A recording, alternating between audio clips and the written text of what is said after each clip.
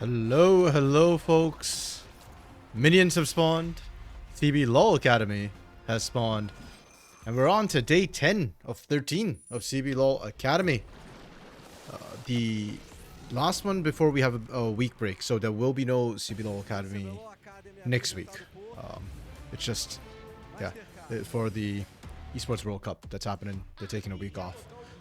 It's an interesting situation because we are 4 rounds out from the playoffs right now, and there is still a massive scrum of teams.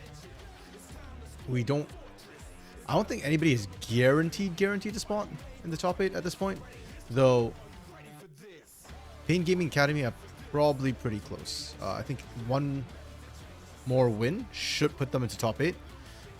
And they will, with the hit-to-heads that they have against the teams, they should be top 8 if they win today. And of course, our first match of the day is going to be Pain Gaming Academy up against Los Academy here.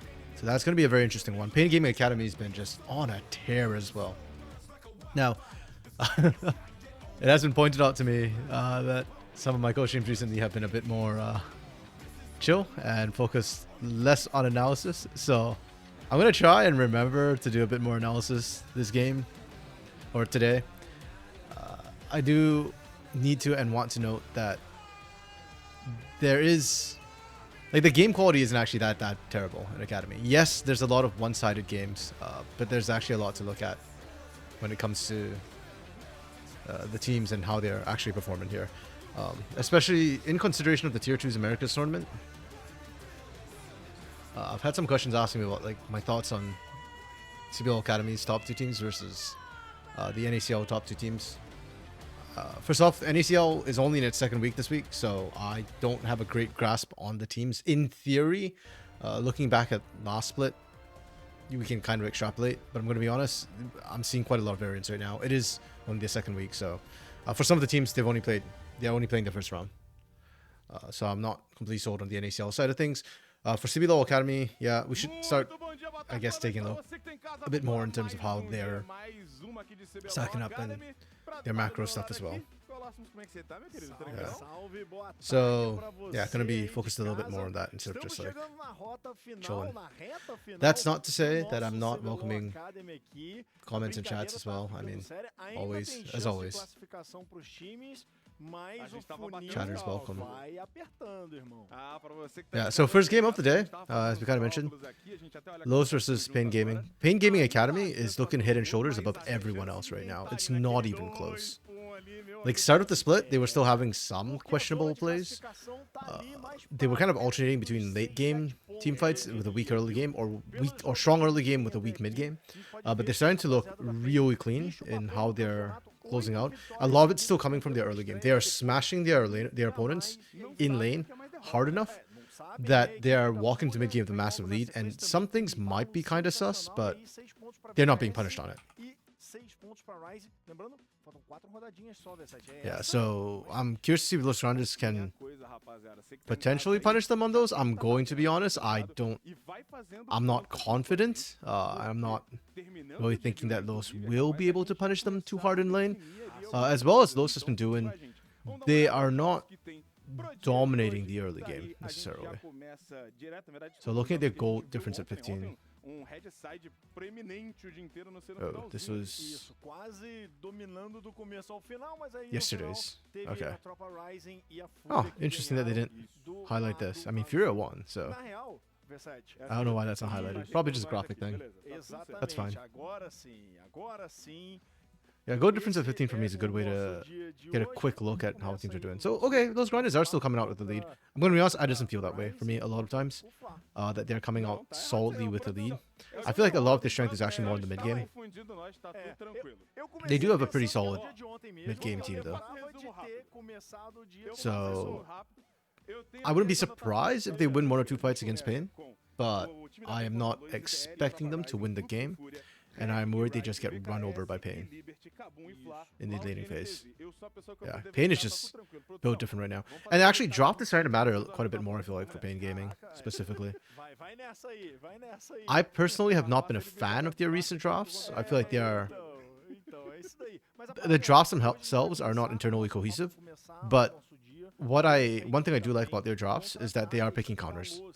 And I think when you're stronger in lane, when you're that much stronger in lane, you can afford to just pick counters and smash. Especially like Hidan has been really popping off in terms of like lane counters and just smashing and taking over a game. Yeah, I just realized when I was looking at my stats today, my sort of criteria. Laning map movements in teamfights roughly, very, very loosely correspond to early game, mid game, late game. Like, I feel like these are end up being some of the most important things in those specific parts of the game. Because early game, I mean, obviously, laning, right, gives you prio and control. Map movements in the mid game is because of all the objectives that's when you've got a lot of objectives, a lot of turrets still standing, dragons, heralds, void grubs, all those. And then, of course, team fights, as the game simplifies down towards Baron and Elder, team fights tends to become key. Okay, KDAs. Interesting that Hidan's the only top laner in the top 5. That's fair, I guess. He's been playing really, really well. The reason why that surprised me a little bit is just because top laners tend to have higher deaths a lot of times. I mean, when you're playing bruisers, you've got to be melee, but he does be playing things like Just Fade and whatnot. Yeah, it's Pain Gaming's solo laners in here. Marvin's, surprisingly not. Marvin plays a little bit aggressively. I mean, so does Mortius, and Mortius is there, so. In my head, that's why I have Mortius as, you know, arguably the best AD carry. I say arguably because I think Aikawa's been really stepping up for Fury Academy specifically. Hello. Hello, hello, 4x4, welcome, friend. Hi, how's it going? Good, good. Glad to see you. I wasn't sure if you were coming today. Yeah, I am here. Excellent. You can probably go ahead and use the link from yesterday. I think it should work. Let's find out. Indeed. Hey.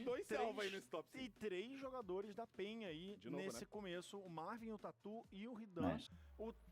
Working? Yep, alright. Excellent, perfect. We are starting today with Pain Gaming versus Los Grandes. Okay, should be a good one. Yeah. I think Pain Gaming right now is the team to beat. I believe if the math is right, if they win today, they should qualify for playoffs. They'll be 9-1 with only 3 games left. So technically catchable, but with 9-1, you've got the hit-to-hit against most teams. Yeah, and Pain has the head-to-head against anyone who would catch them would be Flamengo and Los. So have they beat Flamengo? They have not yet. So technically, if they lose every single game and lose their head-to-head against Los or Flamengo, and Flamengo goes undefeated, technically they could still catch them. But yeah, something like that. Like it's an astronomically small chance. They are effectively locked because they would capture the head-to-head over Los, which is another team that could still catch them. So yeah, I think that's the interesting one, is whether or not Los can kind of catch up here. I was just talking a little bit about Los. I've been liking Los, right? Like I like what they're trying to do. I think they've definitely made upgrades with how with their rosters and how they're playing. I think their mid game's pretty solid. I am not the problem I think is more that Pain is just really good right now. So I have no confidence that those can survive the laning phase the way Pain has been playing. That's fair. Yeah. I've not been a fan of Pain's recent drafting in terms of internal cohesion, but one thing I do like about it is that they are getting counter picks, and they are abusing the counter picks. Yeah, who did they play yesterday? INTZ? No, INTZ was last week. Pain played against Liberty. Liberty, yeah, and then they just destroyed them. Yeah, he done put on an absolute clinic against SKB. And SKB's a good top laner. Yeah. Yeah, against Jota Amize, I can see it kind of going one of two ways. Like, if you screw up, I think Jota Amize can punish you. But if you shut down Jota Amize right now, Los Grandes, okay, I think their jungle, mid and bot have all stepped up significantly from last split, but it still feels like Jota Amize is the primary win con for this team. Yeah. Yeah, no, the top lane matchup should be really, really interesting. Yeah. Might just decide the whole game. I'm also praying we don't get pauses today. I really hope they fixed everything, yeah. Yeah, I was getting It ran very long yesterday, and I was quite tilted by it. And today's got actually good matches, so I really don't want them to like ruin the flow of it. Like IDL Chopa is gonna be a fun close one. K-Stars versus Liberty is interesting to me because it should be one-sided, but I really want to see if Liberty can recover. They are on a 4-game loss streak right now. They went from like undefeated to 4 straight losses. Oh shit! Here we go draft. Yeah. Okay. Pain on blue side. The Dwani ban against Nero is interesting. Oh crap me! They did it again. They are showing. Okay, they did this yesterday, and last game they didn't show the actual pick order, so they're just showing drafts, like top to bottom. Oh, I was gonna say like, damn, this is pretty. Yeah. Yeah. That's Sapoopy for geeks. Okay. Yes, Sapoopy. Wait, the last time we saw it, was it good or bad? I can't remember. I think it was bad. Okay. We saw it in CBLOL, but it's been picked elsewhere. I think in the LAC I saw it picked. It was also bad. Well, actually, it was okay. G2 lost. Mickey X picked it, I think, like a week or 2 weeks ago, and they ended up losing. But actually, it was okay in lane, and then just useless in the late game. Okay.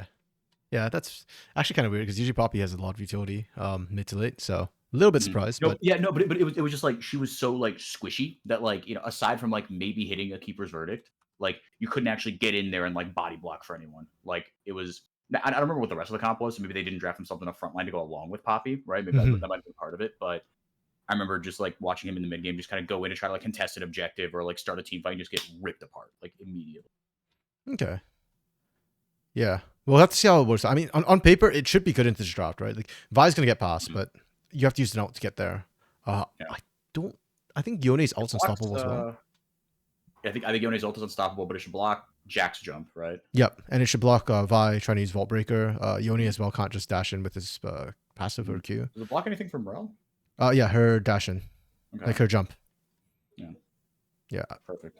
If I recall correctly, and I could be wrong on this, I think the dash completes, but she gets stunned up as she goes in. So okay, almost like a no follow up. Yep. Yeah. No, I think Pain. This is like one of their most standard drafts we've seen so far. I'm assuming the Renekton got picked to counter the Jax. It could go either way. I mean, it's just an early laning lead versus a late lead, but I think Pain's pretty happy with that. They've been abusing lane leads for the most part. Yeah, Corki Zeri a little bit safer from them. I don't hate it. It's really standard. Like super standard front to back composition coming through from them. I like Los Grandes answers. I think these 3 picks especially are all just kind of designed to hunt down Corki and Zeri as much as possible. Ashe as a AD carry against the Maokai, Renekton, and Poppy, I really like, and Rel. Dropped wise, yeah, I'm pretty happy with both the drops. I think Los have dropped it really well. I'll give them a slight edge in draft. The only question for me is going to be execution for this team. Yeah. Okay, skip ahead and hope we didn't miss anything. Hey, perfect.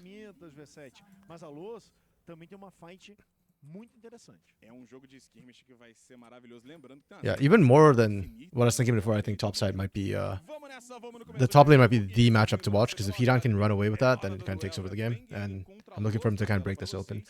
Hello, Lunar. Welcome. Indeed, you did hear a 4x4 rumor. Hi, Lunar Day.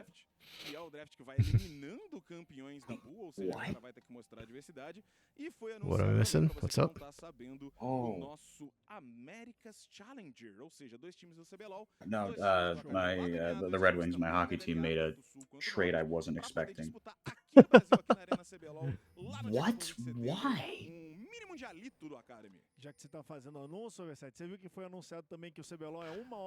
Right now, I'm just like completely switched off from NHL after last night. Yeah.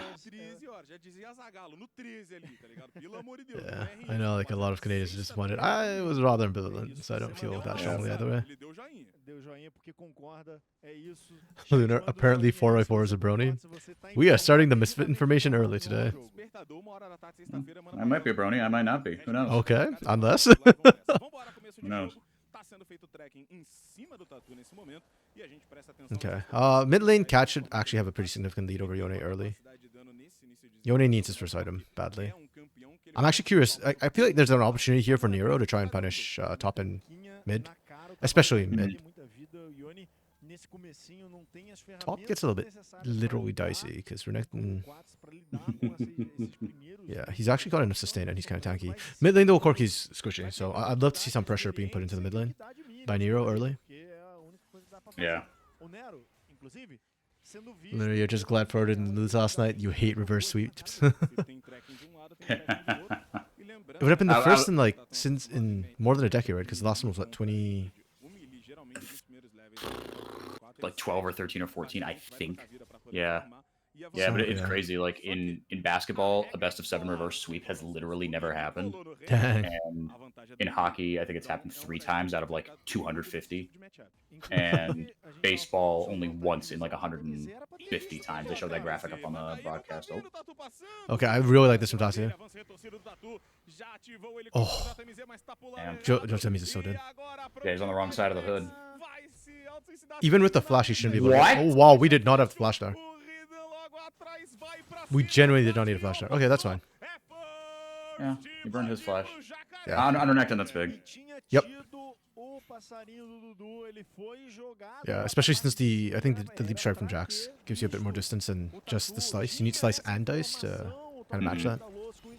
Yeah, but that's huge, and that's my problem. It's like I'm calling for Nero to get the gank off early. Instead, Tatu gets it and Tatu regularly does this as well. He's very aggressive, so he's going to kind of skip camps to just get an early gank off. And hey, why not? Yeah. Yeah, you can tell Jota Mise just had no suspicion this was going to happen. Yeah. Was there a hawk shot before that? I think. I thought I saw one. Yeah, let me just double check that. So I'm gonna do a bit more analysis today, so we might be hopping back and forth a little bit more usual than usual. Sorry, just trying to double check. Because yeah, there was a ping onto him. I'm just trying to check how did they. Was it just a Raptor ward? I didn't think.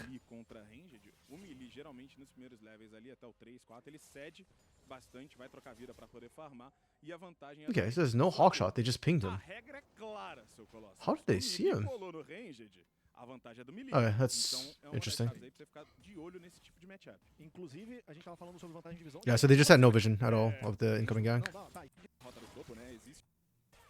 Yeah, and considering that top side's so important, like giving heat on first blood too, it's against a good team like that. That's kind of Jover. Yeah. Yeah.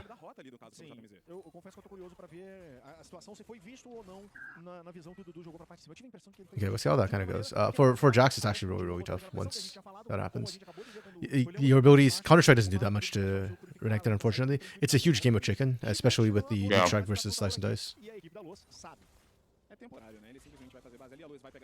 Okay. Tatu is significantly behind in camp clearing though, and I'm curious if Nero can actually take advantage of that, maybe invade a little bit, continue to die. Oh, he's going for early dragon. 2 camps. Is only 2 camps? Okay, yeah. Ooh. Okay, it's happening. It's literally just the lane dominance of Pain Gaming Academy again. This feels like the NACL equivalent of like FlyQuest challengers against most teams last split. Yeah. Okay. Baseball happened twice, Lunar. Hawk. Hawk shot.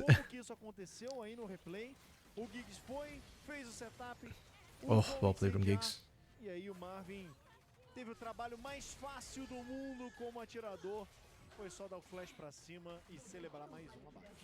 That's just knowing how much damage you do. That was super clean.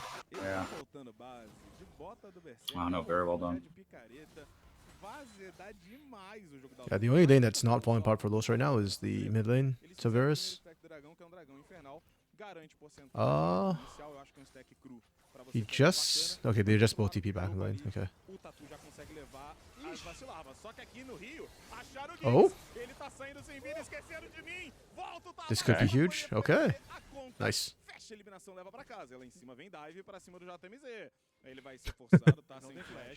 Oh, just Amiza just takes 6. This might be enough. Oh, they dropped aggro! That's huge! Wow. I had a replay on Oh, clean. I think literally just Hidan, like Tatu was tanking it, and then Hidan just perfectly timed that. That was beautiful. We need a cinematic shot of Dudu going off in that team fight yesterday. I assume you're talking about Dudu as in Void Grubs and not Dudu as in the AD carry for Los Academy.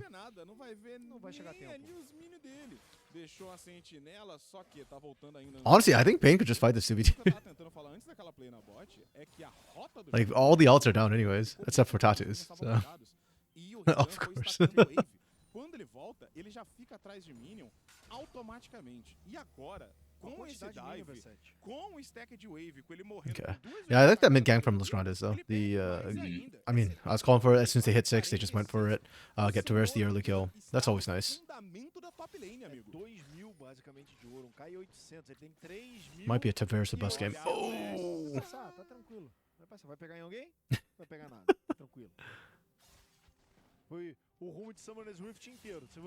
I will only talk about Los, literally. I like Los. I like a lot of the middle of the pack teams actually for CBLOL Academy right now. Yeah, they feel more interesting. Yeah. I guess it's also easy to see their player growth between splits as well. Whereas like teams at the top, if they improve, they still just stay at the top, right? And if they deprove, like what happened to Liberty Academy, then it's just like, ooh. Yikes. Like, Pain is not middle of the pack. No. Pain's always on top.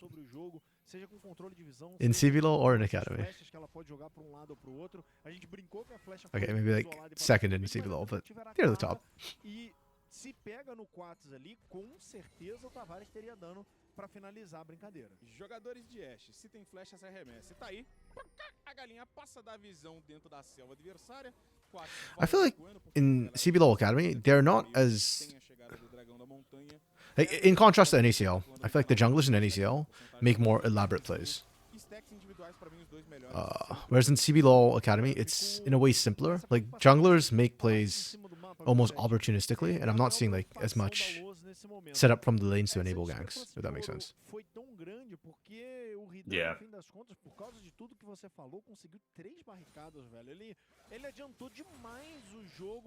E aí botou já 2 abates na mão desse Renekton. Cara, 2.000 de ouro antes dos 10. Be right back. Move some laundry. Sure. I'm not sure we're going to see too much happening soon. I mean, Void Grubs are coming up and so is Dragon, but right now it's just Pain Show, right? It's what they want to take. There's a lot of vision down here from Los Grandes. I don't know how I feel about it, to be honest, because vision is good if you are going to make a play here. But the fact that Marvin is zoning out Dudu right now is not a good sign. Like, I don't think Pain need the vision if they want to force this. And Geeks is getting critical. Like, Geeks just cares that they don't get ganked, so they just want that. Okay, good pick, though, if they can get it. Which they can't. Yo, Orbital. We just started, and it goes rather one-sided right now. Top team is top team for a reason. Life's going good. How's life with you, Orbital? Casting again, buddy? I know you're casting yesterday. Aegis is going good, hopefully. Oh yeah, it's busy? Yo, busy's good. Gotta get the bread, man. Yeah, okay, this is what I was concerned about with Pain, or with the way Los was setting up. They have good vision, but more importantly, like, so what if they got good vision? I don't think they can really contest nor fight Pain right now. Oh! That angle, and even... oh, man, Tatu's in so much trouble. Oh, no, Tatu, sorry, Tavares. From Tatu. Yeah, literally, just with the strength they have, Hidan coming down is massive overkill. Do we need this? No? Is it absolutely going to dumpster Los Grandes? Yes. Okay, this is actually not that bad for Los Grandes. They're actually buying a lot of time here. They should all die, but... yeah, that was the support taking out a jungler, by the way. And it's not like Geeks was that healthy either. Yeah, a little bit of overkill from Pain. I don't think you need to send Hidan down here. I think Hidan could have continued pressuring and shutting down Jota and Mise. Okay, no, that's fine. No, man, I like this call from Pain. They just send cats up here so that Jota and Mise doesn't get free farm. Okay, then this is much better. I really like this from Pain. It is super, super clean. Like almost picture perfect macro. Sick. Overall, figured you just pick up a gig because you've been a bit dry lately, just trying to stream more and all that. Yeah. I feel you, brother. Summer especially, man. Because we do so much CBLOL stuff. Like, there's no CBLOL stuff in summer. But streaming's good too. I want to stream more games, man. I can't seem to find the time between IRL and covering, like, the leagues and whatnot. Like, there's never enough time in the day to cover leagues. I still got to catch up on an NACL from this weekend. I haven't watched that yet. Yeah, the fact that Dudu lived... Kind of. I mean, Dudu... Yeah, they just need to push the wave in to punish Dudu there. The setup was already perfect, pretty much. And just super rough for Los. Actually, okay, wait. After this fight, I'll go back and talk a little bit about the setup for Los and why it's so rough for them.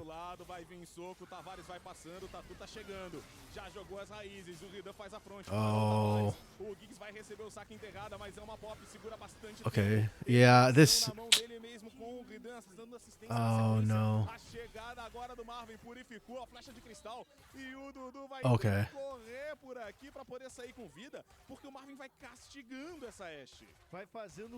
Wow, Marvin's kiting is insane here. He is literally hovering right on the edge.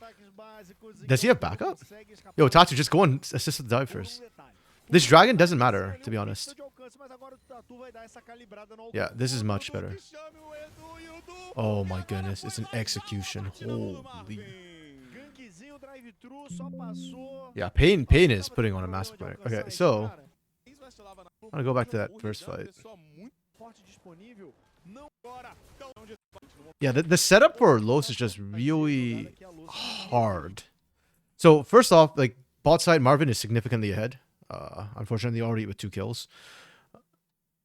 And the jungle as well. Like Tatu already has the entries. So the longer this setup takes, the worse it is for Los Grandes. They basically need to pull a trigger and find a pick. If they end up in a face-off position, they're always going to lose. Now, the other problem too is they lack damage, which means taking the dragon itself is going to be really, really, really rough. They're going to take a lot of damage while doing it. Either Konseki or Nero is going to be low on the re-engage. So Los... That's why I was telling, like, they have all the vision they need, but what they need to do with this vision is facilitate a pick. And for Pain, as long as they just group up and walk in, they will be stronger, undoubtedly. Now, the other problem is the TPs as well. Jota Amize needs to move down. But Jota Amize is also behind. So if it becomes a TP and both top laners involved, it is bad for Los Grandes. Yeah, when they start up the dragon, you basically just can't start up the dragon. There's no point. You're taking damage for free.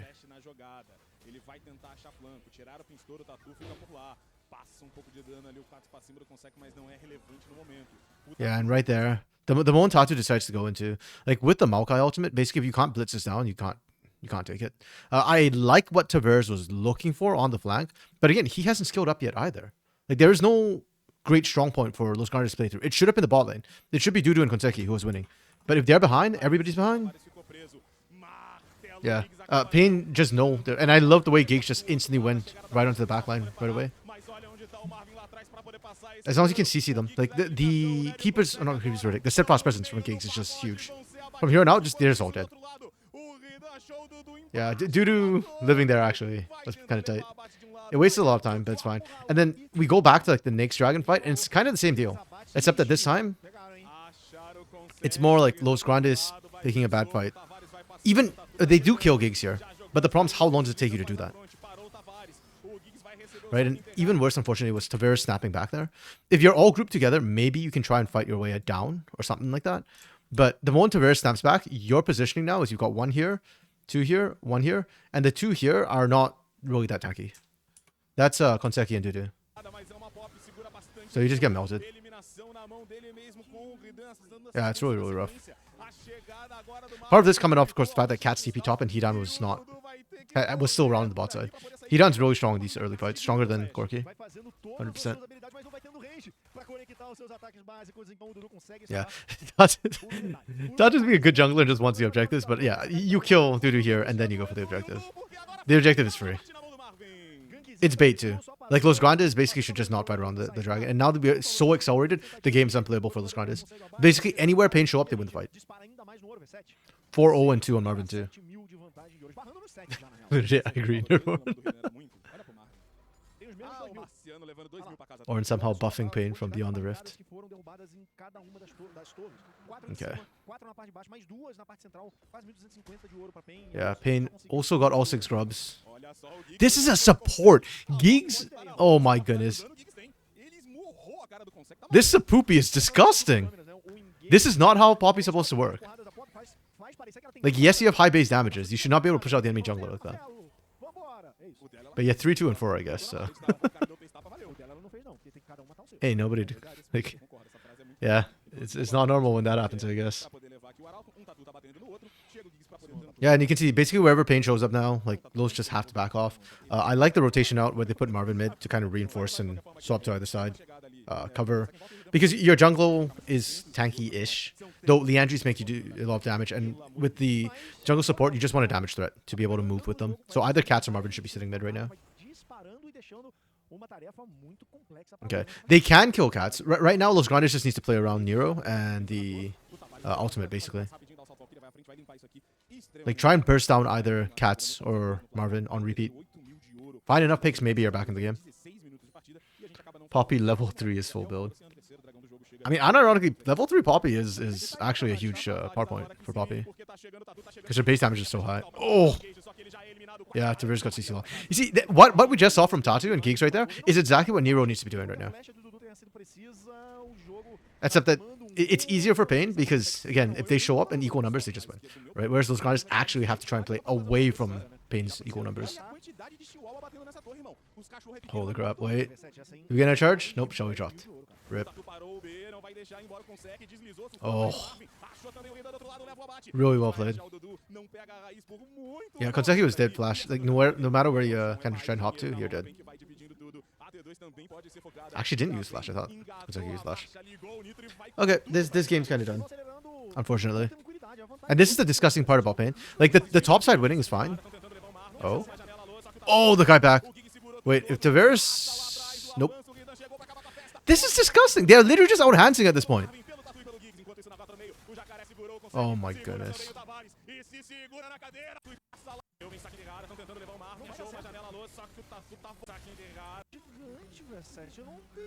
Saw battery onto Marvin. That call is good.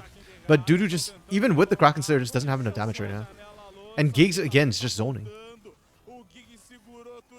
Beautiful Keeper's Verdict just stalled him. And I love the fact too, the Keeper's Verdict from Giggs isn't even used to knock them back. Like, normally you just want to disengage, save your AD carry. This call, coming through from Pain, like, basically it's because Giggs knows they're going to win the fight. Everybody's collapsing in. Even if Marvin dies, like, they're fine. Hidan can clean up. So they want more kills. So they're just using the stun first. Yeah, they're just like, okay, you're fine, Marvin. You're on your own. Tavares could technically have just gone on Marvin, but... yeah, it wouldn't have made a difference. You can see how strong Hidan is in the backline right now. He's too tanky, dude. They can't kill him. Jeez.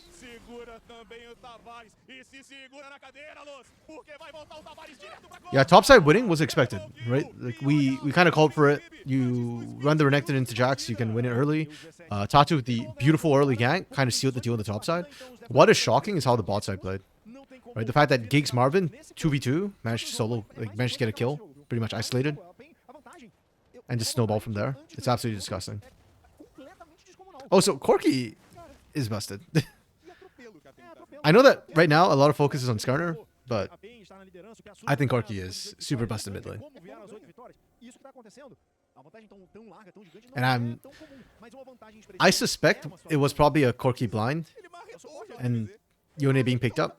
With the potential effects blind, I guess. And then the Yone picked up. I don't think you can actually run Yone into Corki just like that.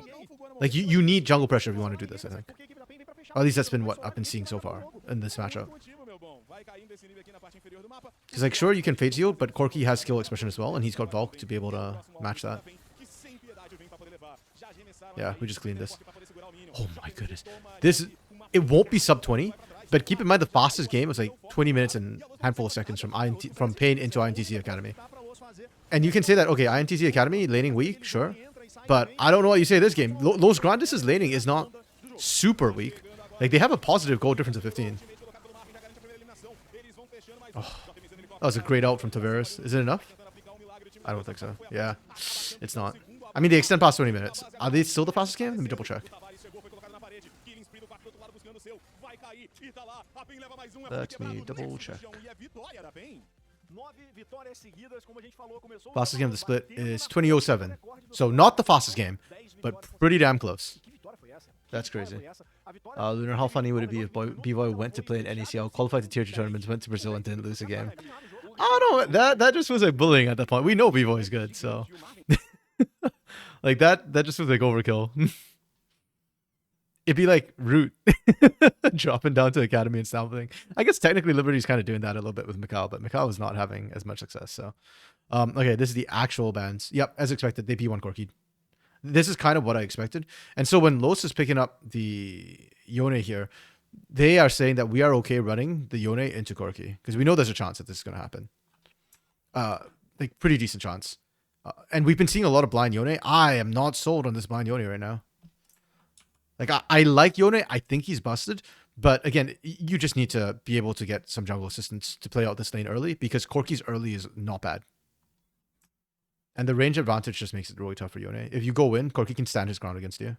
And he'll keep chasing you on the way out. That's the other problem for Yone, specifically, is you're eating a lot of shots to your back. Yeah, I still think the draft from Los Grandes was good. We just need to see more like pressure early. And the other problem is Pain is too damn good right now. They're just so incredibly clean. It's insane. But B-Boy, what's the problem? I don't know, man. B-Boy's problem, the same way Tinones and Robo was the problem, you know? Laning from Pain, spot on. They are so immaculate. This game, especially, they died like, what, twice? All game? Oh, okay, 3 times, because Hidan died at the very end. But, yeah. Like, this is not okay. I am so impressed right now with this team. Like, I'm just giving them full marks, basically. The draft was really solid as well. Like, it wasn't... That's the thing, too. Like, if the draft was a 5 and they just max out across the board, I guess that's more expected than this. This is just clean play. I don't know. Who do I MVP? Tatu? For... I mean, they were so clean. Everybody was doing so well. Yeah, okay. I'm giving Tatu. Tatu had highest KP. Oops. There we go. Yeah, Tatu. 24. That's almost a perfect. That's basically a perfect score. Holy. Los. I don't even want to say they did that badly too. Like, it's so hard when you lose this hard for me to score your stuff, you know? Because I don't feel like Los Grandes did anything wrong per se. Like the only big mistake I thought was not Tatu. Nero not ganking a little bit earlier into either top or mid. Like, I just need to see the gank come in a little bit earlier before Tatu just went nuts. But I mean, for that, I'm not gonna 1 you for just one mistake.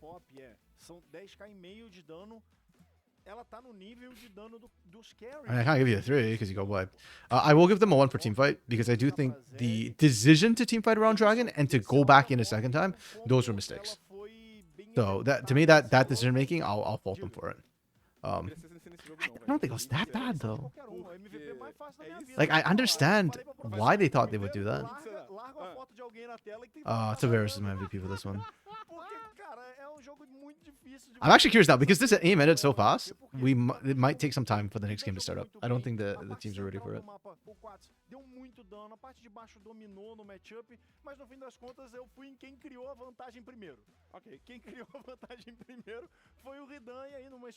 You get to Hidan? That's fair. That's fine. Yeah. I think Hidan took the lead he was given and did very, very, very well with it. Literally, there's a case made for everybody on this team right now with how they played. But Pain is just disturbingly good. Foi uma partida completamente unilateral para a equipe da PEN. Não é à toa que eles estão onde estão. 9 vitórias consecutivas. É o bicho papão do CBLOL, cara. É isso aí, rapaziada. Yeah, just correcting some of my notes here. I think Pain is just coming to their own. They're incredibly good. Yeah, I'll keep that in. This was from last split, actually. I should clarify that. Yeah, his Danish actually popped off. Like, I just think he's really good right now. Top 3 80 carry. Mortius and Aikawa, they're the 2 for me right now. Steps is really good too. I don't know why. Just something in me doesn't want to put Steps as top 3. But Steps statistically probably should be up there. Top 3. Giggs' game, his Sapupi was disgusting in lane. Like, they've just gotten so much mechanically better.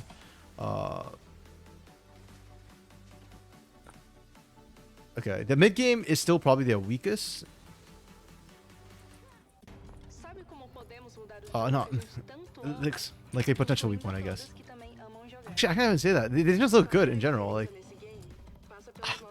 they're just so damn good.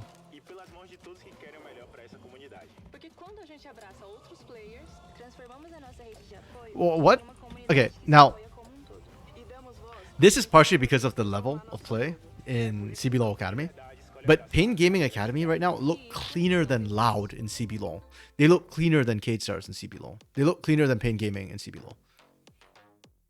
Part of that is the skill gap, of course, but like, holy, the last 3 games from Pain Gaming Academy has been just spot on immaculate. Like, even this one is under 20 for last game, but that was their draft I didn't like, right? They just went with like lane smashing draft, and I don't like those sort of drafts. That's a subjective score. But you take that out, and they were basically almost full marks again. It's so crazy to me. Yeah, I've got nothing to say about those grinders from that game, because I don't think they're bad, but I just don't think we can see anything when they get run over that fast, that hard. Damn.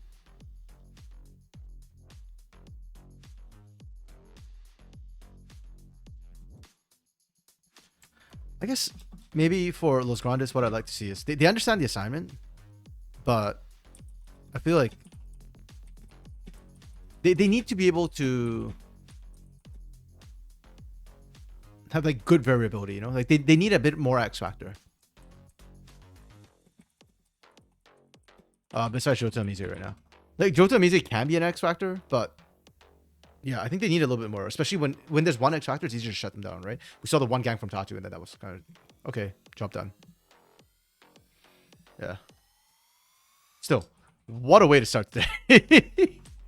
Truly, what a way to start the day. That's it. We're always expecting Pains, but the heavy favorites going to that one. The matches coming up now are not as one-sided. There are actually quite a few close matchups, you know, that we're kind of talking about. I got cut off earlier, but IDL versus Tropa Ryzen is one of them. Red Academy versus Rise is another interesting one for me. Cade versus Liberty is not that close on paper, but again, there's a 4-loss streak going on here, which I think Liberty is better than a 4-loss streak. And then the last game of the year, of course, is also kind of funny. It'll be a close one. This is literally why I keep saying as above, so below. Like, literally, we've got the bottom of the table matchups from both CBLOL and CBLOL Academy this week. So.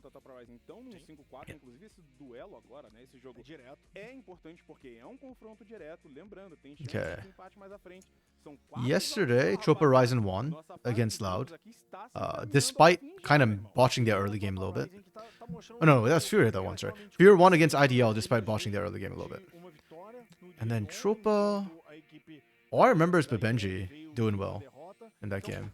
I don't think he was my MVP, was he? Let me double check. Tropa. Oh, he was my MVP, okay. Yeah. Yeah. This is kind of interesting. IDL just needs to shape up a little bit. Hey, excellent. It is not in that top to support order. It's actually in proper like draft order this time. Nice. Wow, we're doing Akshan bans again. That's a little bit surprising. Understandable. I think RD Gap has a good one. I feel like that's a very specific matchup that you want when you're doing an Akshan ban. Okay, Pantheon, Karthus, Talia. This is a bit interesting because on one hand, they're all meta bans, but they're also all global bans. So it feels like Tropa Ryzen wants to isolate IDL as much as possible. And I kind of like the call. I think IDL has been very sloppy with their macro and the team fighting. So you can kind of separate them out. Like, we've seen great success kind of isolating the side lanes and punishing them. And if Takui can't move out, then it struggles. And Shrimp has not been the best ganker or map pressure. Yeah, I like the shout. Welcome back, we're into the second game, and they actually have a proper draft for us, like in pick order this time. That's nice. Yep. Okay, Trist, I like that. We go Corki Maokai, solid. Ash Nautilus, that's fine. And then we just handshake with Leona.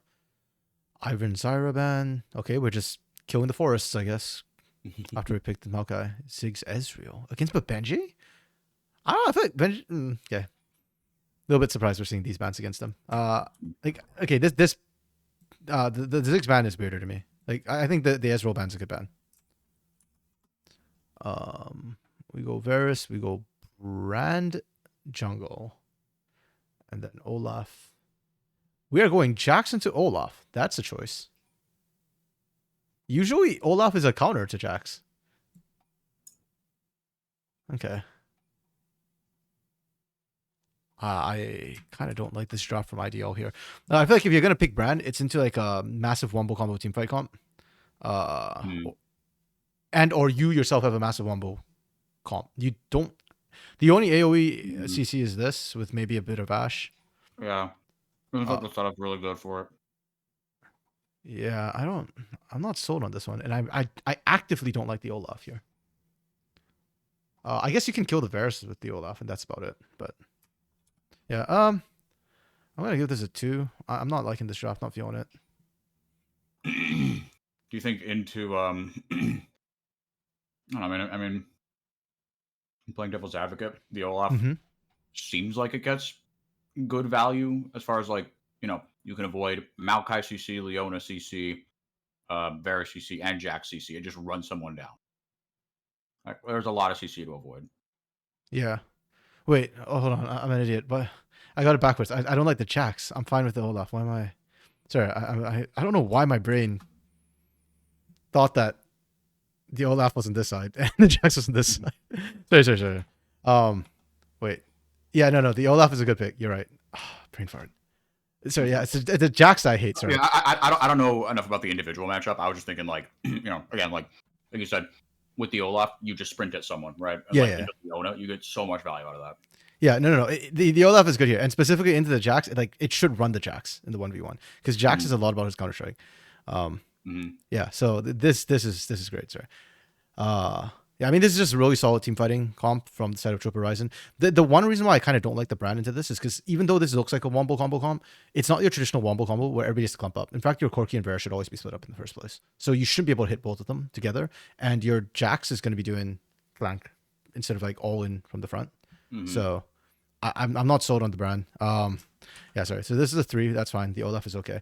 This would have probably been like a 4.5 for me, but I'm downgrading it because of the Jax specifically. This is not what I pick into an Olaf R5.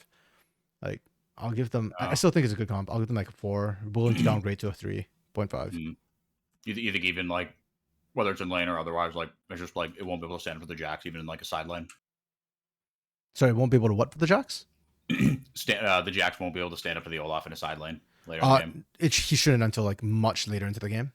Because, yeah. Again, the big problem is that early on, Olaf is really strong if he can land the undertow repeatedly. He wins almost any matchup if he can do that. And none of his abilities early are really affected by the Counter-Strike. Right. And later on, the Counter-Strike is literally irrelevant because of Ragnarok. So, yeah. Theoretically, that's why I really dislike this Jax pickup right now into the Olaf. Yeah. Also, Lunar Brand needed to burn the trees. Yeah, you know what? IDL has the hate the trees comp, actually. We've got Brand and Olaf to cut them all down. The deforestation comp. Yeah, actually. Did 404 get dental work done while he was gone? He sounds in pain. Does he? I thought he sounds fine. I do? Damn.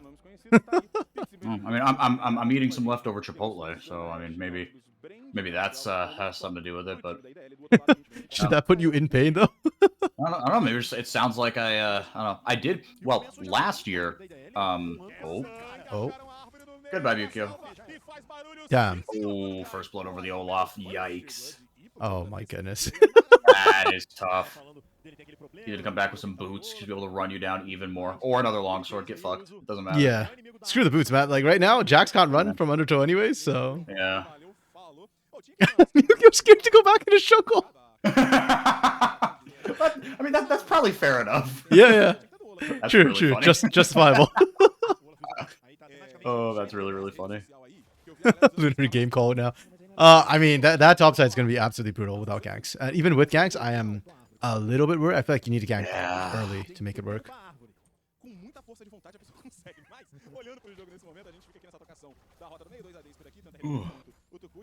See, this is why I'm glad, you know, I've got other people to keep me straight. I don't know what went wrong in my head that I had Jackson Olaf flipped on those comps. Hey, we've all been there. I've done that on broadcast a couple times. The first thing I was literally circling it. I was like, oh my goodness. Brain farts. Oh wow, both these teams at 5 and 4. Yeah, I think I was saying it right before you got here. Oh no, you came in partway during draft. Yeah, today's interesting because there's a lot of actually close matchups which matter for a change. So it shouldn't be as one-sided as yesterday on paper. Nice. Yeah, we end the day with in the last game against Furia. How did that game go? Ooh, Ideal actually got an early lead. But Ideal was not playing as a team. Like they have co-op issues. That sounds a lot like them, right? They'll just kind of like just fist you in the early game, but they don't really know what to do with in the mid game. Yeah. You described them as a solo queue team. Yeah, exactly. Yeah, I think did you say this too, or like I vaguely remember somebody saying that, and yeah, that's basically what they are. Is they are a solo queue team, and I think somebody pointed out that apparently it's because they weren't really made to actually compete. Like they're just gonna play together and disband after.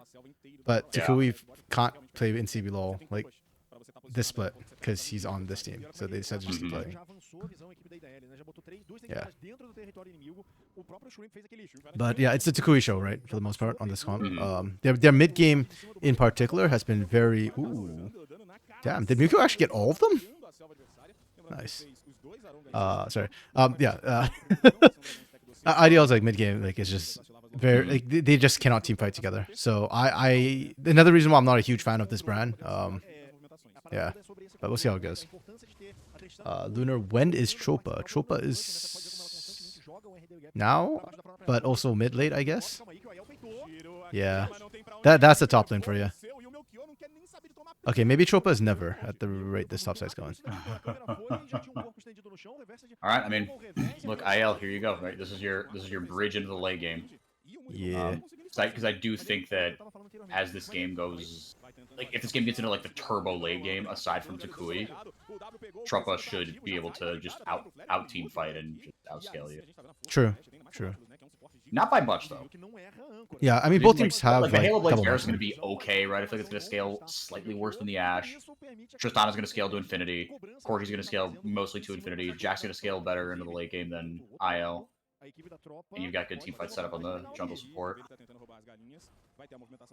Yeah, I think the big difference for me is more like CC versus damage, because like Shrimp will have a crap ton of damage. Oh, Mukyo. Oh, Mukyo. Okay. Okay, trade it back. Oh. This was... okay. Yuki? Okay. Good roam. Yeah. Ideal is just pressuring like crazy. Tropa feels very much on the back foot. Yeah. Like Mukyo specifically right now looks off his game. Like he traditionally is a very aggressive jungler. Like even there it feels like he was looking but he was scared. Like he didn't like full send it. Yeah, he's just been very scared. Yeah. It's gonna get worse for him too, actually. Because Shrimp is just accelerating faster and faster. This is very weird and uncharacteristic for Tropa. Even weirder to me is the fact that because so Reverse is a very like stable laner. Even if he falls behind, he's usually pretty good at just nullifying the lane and not giving up too much and losing very gracefully. It's a bit of a raw deal though. True. Yeah. Oh, but like, he picked the Jackson to this. No, true. Yes, yeah, no, you're right, and that is a mistake. But like he got a rough lane was made even worse. Yeah, that's true. Yeah. Actually, considering he's down a kill and like is kind of getting fisted, he's only down once so far. If he could keep it like this, I think we're gonna be okay. Yeah, good that's Lord, fair. what a crash! Fuck me. Wow. Honestly, I actually think on a crash like that with the brand, that's you can actually 100-0 that Jax. So like, you think if they would have gotten up there? I think like a perfect team. Like okay, let's put this. If this was Pain Gaming, I think we see the dive. Like I feel like Tatu would be calling for it because between Pyroclasm and just the sheer amount of like, burst damage and all that can put out, even if you don't straight out kill the Jax, you just do literally what we saw last game. Actually, I don't know if you're here for that part, but they. Oh yeah, you're here because he didn't even pick up aggro at all, and they just went for the redive. Yeah, on that thing. Like you can do that with all that brand here. Oh, Merlau's sitting on board, doesn't even know. Yuki's baiting him out. Yeah, Flare is 6. They are not scared. No. Yeah, but then as soon as Mukio kind of fainted towards that Tri-Brush, the Yuki was like, okay, maybe we go back now. Yeah. I mean, Merlau popped sweepers as well, so they kind of figured that. They saw the ward already, and so Chope had to back out. But Ideal's playing actually really well so far early game. My question is whether or not they can actually coordinate as a team in the fight. So far, it's been like just good, like individual decision making sort of thing. Oh, oh, here we go again. Bonk, bonk. Oh, they want it. Yes, they do. And they can keep going. Morlow can do, yeah. Morlow might have overstayed his welcome there. Nice. Okay. And Benji couldn't get in, really. Damn, this is the ideal I feel like we were promised. Well, it's still the early game. Still the early game. True, true. Could still crap up the mid game. Yeah. Eles vão conseguir mais uma barricada agora aqui na parte central e Ooh. agora sim chegando perto dos 7.000 de ouro. E a gente vê o replay, né? Murilão ali. I love how fearless Yuki is here. Yeah. No, actually. And Ideal actually moved pretty much like as fast as they could, which was good. Yeah. Yeah. No, because that could have been ugly, right? He bought a lot of time and space, and then good arrow as well there. Yeah. By Flare.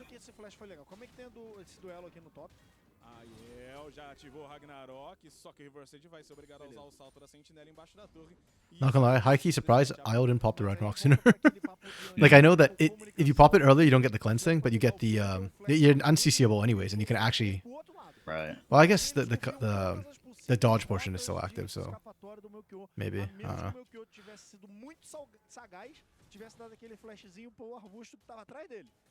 Okay, for Tropa Ryzen, the big problem I have for them is normally like you look at your jungle to get you back in the game. I don't think Mukio can actually get the team in the back in the game anymore. It has to be like Mirilao roaming with Mukio and CC Why do you overload think somebody. Mukio can do it? Yeah. Why do you think Mukio can be the catalyst?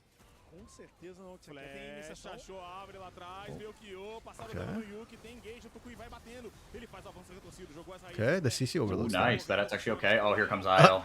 Clean up crew. Oh, reversed. It's just top laner in the back line versus top laner in the back line.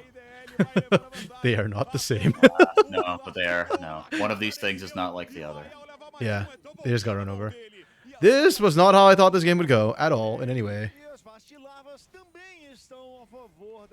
This is interesting. I don't know why we're seeing the losing team keep opting in for these fights.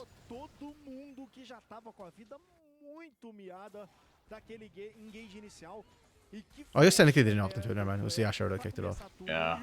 That's fair then. Yeah. I mean, to be fair, like in this it was kind of going fine in the 4v4. Takui was low, right? Reversed almost got him. Takui should not have lived that. That was really close. Yeah, just by the time Reverse got there, it was a little too late. Just an extra kill going over. In that 4v4, I think they had a shot. True. But then the 2-kill IL shows up, and now he's got Strybreaker. Holy shit, it's so Jover. Yep. Oh my goodness. Wait, you said earlier, before this fight, though, you said you didn't think Mukio could be like the catalyst that brought them back into the game. Why was that? Like champion what? Well, because as the Maokai too, like you're kind of far behind. The big problem is Shrimp is so accelerated. Brand is already like a super fast clear AP jungler in the current meta. And on top of that, like his damage is ramping up faster. So basically, should Mukio try and make action happen, which lane do you even gank right now, right? You don't have the damage to match. RD Gap doesn't have the damage to match necessarily, and it's super hard to punish the Tristana. Maybe not to match Shrimp, but like if you go to a lane where Shrimp is not there, right? You've got the Leandries, right? You can, like, I think the bottom lane, right? You're made of CC. You're on an even playing field, you know, beforehand, before the Ashe got the kills that she did. Like, it's just a shit ton of CC against an Ashe, right? If it was a cleanseless Ashe, like now I think the game might be too far gone. Like 7K at 13 minutes is just fucked. I don't think even IDL. I think he'll throw this. Good reaction to RD Gap. He dodges this. Yeah. I guess that's why I was saying, like, I need to see Mirilao with Mukio in order to make anything happen. Yeah. So I guess like Mukio could have ganked bot, and potentially there's a shot there.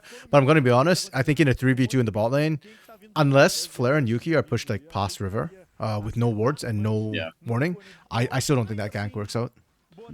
Because Nautilus can always just Spider-Man out, right? And between the two of them, there's so much CC. Ash's CC specifically actually makes the gank kind of tough. Because Mewtwo would pretty much have to flash in range, and or the Nature's Grass has to come at an angle that they didn't have time to run away. Oh. Good pick. Oh, okay. Yeah, IDL's individual hands are fine enough that... Yeah, it's going to be really tough coming back from this. Yeah, it's just an early game. I don't know, like, first game too, which is early game, right? Like, and it wasn't like huge mistakes. Mewtwo getting picked level 1, it should not be such a game ender, but... Yeah, you know what? I have to drop Chopa's draft, man. Like... Yeah, that Jax into Olaf self-counter pick turned out way worse than I thought. Yeah. Meu Deus do céu, eu tava de olho no que o Aiel ia fazer aqui nessa parte de cima, pensei que ele ia pra cima. E é óbvio que Yeah, IDL came at show us play today though. They've traditionally not been this good in terms of being able to leverage stuff. Especially IO's laning actually has been very hit or miss this split. Yeah, I think you mentioned that offhand yesterday. Yeah. Like he was crutching on things like Pantheon, where even if his laning's not amazing, he gets a lot of map pressure, and he's less about CSing and just like all in aggression on that champion. I mean, I guess he was technically all in aggression on this Olaf into the Jax, but it was warranted this time. Olaf is so much better than Panther. Sorry, I'm gonna need later. Olaf is just so much better than Pantheon. Oh. Okay, yes, I personally agree. Which is why I don't see the need for Pantheon bans, but here we are in this universe in this round. It's like Lelis Alawi. It's good for that player, but it's still not a great champ. Like you can play around it quite easily. E olha esse sorte larva, né? O Chual do Void, como é que faz a diferença ali pra bater naquela torre segurando. Vai dirigir o carrinho aqui, essa Ashe. O Flare vai colocar essa torre no chão. A T2 também na rota do meio. They're gonna get 2 charges off this. E olha as pipoca Maybe not actually. Wow, okay. Shelly seems to be stuck. Never mind. Yeah, I mean, they could have if they wanted escorted in. I am a bit surprised they just didn't even bother, but... No, but bringing them to mid tier 2 is a better idea. Send Takui there. He applies so much pressure. Yeah, and I think that the more they hesitated, can't do it because the resets came through from Chopper Ryzen, and then you risk getting caught like on the charge and the bounce back. For sure. But yeah, agree. I personally prefer an inhibitor turret to a mid inner. I don't like an inhibitor pre-19 or pre-20, but taking the turret, that's nice.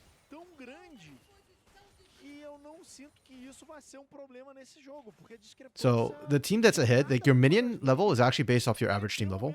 So if you take out an inhibitor turret, your lanes will actually auto push, and you can get like a massive 4 or 5 way stack on an inhibitor sometimes. Na real é 3k no bot se você arredondar ali os dois. É muita coisa, mano. É muita coisa. Cara, já foi Arauto antes dos... We are literally waiting for 20 minutes for Baron. Actually, you know what? I'll be impressed. Not impressed, but it would... I guess it... It will impress me. It probably shouldn't, but it will impress me if IDL can close this out without taking Baron the way Pain has been.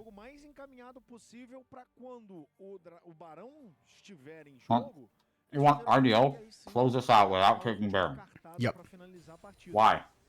Because that shows me that their macro is immaculate. Like the way Pain Gaming Academy's macro is immaculate. So I'd be very impressed if they did Isn't that. taking Baron while you're ahead part of good macro?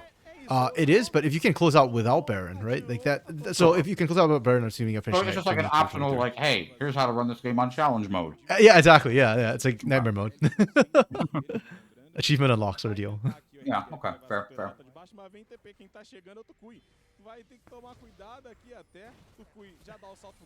Because I mean, this game has been epic for IDL so far.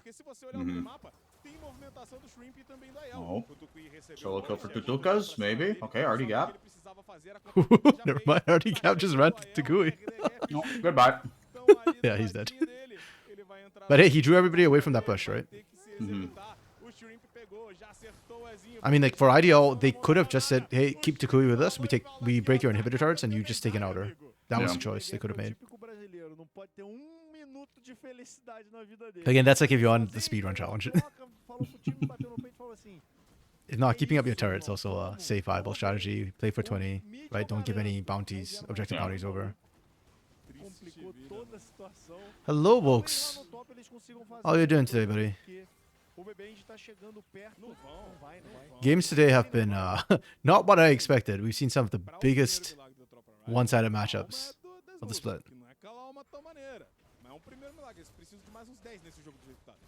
Yeah, right. I was just saying that Pain Lowe's game was the cleanest game I think we've seen in Brazil this split. Like CBLOL or Academy. And it's not even like Lowe's Academy did many things wrong. Like I felt like they did 2 small mistakes. That was just Pain Gaming Academy playing like hyper clean. This one is not quite as clean from IDL. I think Chopa has made a couple more mistakes, but it's still very incredibly impressive from IDL. This is probably the best. Is this the best we've seen from the Mole Split? I want to say it's the best we've seen from the Mole Split. I think they had one other good game earlier on in the season, like where I was quite impressed, but my goldfish memory is kicking in, so I need to actually check my notes. It's a lot of games. Yeah. At the rate they're going, though, we might finish early. If we're going to play 20-minute games back to back to back to back. What are you afraid of, folks? Just support Pain, then there's nothing to be afraid of in Academy. I'm actually so hyped for Loud Pain on Saturday in CBLOL. Yeah. No, both teams are, just like you said, I was talking about it yesterday, like, Yeah. both these teams are hitting their stride at the right time. Coming into this. Yeah, like for the first time ever, it feels like they're both at the perfect moment. No, during regular season. Uh-oh. Okay, Isle is literally 1v5ing. Or 2v5? 2v4? Oh, he got Too wiped much? out. A bit too much. Tikui though? No? Is we on the flank? Oh, reverse! Oh. Damn. Oh my goodness. This is actually a really good team fight from Trope Horizon. If they were not so far behind, I think they would. Exactly. No, they're just 10k. They were over 10k gold down. Yeah. Jeez Louise. That's wild. Yeah. That's messed up, man. Well, if it isn't the consequences of my own actions. Yeah. Marvin, welcome to 100 tips, tricks, and goals. Yeah, Marvin had a great game last game. The whole team had an amazing game last game. Yeah, but I remember when we first saw Marvin, I think last split, the beginning of last split, his laning was like, and then it was like team fighting. And then by the end of the split, his laning is really, really good now. I'd actually think his laning is stronger than his team fighting sometimes. Okay, so IDL did not go for like the Hell Mode challenge. But that's fine. They can get the regular ending. The pool doesn't give you confidence for Fearless playoffs. I have no clue what these players' champ pools are, to be honest. So I'll wait. I've been watching the NACL Fearless draft side, and it's actually quite funny. Now that they're doing full Fearless, the drops are interesting. I actually really like kind of what we're seeing. Like week 1, teams were drafting triple 80 carries, so we'd have like no 80 carries for the left for the rest of the games after game 1. I'm personally down for that. Like I love that the coaches were doing that. It's kind of cheesy, but like it's good strategy. Yeah. Yeah. And that's like a difference from say like CBLOL, where I don't see as much cheese here. Like we saw some from Liberty in the start of the split, and then I think they ran out of ingredients to cook with. I was actually just Olaf Aatrox Pantheon. I didn't know about his Olaf prior to this. How did you know of his Aatrox in the Pantheon? But yeah, his Olaf kind of looking scary. Wait, is there somebody on our English broadcast who like thinks Olaf is kind of troll pick right now in the top lane? I feel like somebody hated it when we kept seeing it. Oh. I can't recall now. Yeah, we clean. Almost a 20k gold gap by the end of it. Shrimp with the Zonya style points.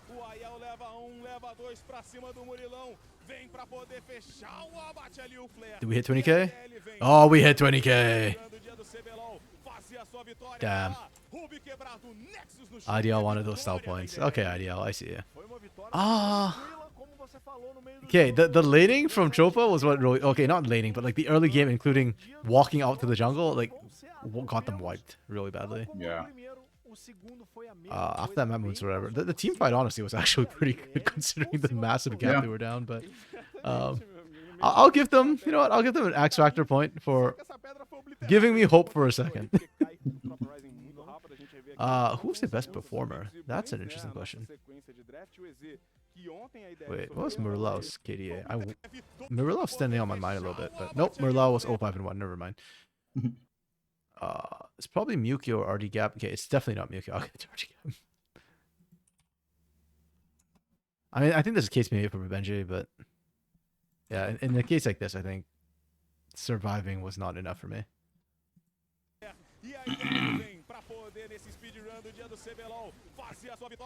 What a beating, holy crap.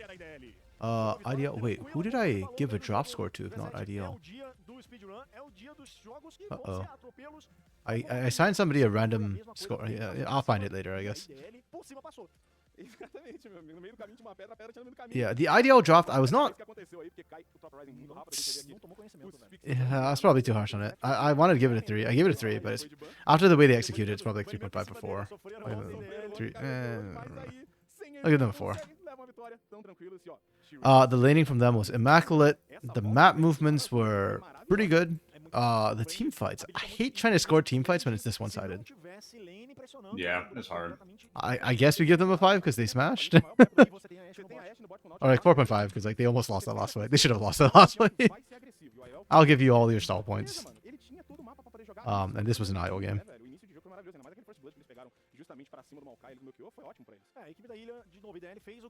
Yeah, this pop-up was nuts.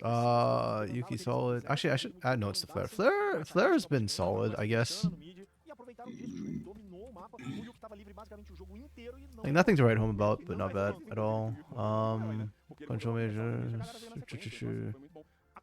Yes, this is K-Star's fault. Mechanically cracked. Best mid in VOL Academy. Isle. All that kind of scary. Please don't sell counterpick.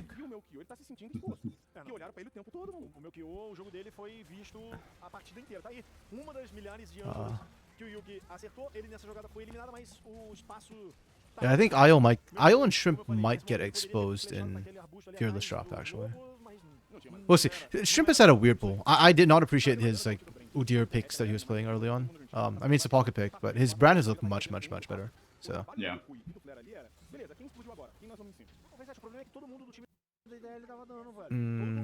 Actually, how is Chupa's early? I thought the early games. Okay, it's pretty average. Huh.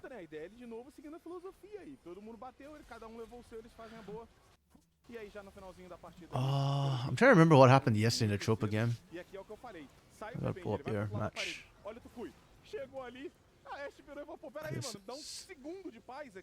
Wait, this is not from...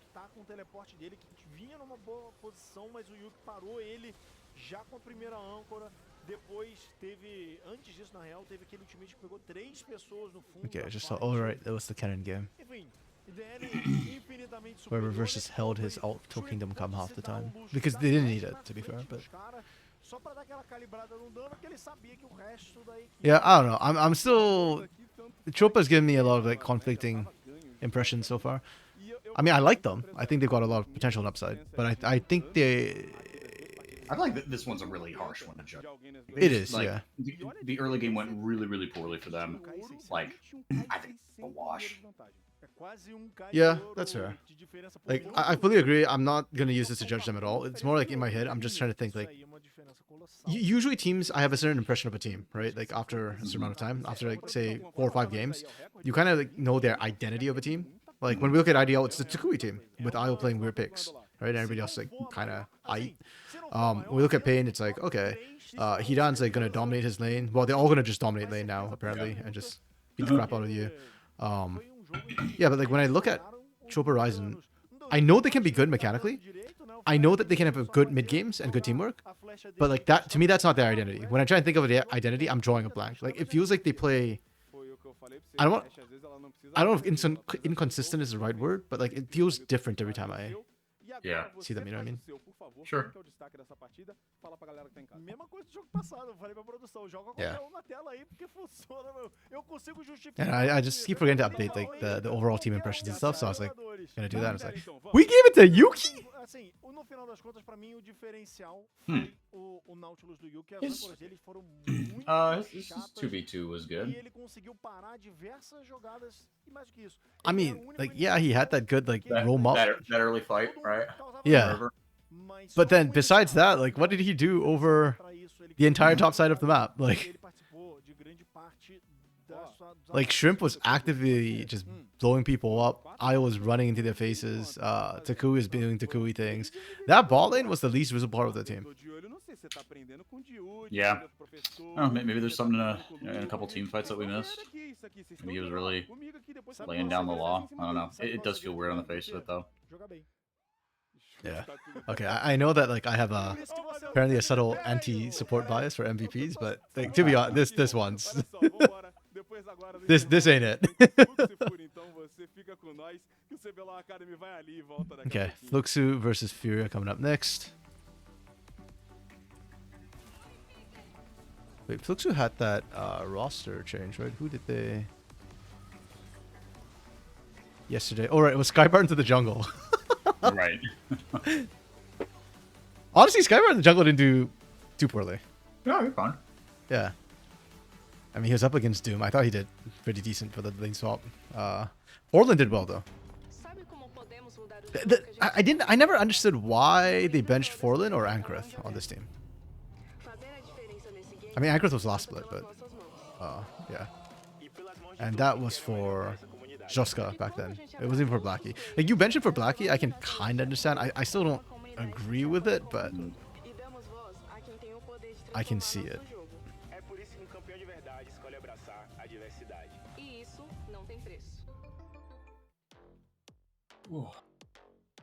I wonder if top lane's moving actually more towards utility top laners again, with things like Skarner and like Rumble, Kennen.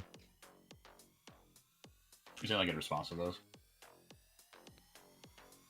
I was like in response to, or just like whether, I don't know. Maybe, yeah. I just feel like that the pool has shifted away from what we're starting to see, like with the carries in the top side and the sort of 1v1 bruisers. Well, not 1v1, but like Cassante, Renekton. What else were we seeing up there for a while? Udyr. I hated Udyr. I hated Rek'Sai. I just hate like out and out tanks whose job is just to stand there and not die. You know what I mean? Like if you're a real tank like Malphite or Ornn, respect. But like, I mean, yeah. Tanks create space, right? That's they what you do in some way, shape, or form. And it's a lot less fun, and like it feels less impressive and interactive because, like you say, you just kind of like you turn on a Nivea stance and you just kind of stand there, right, and just burn people to death. And it's like they're faced with the impossible choice of we need to kill this thing, otherwise it's going to run us over. Oh wait, we're all dead. Yeah. And I guess that's my problem is like I feel like tanks should not be able to force aggro by doing damage. You know what I mean? Like Shen used to have to taunt people if he wanted people to attack you. Yeah. Like Malphite ults, and then after that you can kind of safely ignore him. Ornn's a little bit of an exception, but as the game goes on, his damage does fall off a little bit. Percent health is always relevant, but right. Also, are you coming to the? Are you doing the interview tomorrow with me or not? Do you want me to? I'm indifferent. I just was wondering if you wanted to. Then it's fine. Great. Okay. All good. But to be honest, I don't really have that many questions for Seos. Wait, you have Seos, right? Yeah. Yeah. I think it'd be an interesting interview, though. True. Provided he doesn't give just like, boilerplate answers, right? Because my questions are going to be some form of what the fuck is going on with your team. And it's probably going to be something like, oh, we just, things aren't meshing, but like, we're taking it day by day. Scrims are going well. And it's like, oh, fuck, just hang up. Hang up if you're going to give me non-answers. Like, we're wasting each other's time here. 6 a.m. Fuck off. Like, I'm not doing that. Yeah. But I think that's what's going to happen. That's fair. Yeah, I suspect that too. I mean, when you're on a losing team like that, or a team that's struggling, it's kind of hard to get the hard hitting answers. Unless you got a player like Ranger, who's like willing to just blow everything up. Yeah, exactly. Or maybe like Aegis or Titan. Like, yeah, I'd be surprised if Seos did that. I mean, it'd be really cool if he did. But... And I'm curious if they even know what the problem is, right, for Kaboom, because I don't know what the problem is for Kaboom when I look at the roster. I never know what goes wrong with the super team, you know. And it's not even with Kaboom. It doesn't even feel like it's ego issues. Like for the red super team, you could kind of maybe argue ego issues. I didn't even think it was, but like there's a case to be made for that. But yeah, there were rumblings and stuff. Yeah, there really isn't for Kaboom. Yeah. Okay. Draft and action draft order. Nice. Okay. Zyra ban, Nidowi ban. Yeah, it's against Steiner. That's fine.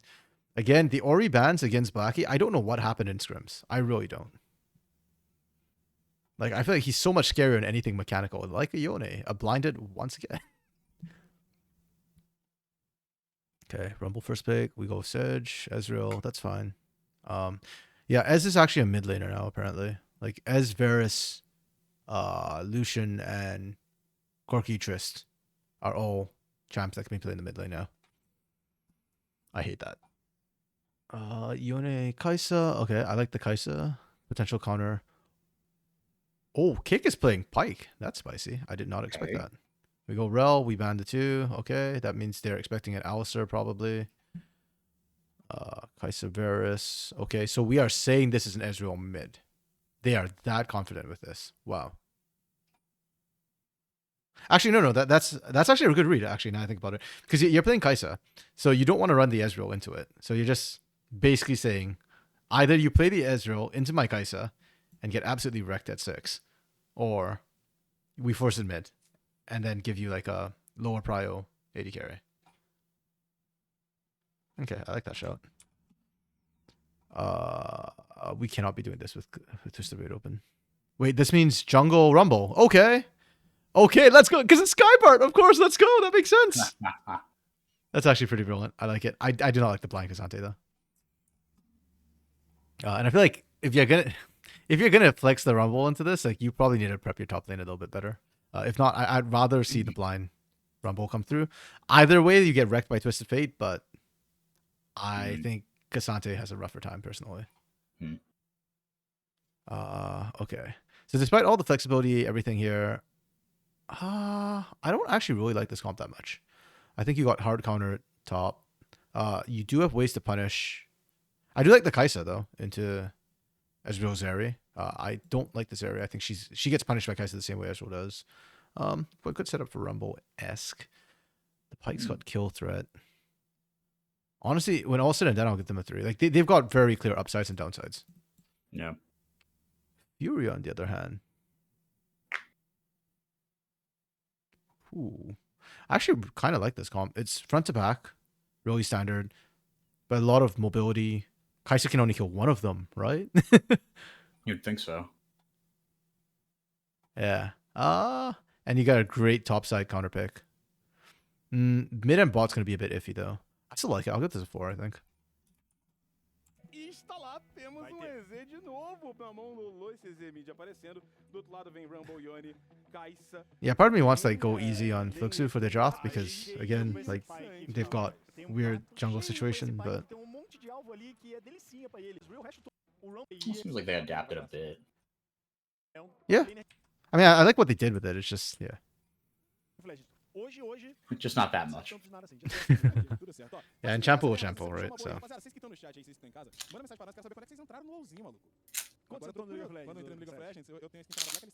Okay, given how the games have been going today, it's been like kind of one-sided in the early game. If it isn't, the way I kind of see this going is jungle dependent, specifically Steiner dependent for Furia. If not, like topside should win. Bot is going to get really spicy with the Pyke. Mid at 6 might get a little bit tough for Lolo, but Lolo should dominate early. And the overlay is broke. Okay.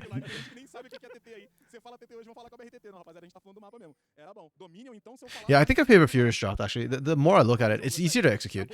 Fluxus is really conditional. Like, Kick and Blackie have to have an amazing game. Yeah.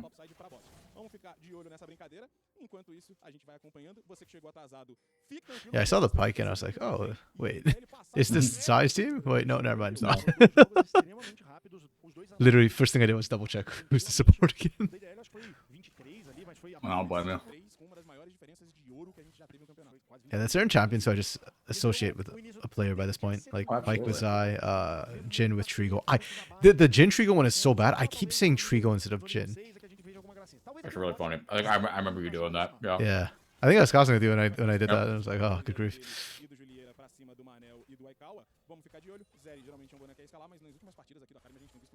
And it's not like other people don't play Jin at all. Like the Pike one, like literally very few other people play it. So it's like, okay, more understandable in CBLOL.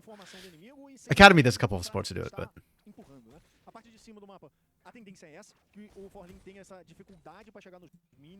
wow, okay. Shino already massive stack up top.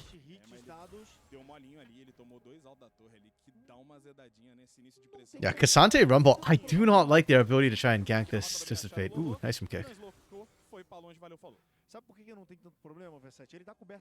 Yeah, my biggest gripe with Rumble Jungle is always that he just can't manufacture his own ganks. Like, you gotta rely on your lanes. And I'm looking at your lanes. Only bot really has gank set up.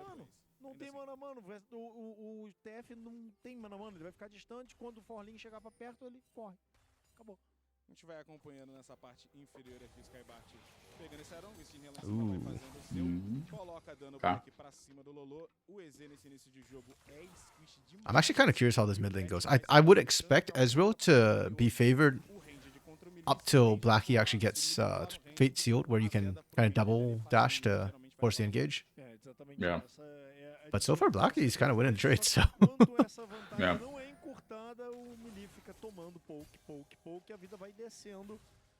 E nisso que o Ezreal ganha bastante. Ele tem shield, ele tem Dora, ele acaba dando um pouquinho de sustain ali, ainda assim, já gasta todas as poções Lolo. Essa é que é a grande pegada. Let's check on the bot. Pra poder fazer esse B, enquanto isso lá embaixo tem engage do Manel pra cima. Where nothing is happening for now. Mas tem uma sentinela ali, já na pit stop, ele vai ser visto. O time do Fluxo sabe que ele tá por aqui. Yeah, oh, I just realized Jalera got a call. A late call as well. I have no confidence we're going to see action happen bot then, if that's the build.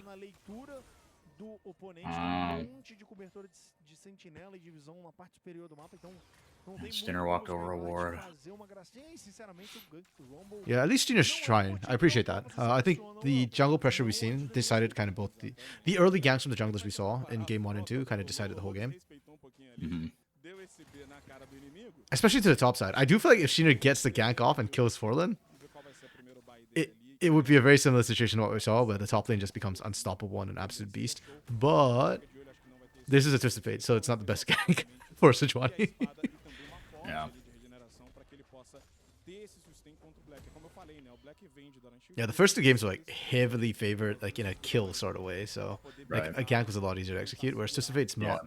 It's not about the killing in Cassante, it's more about spacing and just he can't reach you. Ooh, interesting choice. Zerker's Groups, not Boots, not Swifties. Oh, interesting. Yeah. Hello, Bolo Desprite. Bolo Despre. Oh, hello, Cake. Wrong account. Okay. I was like, oh, new viewer. You were watching the reunion about the legalization of marijuana in Brazil. That's a very interesting topic. Feels a bit niche. Is marijuana legal in Brazil? It is not. I don't think. Ah, okay. Also, like reunion meeting here. The word for meeting in Portuguese is reunião. So like, it just sounds like it's the reunion, but I think what reverse cake is meaning to say is meeting. So I guess okay. they were broadcasting that. It's interesting. I love the context you're providing. Thank you, 4-4. Well, it's not. Okay, yeah. It is legal here in Vancouver. Actually, it's just funny. The news was just reporting that the biggest reason for car crashes now in Vancouver, it used to be drunk driving, is now marijuana. People are high when they drive. Damn. Yeah. So it's a different side of the same coin. pretty much. They also just de-legalized drugs, like other drugs in Vancouver. Decriminalized? Yeah, decriminalized. Yeah, there we go. Yeah, that's pretty controversial, isn't it, up there? It was, but the problem is like it got really bad. Like we were getting tent cities, we were getting like hard drugs, Yeah. like cocaine and stuff, being peddled to minors and whatnot. So Essa que é a grande pegada. Bom, a gente vai acompanhando esse iniciozinho de partida mais uma vez. Já foi o primeiro dragão. You're saying they changed that, or? yeah, so they've decriminalized it now. Sorry, they've recriminalized it now. Ah, okay. Yeah. So they did decriminalize, and then they had to, yeah. And I think they're decriminalizing it in Ontario though. But there's a push to do that there, which I find hilarious. When in the West we just recriminalized it. Supreme Court just decriminalized possession for personal use. Interesting. Okay. Yeah, 'cause in the U.S. it was what 2013 was it when maybe I'm asking the wrong guy here, but when I think it was sort of like sports gambling where the government said it is no longer illegal. State by state, you decide whether you want it to be legal in your state. So like weed and sports gambling, it was like the same thing. Like in Pennsylvania, where I just lived, medicinal marijuana is legal, but medical marijuana is legal, but recreational is not. And now I'm here in California, where everything is legal. So. Usually when I hear like, oh, everything's legal or like anything can be done, it's like New Jersey that people are making fun of. Yeah. Well, no, and it's funny because like I would occasionally go to get like weed gummies or stuff like that because I didn't really like smoke because it was like it was a rented apartment. And I was like I don't want to like go outside to smoke. It's cold, like blah blah. And so I just got like little gummies, but I'd have to drive into New Jersey to buy gummies, and I just bring them back, which technically is not legal because I'm transporting drugs over state lines. But Nope, didn't hear that. Nothing happened. Yeah, exactly. 444 is perfectly legal, no question. But it was nice living 20 minutes away from the New Jersey border. You just go and get all your shit there and then come back. Good hook from Kick.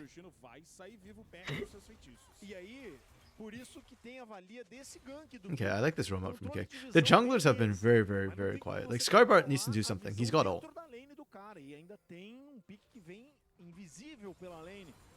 Like we just saw a Dragon Void Grub trade. Like this is the most quiet thing ever. Mm-hmm.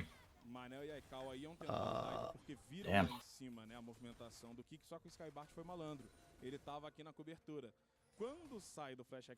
Exactly, Cake. Nothing was said. Well, I have no idea what you're talking about, actually. Yeah. Cake. We'll just unarchive this VOD. It never happened. Yeah. If the voices in your head are getting loud, don't respond to them. You don't have to.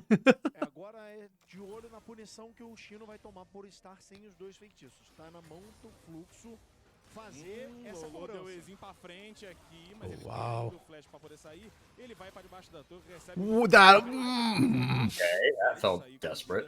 The fuck? That was very uncoordinated between Skybart and Blackie. Oh, my God was just running through the air down. He's dead? Oh! It does not matter? Okay, got his flash. But you got your cleanse. Blackie Oh, lived. oh, No, he's toast when he comes back. Good gold card. Alright, the game has exploded. Double for Kick. Wow. Wow. And Shino's got 3 kills. Oh boy. This. Remember I was talking about ganking top lane and how it feels like it's over. Top lanes are getting leads right now. Yeah. Forlan's gonna hate his life. But also Aikawa, man. This guy is showing up huge. Like I think Mano's been a great support, but also just that's a solo 1v1 down there. Them not being able to kill Blackie there really hurt them. Yeah.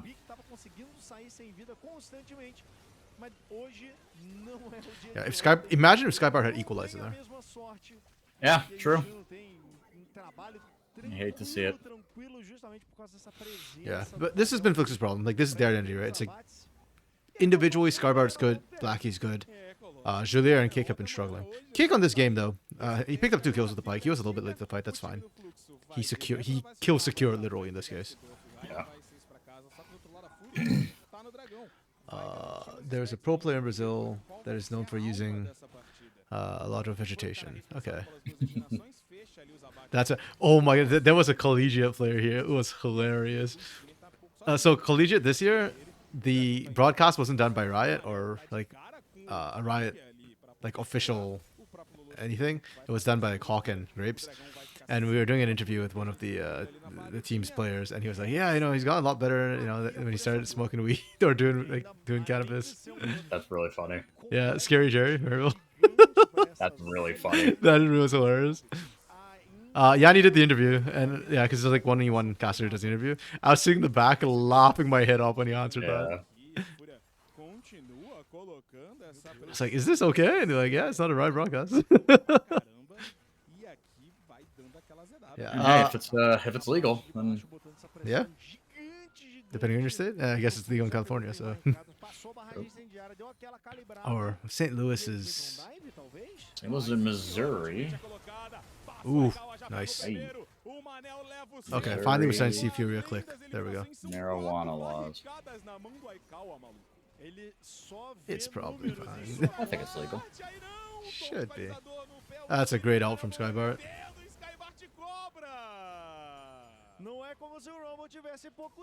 Yeah, Mono hard committed to that. I'm Interestingly enough. surprised they didn't stay on him and try to kill Skybart.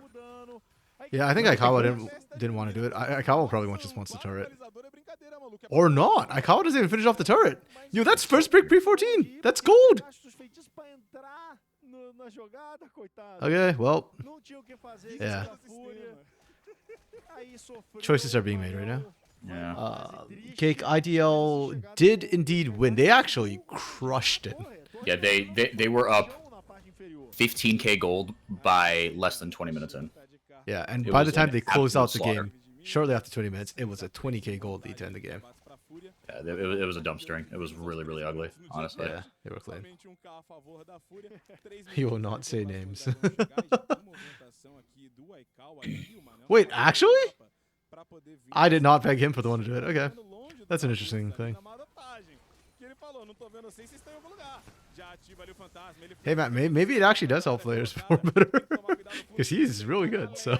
Good for anxiety. Yep. Can't get out of your own way. Maybe that's how you do it. True.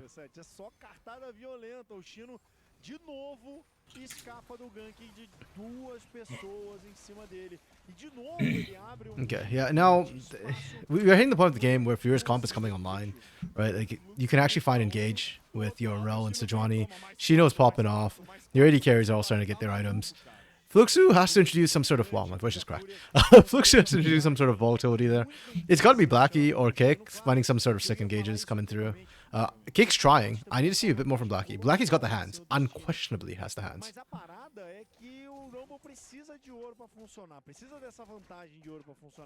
But if not, they're just going to fall apart, like, slowly. Okay. Ooh, no Destiny available for Shino right now. Okay. He should be dead. Nice. Thank you, Blackie. Okay. We asked, he delivered. And Fate Steel is still available to make another play if they want it. Oh, Cake. Oh, Cake just doing pike things? Okay.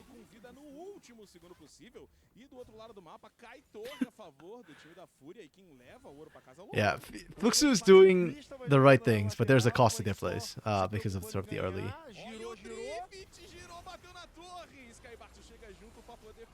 Okay, not too bad, not too bad. Still stands. We're past 14, so it's all or nothing.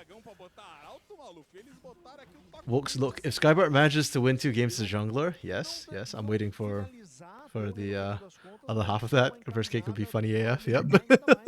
That is true, it would be. Didn't Crosstail win a game as a jungler last week? I want to say he did.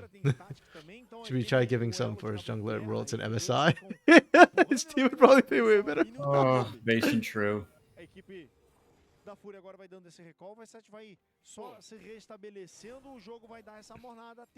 Yeah, Croc had a really bad week last week. I'm actually curious to see how he bounces back this week.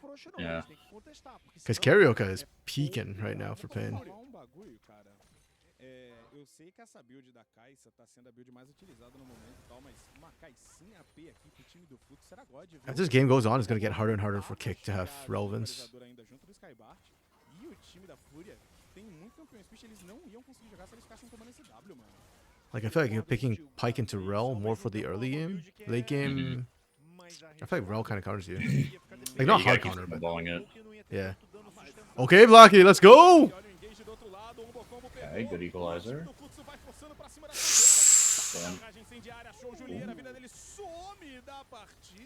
Honestly, good engage from Fluxu, but it does very little to Fury at the end of the day. Yeah, and that's it. Like, like Fluxu blowed the load, and they're just done now. Like, there's nothing they can do.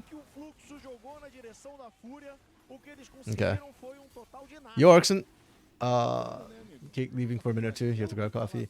Last week, Croc even doing poorly still did better than most junglers in CBLOL. He knows when to commit and when not to commit. Maybe on Saturday. His Sunday was particularly rough. Actually, do I think that he did better than most junglers in CBLOL last week?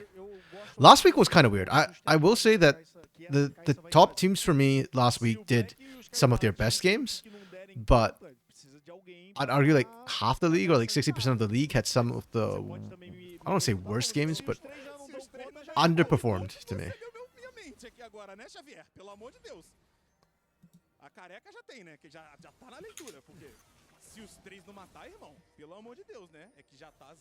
Okay, Flux is waking up. They're trying to make plays. I appreciate that. Their ults are up. Yeah, that's kind of how you got to do it, right? Because you don't really get set up otherwise. Yeah. E daqui a 4 minutinhos tem dragão, daqui a 2 minutinhos mais ou menos aí tem a chegada do Baron. Fúria já tá a ponto de alma, cara. É o que eu falei, aquele dragão cedo pra eles. Yeah, it just feels like a little late. I would have liked to see it sooner. And right now they're still struggling on the execution part of it, so kind of gotta see how it goes. You are just playing this by the numbers and by the book right now. Like they're just grinding down on Flux. It's literally up to Flux to make something happen, or they'll just eventually lose all the turrets. Pain and Loud at least showed why they're the best teams, but indeed last week was a very low level. Fluxu didn't play Saturday and Sunday, felt like Saturday. Oh, yeah, because Fluxu keeps splitting. Oh no, Fluxu was the one that splits weeks. Didn't play Saturday and Sunday, felt like that. Okay. So yeah, basically they didn't play either day. Yeah, Fluxu was a little bit weird this weekend. I didn't think they were the worst performing team, but they definitely underperformed compared to usual. Yeah. And it felt like teamwork issues. I don't think Shinish Skarner is particularly bad, to be honest. I know that people like saying that in the community Discord that like, oh, Skarner's bad. It's doing poorly in international. But I actually would be okay to see Shinny pick the Skarner again. At least like on an individual level. Oh my goodness. My goodness. Oh! Ankle breaker. Ah, the sniper my Kawa! Just barely got the gold card off in time. It almost expired. Yeah. That's crazy. Right This back. is why Twisted Fate feels busted, man. It's because of his passive. He always gets like item leads on everybody. Yeah. But he just turned on Ghost and he just kite everyone. Right back. 1 sec. Laundry again. Yeah. At least INTZ and Furia stepped up. Yeah, Furia did better than I expected. Yeah, that's true. I feel like Fluxu is the Djibouti in CBLOL. What is Djibouti? I don't know what Djibouti is. Shani himself said their week was bad and lots. Yeah, communication issues in the game. Okay, that would have been my guess by the way they played, because it just felt like their engages weren't together. Individually, they still felt pretty decent. I don't think so. I feel that they might feel pressure in playoffs, but in general they look legit. So is Djibouti like basically oh, it's an animal. It's like a turtle? Oh, okay. Não precisa você arriscar uma jogada que vai ser 70-30, 60-40.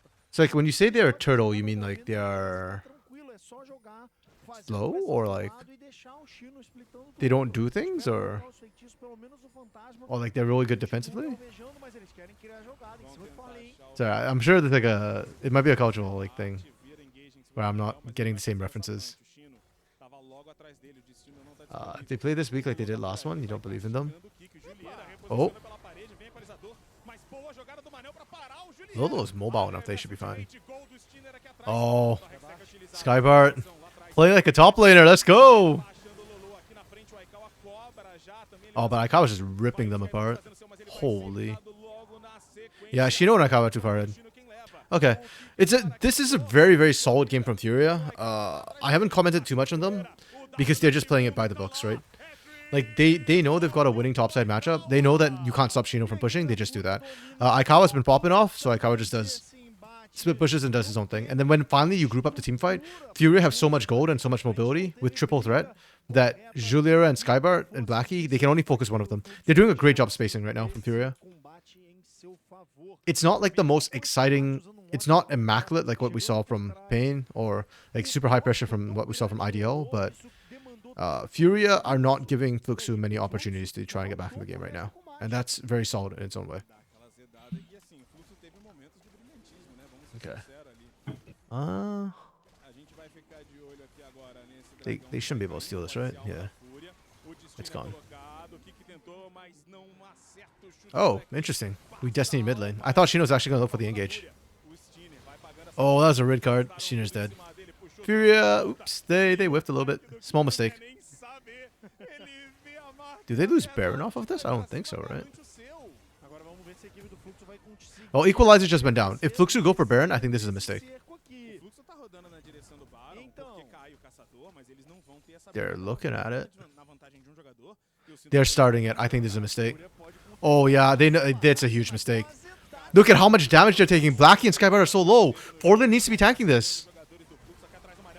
Yeah, they just gotta run here. Oh, Skybart's just shredding them, but it doesn't matter. Quadra. Oh my goodness. Thank you for the leash, I guess. Triple Marksman trying to burn through Baron with no tank. And Hextech. Yeah, this is a slow death from Fluxu. Fluxu needed to do more sooner, faster, better. And they just did not, and it's just too late now. Rest in peace, this is a Fury game. There's a meme about a Djibouti in a tree. You don't know how they got up there, but you know they will fall. That's actually pretty funny.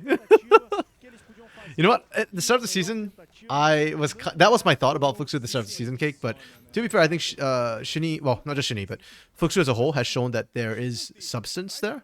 So I think they will fall, but I don't think they'll fall very far. Like, I still think they're a pretty good team. I just don't know if they're necessarily top 3, top 4. Yeah, reversing basically something that's higher than it should be. Yeah. Interesting bit of news for Academy. They signed a new jungler for the team, Samkas. Yes. Yeah. I think yeah, that's why Skybart's playing jungle right now. It was because of that. I'm hyped to see Samkas back. I think Samkas was good. I actually find it interesting because I thought Enel was doing pretty well for the team. So I wasn't expecting the change. But yeah. I like Samkas. I'm pretty happy with that. Ooh, the early cleanse came back to bite him. Yeah, they just run through. Furious so far ahead. Aikawa gap. Yep. Aikawa was looking clean AF right now. Oh, another one for him. Just stat padding at this point. It's so disgusting. You're just not sure if enough for Fluxu to do anything really, and you're just flabbergasted. Yeah, I agree, Oxen. I was actually shocked that Samkas wasn't on a team either. He's one of those players, but it's like, how is he not on a team somewhere? He is so damn good. That said, I agree with you. My problem with Fluxu right now is that they don't seem to find... They don't play aggressive enough, right? Like, you've got a good hands player like Skybart. Skybart wins lane pretty frequently. You've got Blackie. You know, I don't know what's going on in the bot lane, but this top side should be making action happen. I thought Enel did that. I really thought Enel was good and was doing that. So I don't... yeah, I don't know why they got rid of him. Samkas is good, but is he going to be as aggressive as Enel? I don't know. Again, might be like calm issues internally. Like his style might not, Enel might not fit the style of the rest of the team or something, and so they want somebody else. I don't know. But at least from the outside looking in, I thought Enel was actually a good idea to try and play. You know. Okay, laning for Fluxu was not good. Their map movements were not good. Okay, one's a bit rough for the laning. But their map movements were bad. Like, they needed to make things happen, and they just were not. The only saving grace was, to me, Kick trying to make things happen, but even then, it's not good enough.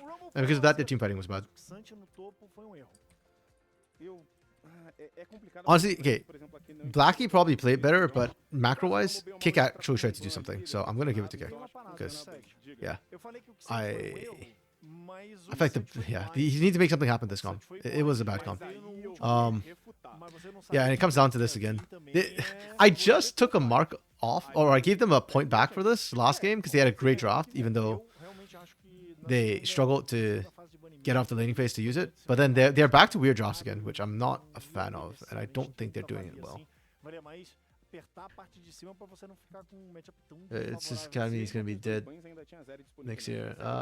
Well, we'll see, Arson. I'm still hopeful that, Brazil made CBLOL. They can make tier 2. I have faith. I believe. I want to believe. The thing is, Fluxu played bad, or Furia is just that good. Yeah. Fluxu is, are they 2-8 or are they? They're 2-8 now. Yeah, that's right. Yeah, I agree with Arxon. Okay, I think it's a bit of both. Okay, so Furia is very good. I will give them this. I'm quite happy with Furia. There's a reason why they're second place. This was not a perfect game from them. They still made some mistakes, but overall they were very, very good. And I think a lot of that is also Fluxu is just not pushing them or punishing them at all. I'm personally blaming more on Fluxu because Fluxu's composition had tools to make things happen. And when I saw that comp, I already called it earlier, right? Like, they have to make things, they have to be proactive. You cannot just let Furia sit back and scale with a triple marksman. So, yeah. Furia did well. Better than they should have, but the way Fluxu was playing, Furia was going to win this, pretty much undoubtedly. Lunar, when does RMC play? I've been playing all game. I've been just walking down these lanes. This game I was mid lane.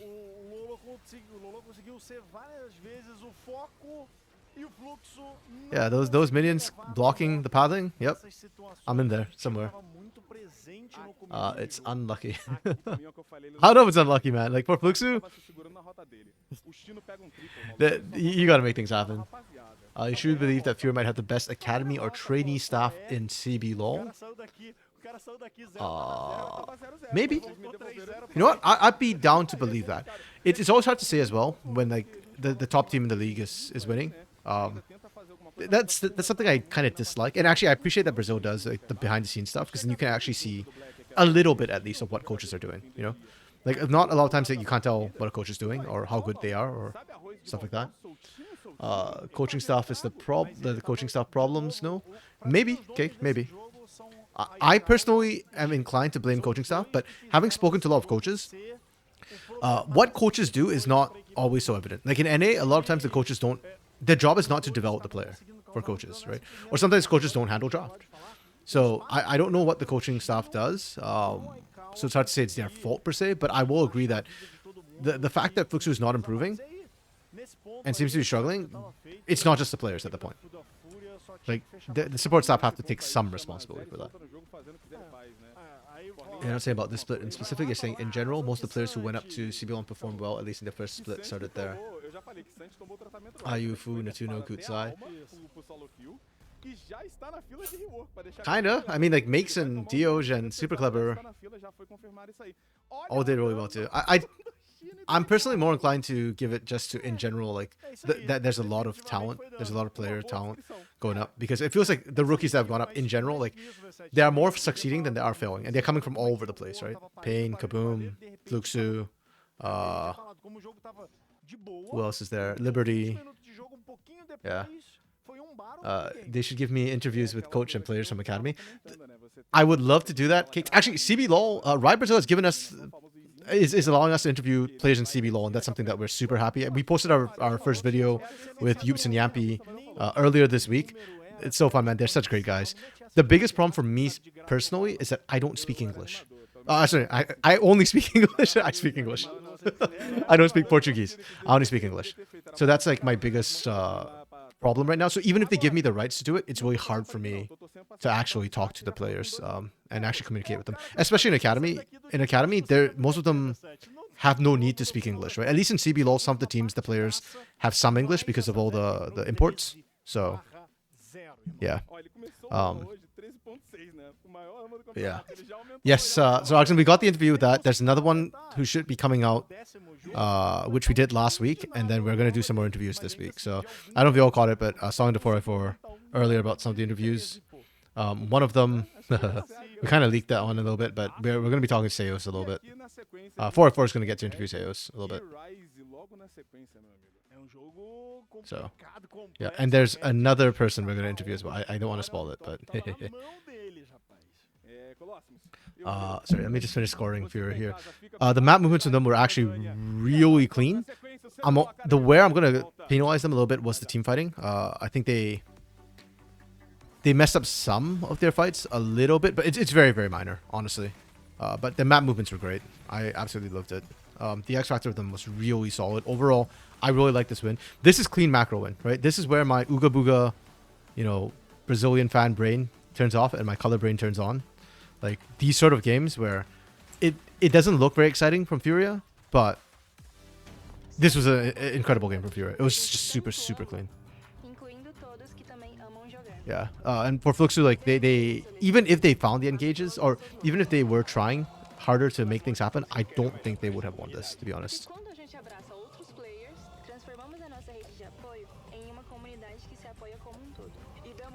Okay, Lunar, the 2-0 came from Flamengo. Oh yeah, that's true too. Forgot about that, yeah. back in the days where he was good and not elo and not struggling like he is now for odd reason. Literally just speak 4-4, I wish. Unfortunately, I can't. Yeah. Ask 4-4, he's a better Portuguese speaker than you. Yeah, 4-4 is, and has been handling some of the interviews. Precisely for those reasons. Him and Sofchan have been great. Just great people. And great in general for helping out within that sort of stuff. Some players do speak English, especially those who have been put in the team. But yeah, it'll be hard to kind of... Yeah, that's the kind of thinking that I'm having. I mean, even like Yups and Yampy, right? Like, I'm pretty sure Yampy understands some English. But it's also like how comfortable they are doing it without a translator, right? And personally, I'm also not great at simplifying my statements. As y'all can tell, I talk a lot. And sometimes I'm not concise enough, or I use language that isn't the easiest for non-native English speakers to understand. Yeah, and it's a privilege to get to interview them. It's not a right? So I should be trying to make it as easy for them as possible. The Zeri skin is so good. Wait, was it not? Which Zeri skin was it? I actually wasn't paying any attention. I don't recognize that skin. What skin is that? A Valentine? I'm assuming it's a Valentine skin with that huge rose on her back.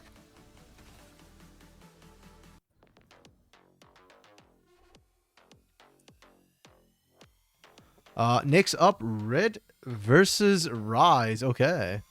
This one's interesting because on paper, it is very heavily Rise favored. I still don't think Red should be losing this much. I don't know what's going on with Red Academy. I swear they're better than this, guys. Like, with Doom, Pico doing as well as they are, the split, I don't know why they are where they are. But Rise is good, so. This might not be a win for them, but I expect it to not be a stall. Sometimes you don't understand what I'm saying and you pretty do cake. That's fine. You're a very good actor. You're non-native English speakers in the same situation. When does Stropa play? Luna, let me check the schedule here. When does Stropa play? Next time it looks like it will be Monday 2 weeks from now against Fluxu Academy. Because they certainly didn't play today. Welcome back. As we got really harsh to Stropa. Okay. Poke comp with a little bit of disengage. Okay, yeah. Both comps actually have pretty good poke. Mm-hmm. Interesting. I'm liking... One has a lot better disengage. Yeah, I'm liking Red Zyra a lot more than this Skarner pick. Well, Skarner and Autos aren't exactly disengaged, but there's actually more poke on the side of Rise. So this is actually a very odd situation.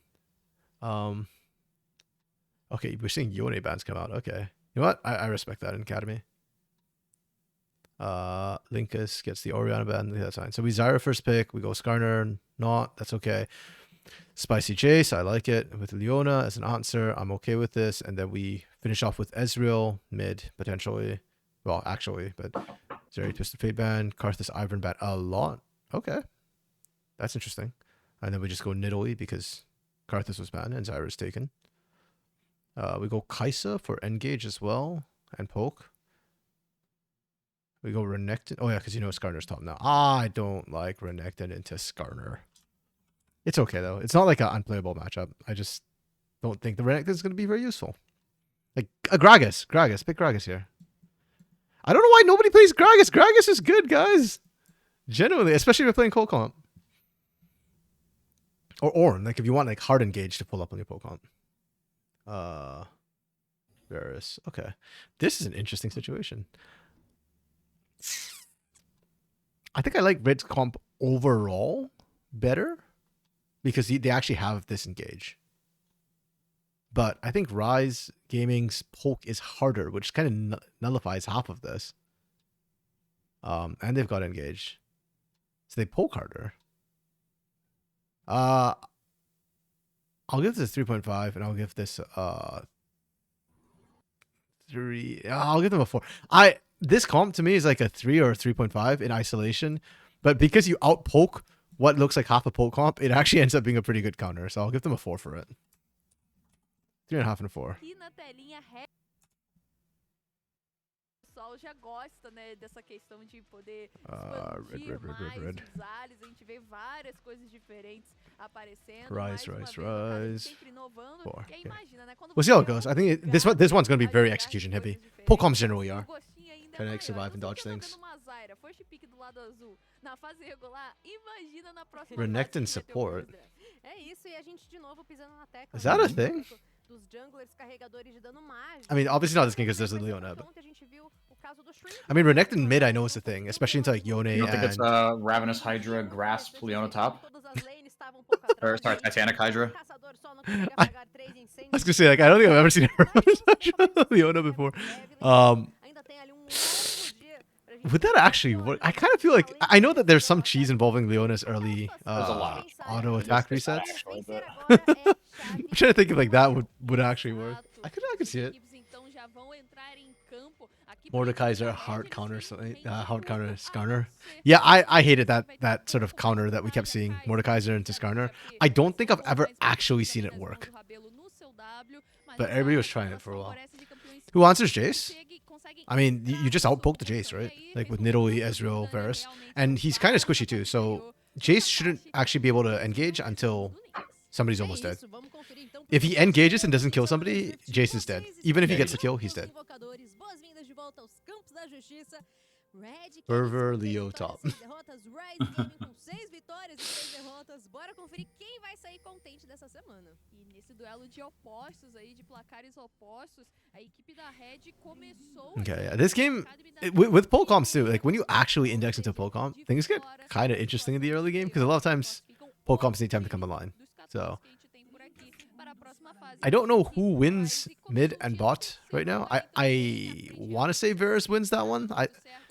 My guesses are bot lane favors Rise, mid lane favors Red, top lane favors Rise, and jungle, as we've seen before, Nidalee wins out if she can get the 1v1. But after that, I don't know. Because, yeah, I think once we hit like the team fighting stages, I prefer Zyra, but with the way the comps are interacting, I don't think Zyra can get in range. Oh, of Nidalee specifically, sorry. Like, you'll get in range of Skarner and Nautilus. Like, they will enter your range. But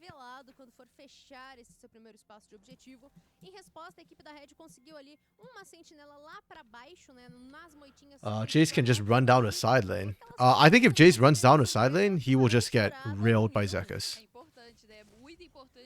Because I'm assuming this is going to be lethality, Jace, probably.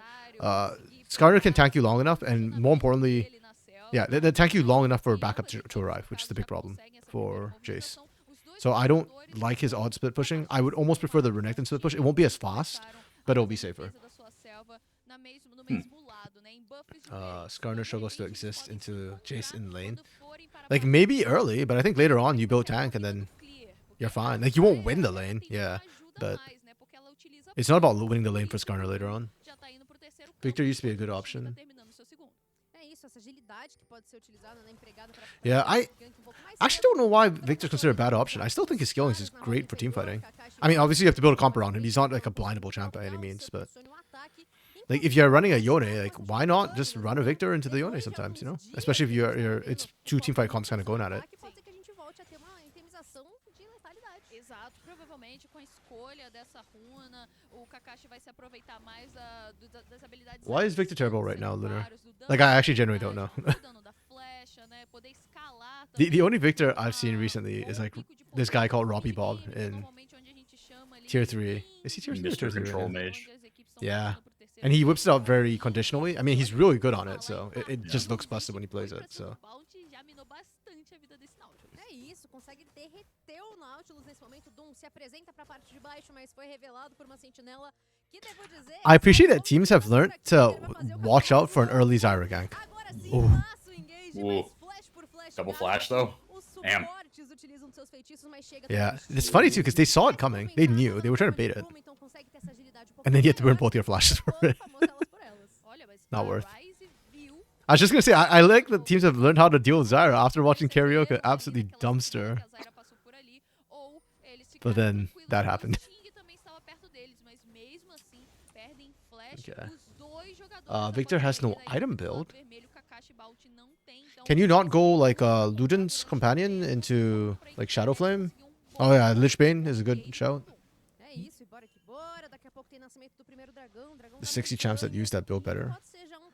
But in terms of like just straight up teamfight damage, and like single target burst, when they're in range, like with the Q auto reset Lich Bane, is there another champion in the mid lane who can do the same thing?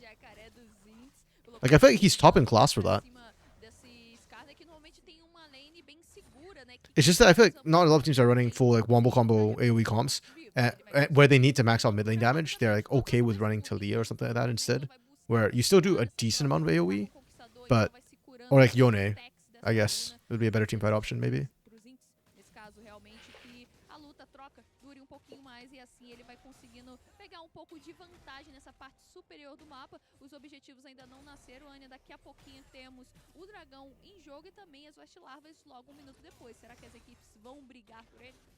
This might be a snooze fest to start this game. Especialmente hoje, a gente viu, né, essa visão acontecendo, às vezes foco de cross-mapping, mas aside from junglers, I'm not expecting too much action early. Or if there is, I guess like that means the player is popping off individually. Because the 1v1s and 2v2s aren't terrible. Like at worst, it's like a 4-6. Like 40-60 matchup at worst.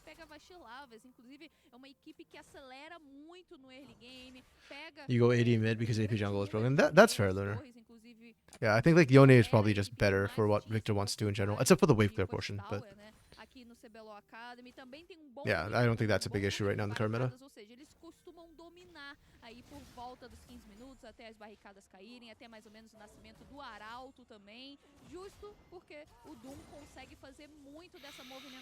Okay. We're seeing Red kind of just go for that early dragon. I like the call. Again, we've seen this before with Zyra. She is punishable. If Sting knows, oh, Sting doesn't know. Like, Sting literally just needs to land one spear, and...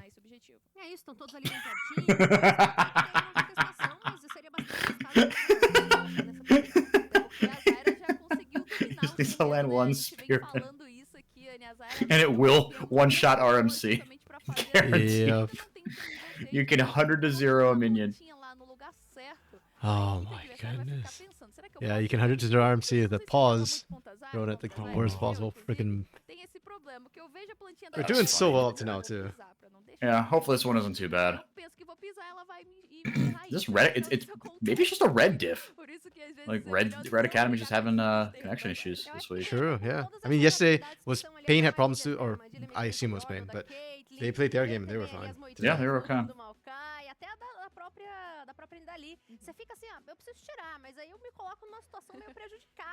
Yeah, I'm not amused. A grande verdade, eu adoro jogar de Zyra, Tabinha. Então é contra você que eu jogo. Yeah, I'm starting to get PTSD about pauses too. Reverse kick, like this is just getting ridiculous. Olha, gostei desse É combo. negócio bem avançado. The timing of this pause is really bad too, because now, Trabalhar com uma caçadora like, que vai ter ali esse dano espalhado, né? it, Conseguindo okay, manter not that I'm saying essa anything would mata cheat, but I'm dentro saying da like sua online when you get a pause like this on an objective, and it's just saying land one spear and you can actually stop the dragon take. Like it's just such a Pois é, awkward pra situation. No, dominar o it's cenário, really, né, really, toda a construção yeah, ali fora do covil do suboptimal. dragão. O Doom colocou as plantinhas no lugar certo, então já fez nascer ali as plantas que realmente dão dano. Wait, are red 1 and 7 right now? Praticamente já tá executado esse dragão pra Wait, they ele. can't be, right? Okay, Essa they? Rise It's conquistada, today. tem que Yeah, because desenvolver today's uma luta após, They're 3 and 7, exatamente right? aquilo que eu tava they're falando, 3 and Dani, 6. que Yeah, a because Red today's tem um round 10, so domínio de yeah. objetivos Oh, I thought you were talking about muito red, like bom, actual red canoes. Oh, actual Rickets? Oh, I don't know what their scoreline is actually. They are 3 and 7. They definitely have more than 1 win. Okay, perfect. Yeah, I know they have definitely more than 1 win, so they can't be 1 7. Because Luna just said like maybe red didn't pay their 1 7 taxes, 107 taxes. Like, Oh, LOL. yeah, triggered.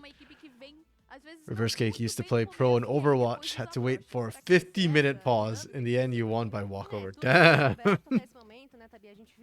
50 minutes. Overwatch is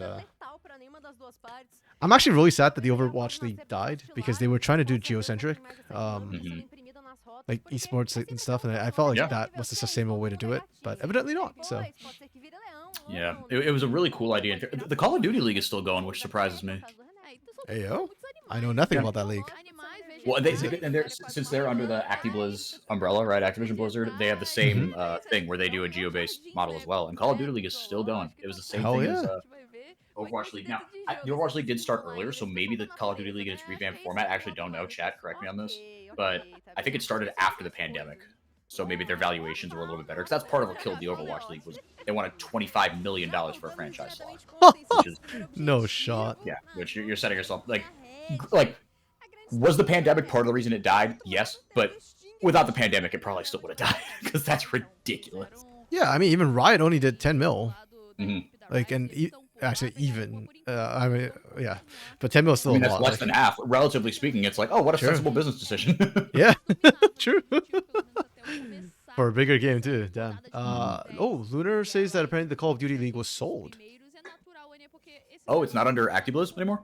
Apparently not. It's not run by Yeah. Activision / Blizzard / Microsoft. Oh, interesting. I mean, there is that age-old debate, right? Is like, I know people talk about this with Riot as well, like having the publisher, you know, like don't let the publisher run the esports side of things as well, right? Let the publisher be the publisher and the tournament ops be like tournament organizers, right?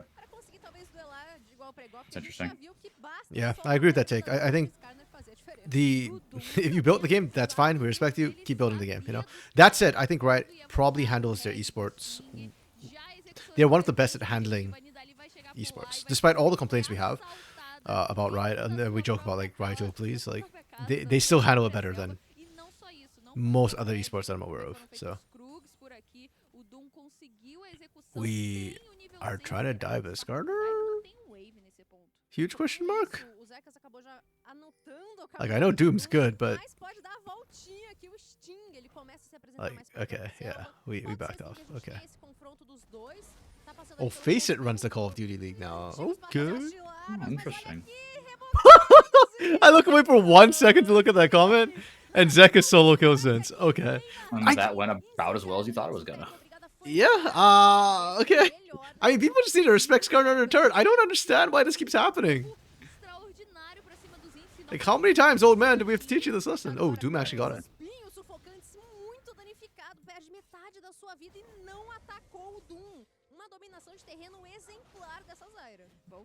I appreciate that Sting went for the invade, and at least he burnt out the Stranglethorns. Esse buff azul, a Zyra por aqui conseguiu também tirar o Sting de lado, mas como eu tava falando anteriormente, o Zeca conseguiu colocar combo muito bom pra cima dos Zins, conseguiu fechar. Reverse Cake with this Resident Sleeper and Hearts for Doom. Sounds like you're very conflicted about that. I know you think he's hot, but can't spell Nidalee without wait, hold on.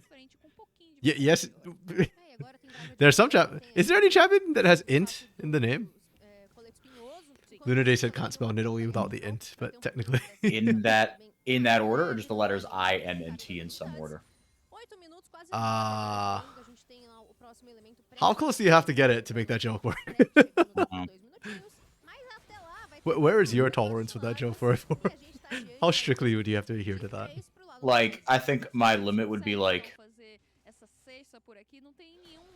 something like it has to be like a slant rhyme. I think at least like Shrint Demir, right? Okay, so you have to have INT in that order somewhere in the name then. Yeah, like something close, right? Even though Trind is YND instead of INT, I think it's like that's my upper limit. Okay. Oh. Ooh, nice easy chain. Clean. Great execution from Red Canids. Actually. Yeah, that's what I kind of love. That was actually the big problem I had with the Red comp, was I was a bit worried how they try and get the engage off. But yeah, I guess that's the blueprint right there, right? It's going to be on using all day, every day this game. Ugh. Fuck's sake. Hold on. Be right back. Sure. In that order, there isn't Nautilus as int in true. As the letters I, N, and T in the name. That is true. You think you're in love, Cake.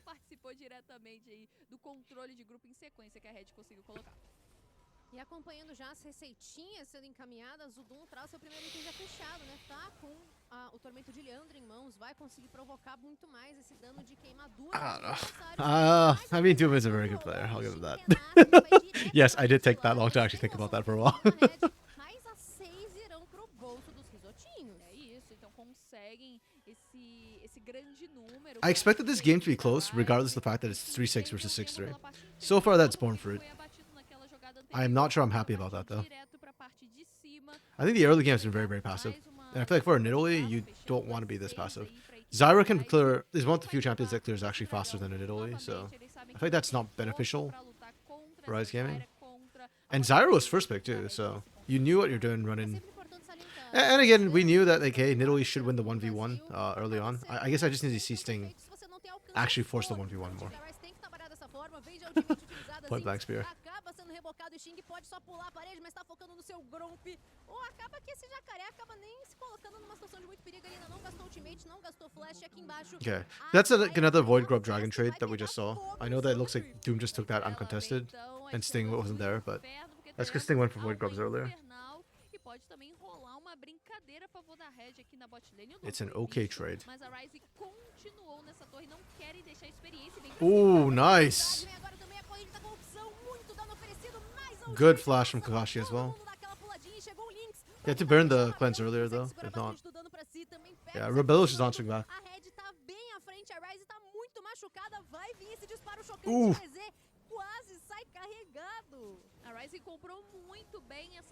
Not quite enough. Yeah, that the poke wars begins. I think we're still. Have first items come through yet? I think they have, right? Yeah, first items are starting to come through. Okay, so that's with opportunity. Peiko couldn't quite find the kill.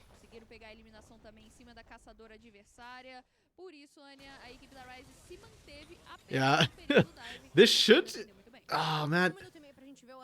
The problem with these comps is that it will get interesting if we see the face-off between the two teams.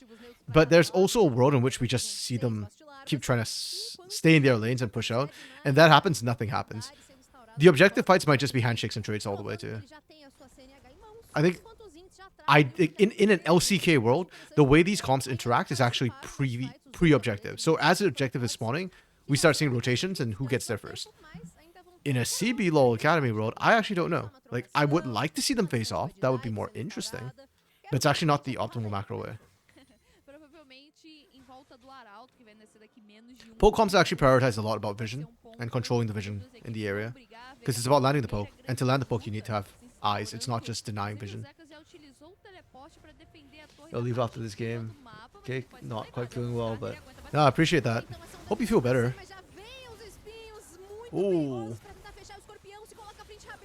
Nice. Rebello's looking really clean on this Kaisa. Really like it.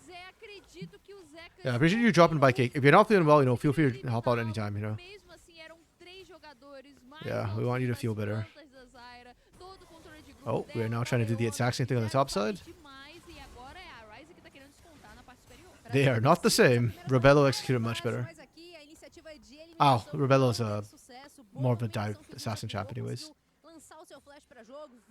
As a Zoe player, you know how vision and how important vision control is. Yeah, 100%. Yeah, she's another big poke style champion. So it's just rare that we get this much poke in Brazil. It feels like in a game. Welcome back, forever. Okay.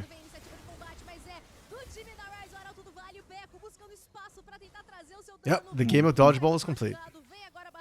Rise won that game of dodgeball. Why? Okay. Oh, I have the Herald still there. Never mind. I was like, why are we still here? Nice. Red denied it. Okay. Herald's what? 75 gold? How much is Herald actually by itself? I have no idea. Wait, 25 gold? That's really funny. Is that right? No shot, right? Aqui é tragédia para o time da Rise que deslocou recursos para tentar levar esse abate no topo, não teve sucesso desse. Oh no, the summoned Herald is 25 gold. Okay. The Rift Herald, when you take it down, is 100 gold. For the team and then 100 for the person who killed it. Okay, okay. It's like, no shot, it's only 25 gold. That'd be so bad. Yeah, see, that's what I mean about how these comps are going to interact. The dodgeball is already more... It's already not the worst case scenario. Oh, wait, what? Wow. Oh, that recall animation is actually so bad. Like, if he's gone from your visual cue and he's still outside that 0.5 second window, that is so bad. Like, oh my goodness.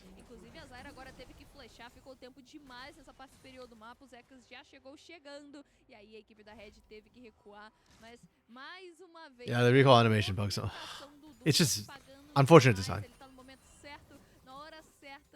Very, very unfortunate design. Okay, Red's been doing the map movement better than Rise, which is why we're in the state that we are in, where they've got 2 dragons and 2 turrets. And denied away the Eye of the Herald. Part of me is wondering how much of that is composition, that Red have an actual dive like burst threat, whereas Rise are just straight poke.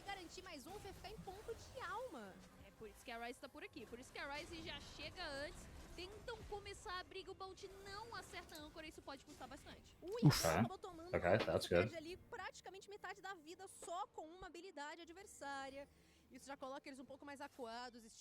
Vision's kind of split right now. I mean, they've got the critical ward in the pit, but...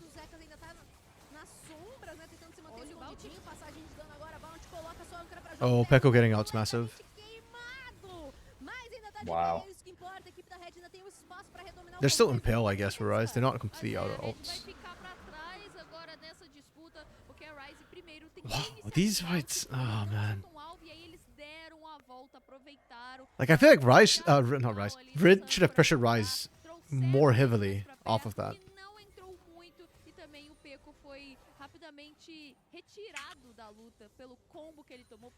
Okay, you think League of Legends has a beta test game? Riot is secretly creating the League of Legends, the actual game. The client will work. One day we'll get that. At this point, I've kind of given up hope that they're going to fix the spaghetti code ever. These are actually not bugs, it's working as intended, you know?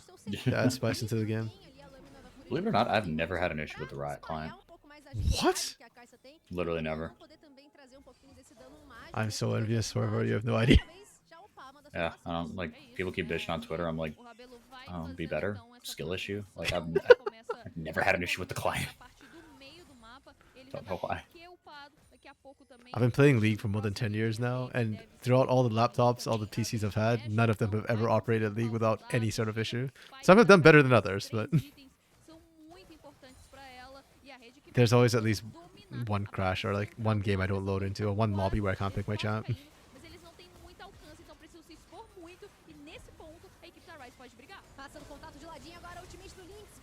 Okay. Great impale. They missed everything on that impale! Yikes. Oh my goodness. machucado, só que a Red tá bem pior. That's it. That was a good round of dodgeball. Rapidamente, mas ele ainda consegue aguentar It's actually kind of funny watching these Pokecoms go at it when, like, yeah. It's not the usual, like, oh, huge engage, huge team fight. I'm actually curious as a play-by-play for how you'd cast a fight like what we just saw. Just say what's going on. I don't know. Yeah, right, and just keep like a little bit of tension in your voice until someone dies. It's like with all the skill shots running around too, like. Yeah, you just gotta know the. What is the? Is it javelin toss? Is technically the full name of an Italy spear? Yes. Okay. Yeah, that's one of those where I don't know if you need to say javelin toss every single time. No, you can say, you know, the thick, hard, pointy rod. Or just spear, you know. I could. Yeah. You're right, RMC. Reverse kick says you don't play League of Legends, that's why you don't have problems with it. Client can't break if you never use it, true. No, I can vouch for does play more League than I do. Not by much, though. I mean, that set up here actually played the first time I only play in with my months. friends. That's Yeah. fair. Imagine having friends. Damn. Well then. That's why I played with y'all in CBLOL English. Playing with friends. Yep. And even then, like, one of the games, I actually didn't load into game. I had to, like, restart the client. True. Yeah. Damn, I just hates you. Yeah. You ever tried being nice to it? I know, it's visa issues. Too real? See about having friends here. Cake's best BFF is going to their favorite K-pop group without them tomorrow. Damn. Ouch. Couldn't get tickets? Sua lança direto no Barão, ele faz isso de novo pra ver qual é a vida desse objetivo, se eles já estão executando, se não, porque a equipe da Rice consegue passar. How do you get Baron in a situation like this? As sentinelas, no caso, são todas recuadas mais pra dentro da Win your dodgeball games. Yeah, right? Like, it's hard to get Baron against Pokecoms. And, like, both teams are Pokemon. It's slowing this game right down right now, because both teams... Yeah, like... De repente a equipe da Red deixa a Ryze ir pro dragão e vai pro Barão, porque eles têm bastante visão pela parte de cima do mapa. Ou então vão partir para disputar o seu ponto de alta. I don't know if Pekka will have Mirror Mana actually in time for the next raid. There could be an opportunity for Ryze here.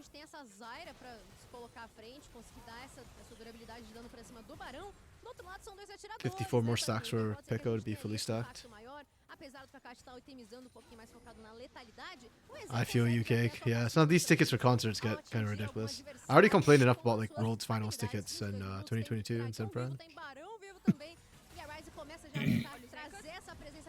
Okay, Zekka's with an amazing flank. No one is poking anything, but Zekka's might have just won the fight there. Oh, hold on. Zins should not have left. Okay.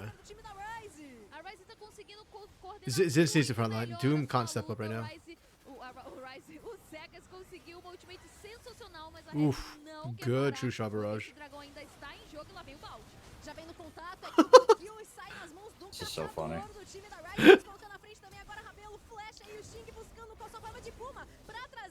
Wait, Sting dies here, no? Oh, Sting doesn't die here. Okay. Damn. Can't believe Ryze actually won that. I actually thought Red was going to win that one. I blame Zins for like running after Zekka's on the side. This is actually huge for Ryze. That's two Infernal Drakes. They could get potentially 4 Infernal Drakes. And then their poke would really hurt.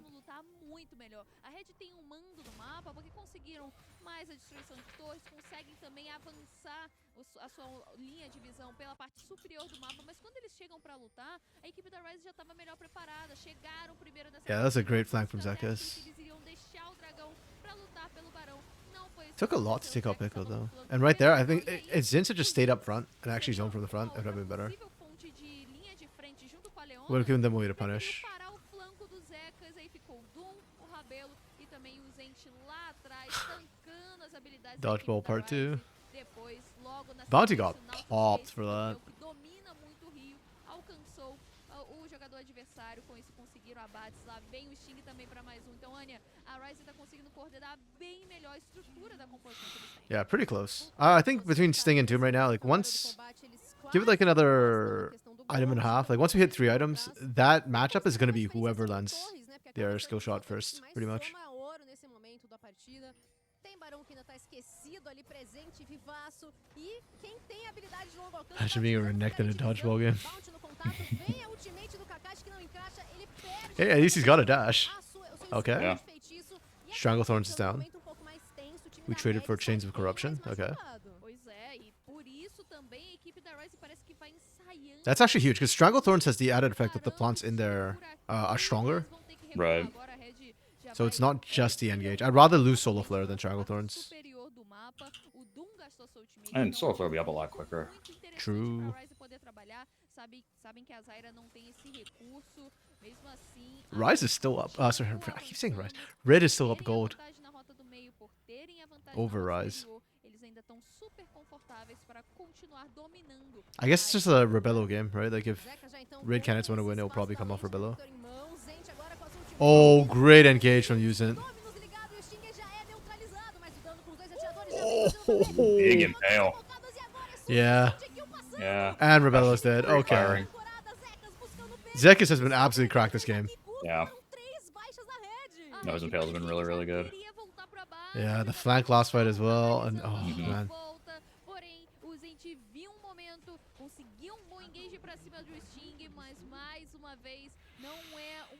Yeah, he just built some armor on that Skarner, and Pico doesn't do squat to you. Rebello, yeah, Rebello doesn't really. Rebello kind of hurts, but still can't deal with you. Okay. Riverscape, this gold difference is kind of useless. Actually, true. Yeah, you're right. I didn't think about it, but all the gold in the world doesn't matter if you can't land the skill shots, and y'all are both skill shot based teams.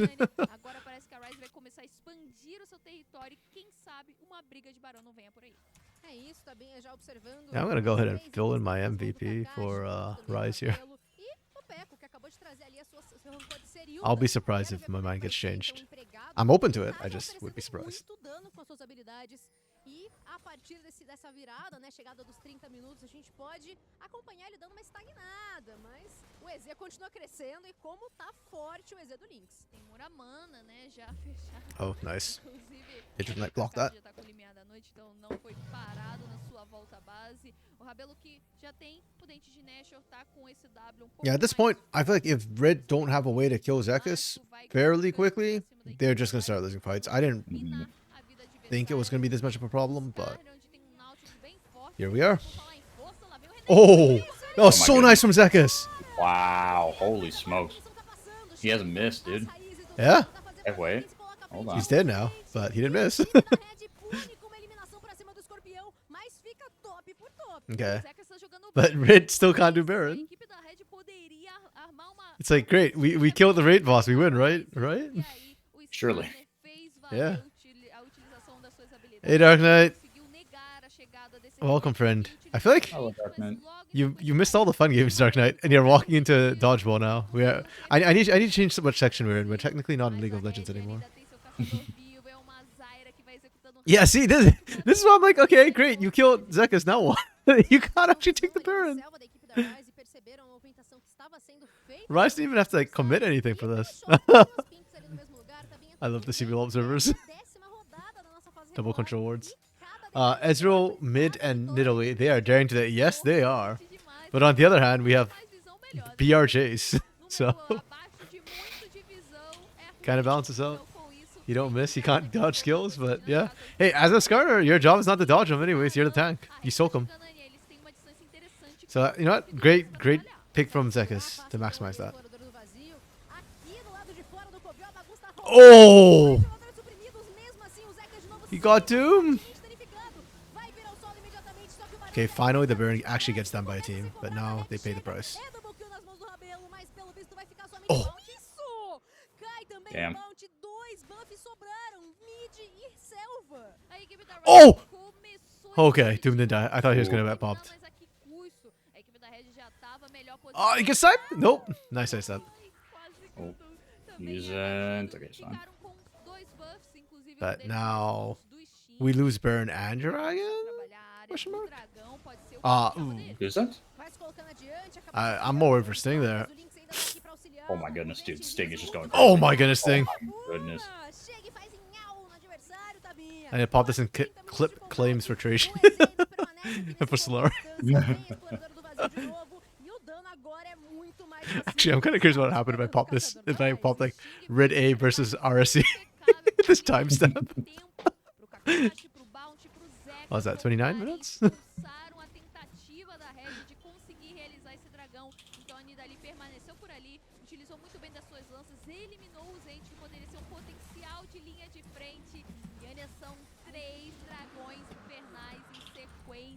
Se a Ryze pega essa alma, vai ter buff imenso em mãos. É isso, que perigo nesse momento. Daqui a 5 minutos vai ter momento de matar. I let the intrusive thoughts win. He can't be worse than Griff though. Damn. Brother! Griff's not that bad. Brazil and Italy. Hey man, if this is Brazil and Italy, I'm down for it. Esse tiro aí fez dodói, tá vendo? Machucou bastante. O Lynx já tá bem itemizado, já tá I've liked Sting's AP junglers in general. I actually am so happy it's his meta, it feels like. And that makes it kind of sadder to me that he got replaced. I mean, you can't argue Shinny, but like... Yeah.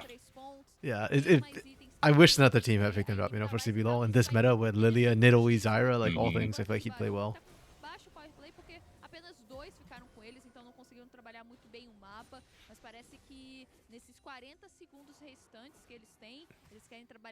Yeah, this game is quite simply put a hand stuff.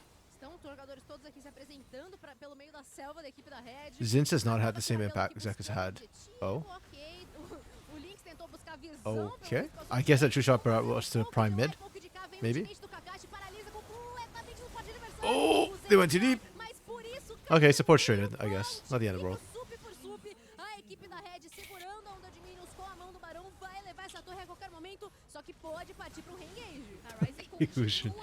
Brazilian Nidalee is better than Chinese Nidalee.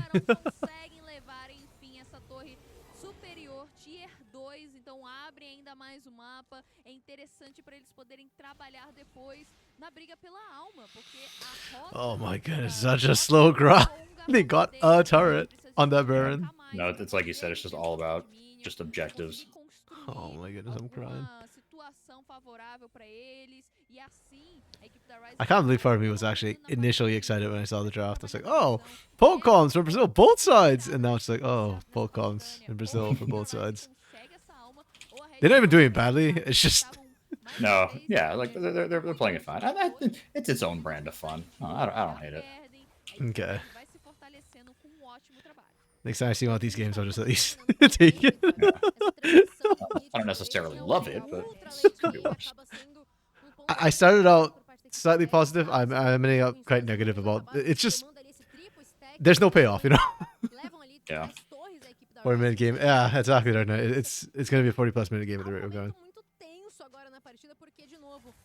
They have double marksman too, so theoretically they should be able to push hard when they win a fight, but the poke makes it such that whoever wins still has to be so careful about pushing out.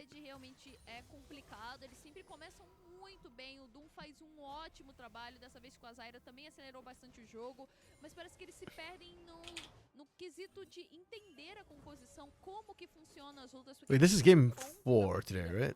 This one? Or is it game 3? Okay. Oh, Rabello! Oh, and you burnt the Impale! Wait, this is actually huge for Red. Which means this game's gonna be a 50-minute game. Okay. Damn. Never mind. 40-minute game again with Linkus hitting.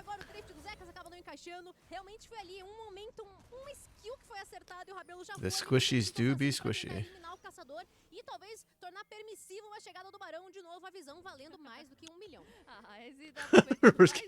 I said I'll leave after this game. Cake, they know. They're never letting you go.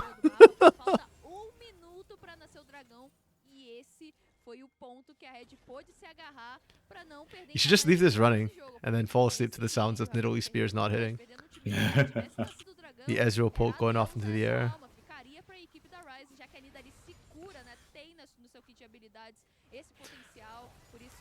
Damn, even getting the minion camps or the jungle camps is a game of dodgeball almost. Yeah, Rebello has no defensive items. It's kind of hurting him a lot because Link has Bloodthirster to heal back up. Kakashi have Age of Night and Morius. So the poke is not quite as impactful. And they've got triple Infernal too. Yeah, that hurts. I think if Ryze get Infernal Soul, that should be enough to confirm their advantage in the poke war.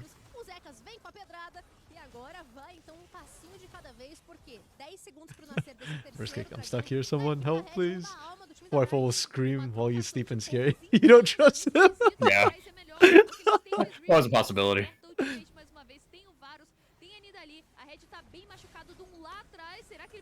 Whole comp ASMR.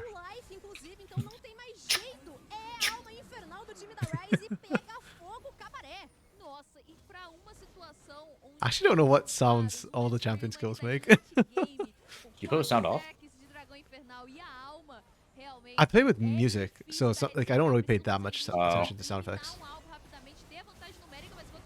Okay, we are brute forcing it from Ryze. We are regretting our choices. Oh, using that to flash. And the dodgeball continues. You don't trust Corinthians fanbase. Damn. Just let me suffer in peace, man. Team Are they not doing well this split? Holy fuck, it's so bad, dude. It's really ugly. There are a lot of big teams that are in a lot of trouble, though. Fluminense, they won the Copa Libertadores last year, and they're in dead last right now. Wow. It's insane. I don't know what the hell's going on. Did they make roster changes? They made some, but like kind of all upgrades. Their roster's really old, so that doesn't help. But like to go from 6th and like winning the Copa Libertadores to just dead last and being completely inept. They already fired their coach. Like I don't know what the hell's going on there, dude. Damn.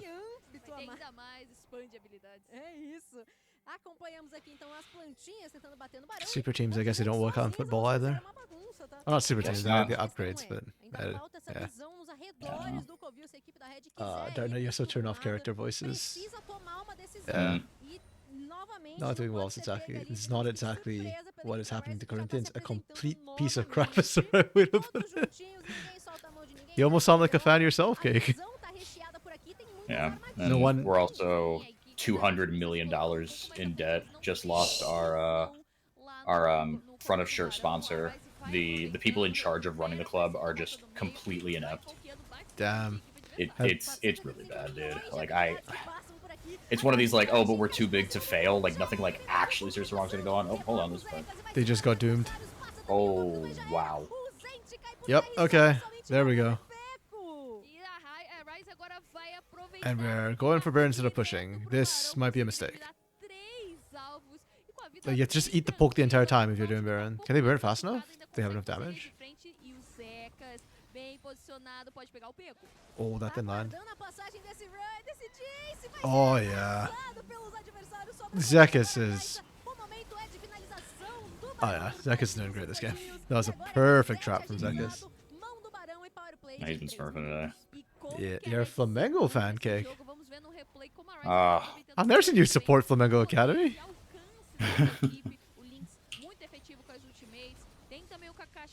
What is a Corinthians, Lunade? Cake, how does it feel to have an actually good coach? Take care of him, okay?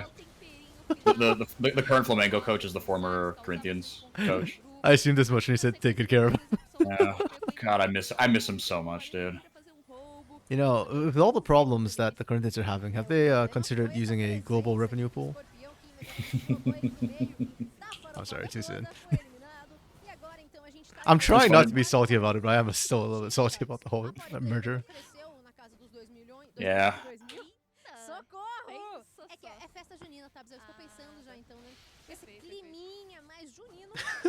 Like American football or British soccer? The one with the round ball. The one with the round ball. Wait, Luna, I thought you said soccer or football is Chinese. Shouldn't it be Chinese soccer? True. Wait, what the hell, Kakashi? I mean, it doesn't matter, but he just shot it backwards for no reason. Happens to the best of us. We saw, who was it, IU did it? Yeah. But the IU one actually mattered, didn't he? Because it wasn't up for the poke or something. Okay, Rise is just the better team overall, I guess. Bit by bit. Close game, though, as expected. Long game, which not favored. Okay, we are going for the Hail Mary from Zinz. He TP'd in their face. They know they're getting flanked. Now, so what do they do with it? Okay. Start the CC shake. Damn, good counter. Dude, Zekis. Holy crap. Zekis, yeah, use it through everything. Zekis was like, absolutely not. Please stop right there. Do not pass go. Do not collect $200. I think he also knocked back using mid Zenith Blade. Oh, like really? something stopped the Zenith Blade from coming through. I didn't. I don't think you can stun it as Nautilus, or maybe you can hook it partway through. I don't know what stopped it, but Yuzen did not complete the Zenith Blade. Okay, reverse cake, you're free. It's done. It's over.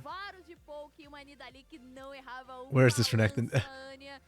You know, in the rest of the world, we'd say that Renekton was in Brazil, but they're in Brazil and he wasn't. I have no clue where. Like, that was a Hail Mary, and unfortunately, he didn't blind the face of Rise, so Rise knew that it was going to be a 5v4. I got it. I think the Brazilians will like this one. The Brazilians in the chat, you say, if he's in Brazil, you say he's in Acre, which is a state that is so, like, far west and in the middle of nowhere that the joke is that it doesn't actually exist, and it's, like, the Brazilian equivalent of, like, Area 51, and, like, it's like, no, we don't know what goes on over there. Like, I think that's where they also find a bunch of dinosaurs fossils.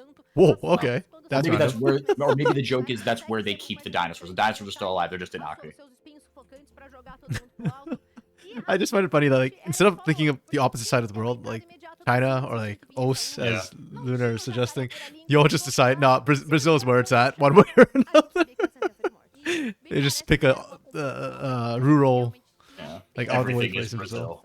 Yeah. You have no choice. It's like that GIF, the crane picking up the car. You are going to Brazil.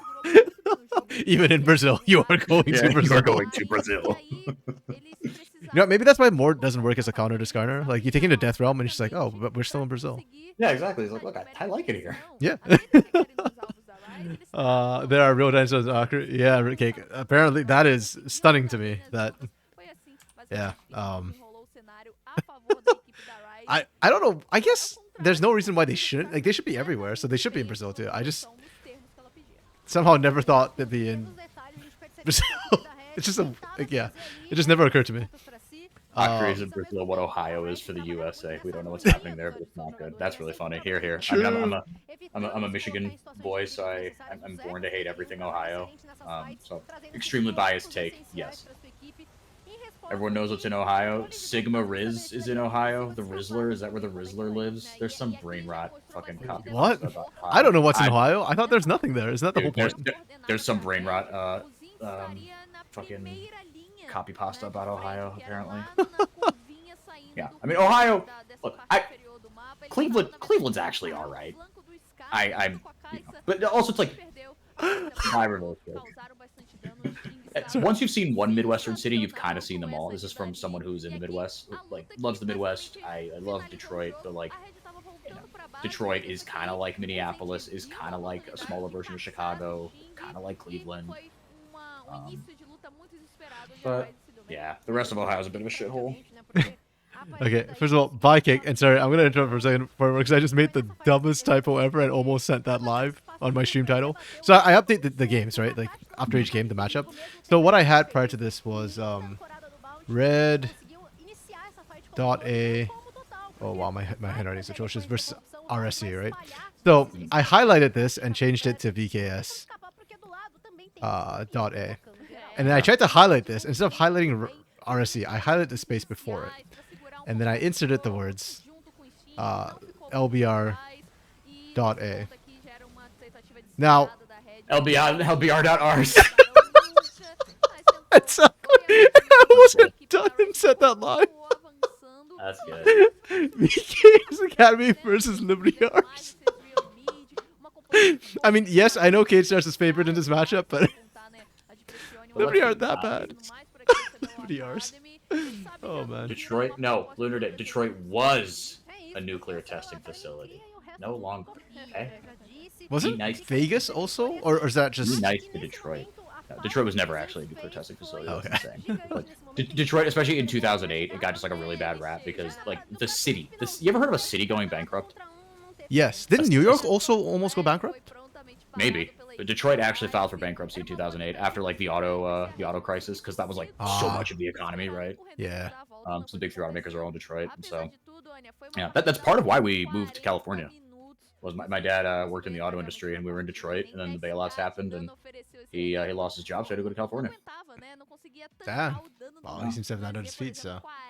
Yeah, everything turned out a-okay, and he was really like his he had a nice gig in Detroit. He was doing very, very well for himself. So the severance was pretty fucking sweet, apparently. Oh yeah, you take those. Wait, Toronto's bankrupt? Is it?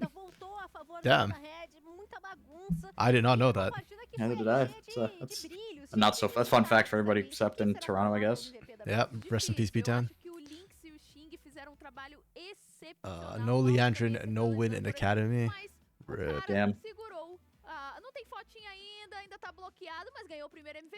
Yo, Sting doing his best Evelyn cosplay.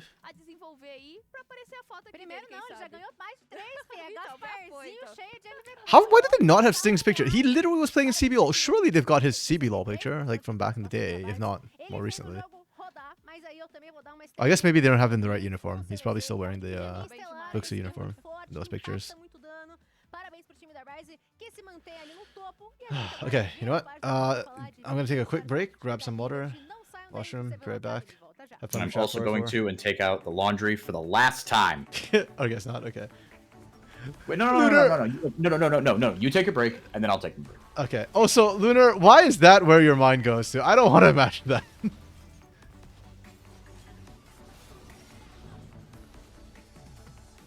All right, leaving them in the capable hands of me. Evelyn cosplay. Yeah. Yeah, less caffeine, Lunar Day, is what I'd say. I think. You're on one today. Are you having a good day otherwise? It seems like you're in a good mood.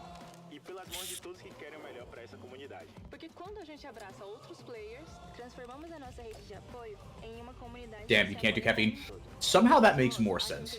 People who don't do caffeine have a lot more natural energy, I feel like. Who just like don't have coffee or anything, so they're just like, no, I get too like jittery. I feel like, for example, my mother-in-law, she doesn't do caffeine because it gives her a headache. But like she's also a very like anxious person. She's like way too high strung. She's like, no, if I have caffeine, it's just like she just becomes like an even more anxious person, which I don't know how it's possible, but somehow it's true. I like caffeine. In college, I had way too much coffee. I like had, because what is it, like a cup of coffee is like a strong cup of coffee with a good amount of caffeine is like 200 milligrams of caffeine. I would have like 3 or 4 strong cups of coffee a day in college. I've weaned myself down to like a half cup of coffee in the morning on a normal day, and then done. Caffeine intolerant, I throw up and get sick. Yeah, don't do caffeine. Damn, I'm sorry. Do you feel like your energy levels are all right though? Because I have heard that from people, right? It's like if you just like you let your body just kind of like, you know, generate its own energy and melatonin and stuff just on its own, right? Just not being reliant on caffeine.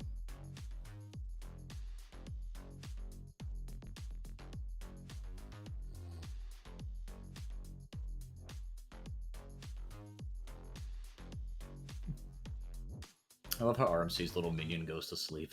He's gone. He's just taking a nap. My energy goes with the room. The room is high energy. If it's dead, so am I. Interesting. But just like by yourself, you feel like that's okay. Also, would you consider yourself an extrovert or an introvert? When are we getting a 4x4 VTuber? Dude, he's here. I just gotta turn on my camera. But I'm also not wearing pants right now, so maybe well, yeah, you can't see below the desk anyway. Who cares? Addicted to coffee, then in college, if stopped drinking, felt like a zombie. Yeah, that's how I felt at first, and then just like I just kind of like toughed it out. But I didn't like stop cold turkey, right? I was like, okay, I'm having like a shit ton of coffee, and then like a little less coffee, and a little less, and a little less. I kind of like weaned myself down. But yeah, I think I'm I'm better for it. I have friends who are just like, they still are just like, well, I have a coffee in the morning, a coffee in the afternoon, and I'm like, do you sleep? They're like, no. I'm like, maybe that's why. I also can't really bitch about not being able to go to sleep because yeah, you gotta wean yourself down, man. Like, yeah, I feel like stopping cold turkey is so brutal. Like, especially if you have like a job or like school and stuff like that. Yeah, also just like you get like the headaches and stuff. Like it's a drug, right? Like it is a drug. It's a stimulant, right? So I'm an Asian female. I have 2 modes with friends with everyone else. I don't know what I am. LOL. Should be 3 modes. There's also with your parents. That seems fair. But I'll leave everyone with this question when I go get my laundry for the final time. So I do 2 loads today. We procrastinated. Is I've heard being an extrovert versus an introvert described in this way. I would consider myself an introvert. I'm like 40-60 though. Like I like being around people. I like being social, right? But I think I would describe myself as an introvert because how I recharge my battery, if you will, is like if I'm with 2 people, if I'm with others, if I'm in extroverted social situations for too long, I'm like, no, I need to like recharge. I need to be with other people, right? I can't go without my me time, just like alone time for too long. Otherwise, I get really annoyed and annoying. But other people, it's like, no, I need to be with people, right? Or else I'm gonna like freak out if I spend too much time alone. That's how I recharge with others. All right, that's it. And draft. We're gonna talk about draft. We should do that too. All right. You want to talk about draft? Or you want to do your laundry first? Okay, you want to do laundry, so I'll talk about draft. Okay, weird brand first pick. I don't hate it necessarily, considering it's a 3-lane flex. I just am surprised by it more than anything else. I don't know if I'm liking brand in just isolation when we don't know what we're picking it into necessarily. Oh, excuse me. And then we get Triss Zeri. I think that's a solid pickup. I kind of don't like picking the Zeri part so early because then you're losing the flex portion of Tristana. It's obviously Triss mid, but it's okay. Ezreal Corki did the same thing because you already saw. Actually, no. 1, 2, 3. Okay. 1, 2, 3. Yeah. So you saw this, so that's fine. You're just answering Sedge. And then very clear sign that you're just gonna pick the Nautilus here. That's okay. A lot of focus on the top side to try and enable the Camille. I like it. I think you could have just gone.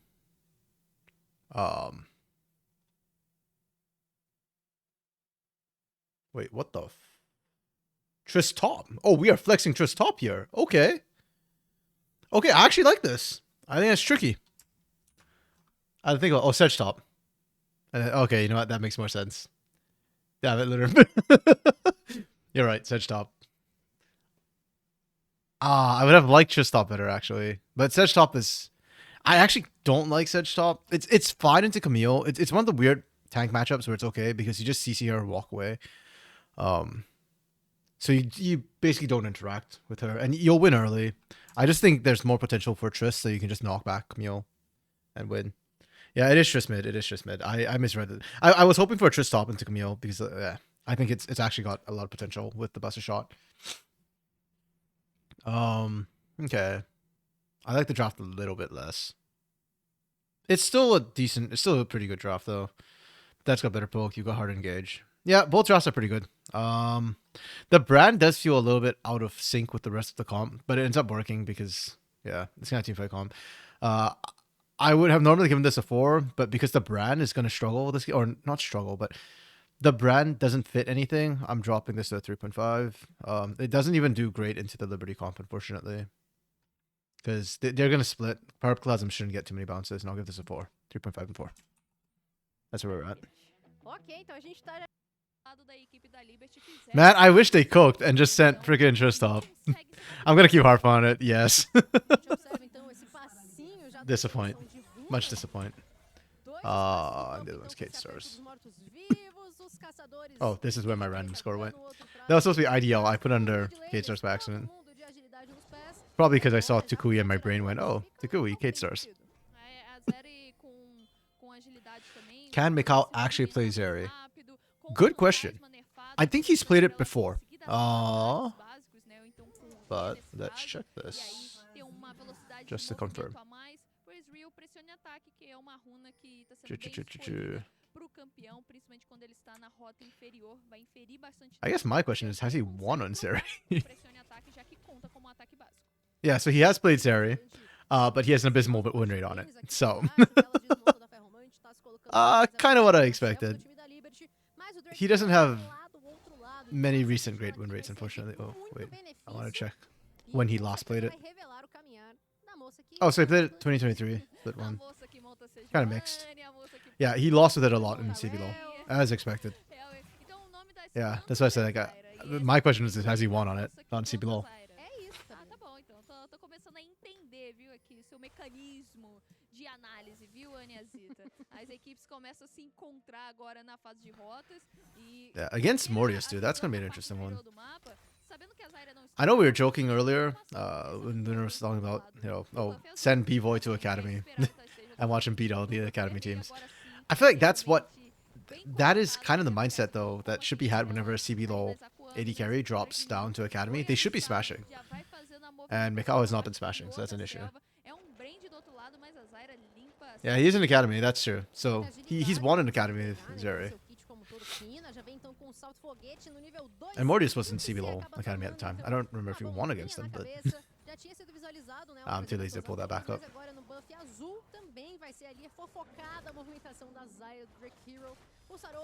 Okay, both junglers clear pretty fast, pretty evenly. I favor Zyra ganks personally. I'm not a huge fan of Brand ganks. I think Zyra's can be quite cheesy with the slow. Tellus is going deep here. Oh, he's actually just roaming straight up into mid. Okay. Great read from Kina. Really good call. This makes bot kind of interesting, because Drake Hero, having seen Tellus there, there's a chance for Drake Hero to just sneak in and try and set up a gank there. Nah, he's not sticking around. That's fine. Oh. Oh, that was kind of clutch. Show the Sedge lane, they bounced the wave. Ooh. Tyrion and SKB, actually, that's a hype matchup. I'm actually curious who's better in the top lane. I still don't like the Sedge pick into Camille.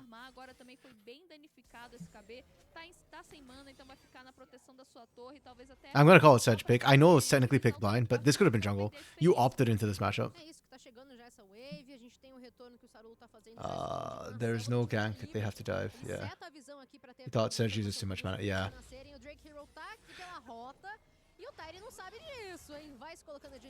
Technically, if you play it right, Sedge should have enough mana for the matchup.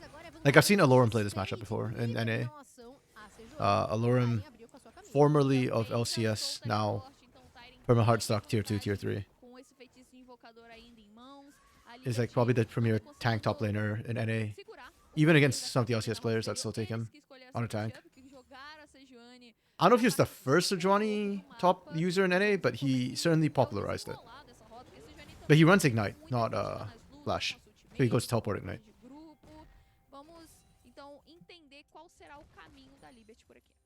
Aqui no centro do mapa, a gente acompanha já a vantagem que o XC abriu no farm em relação ao Kina. Yeah, like Brand does well into Sedge, kind of, like in terms of just compositionally and what he does, like his percent health burn and everything.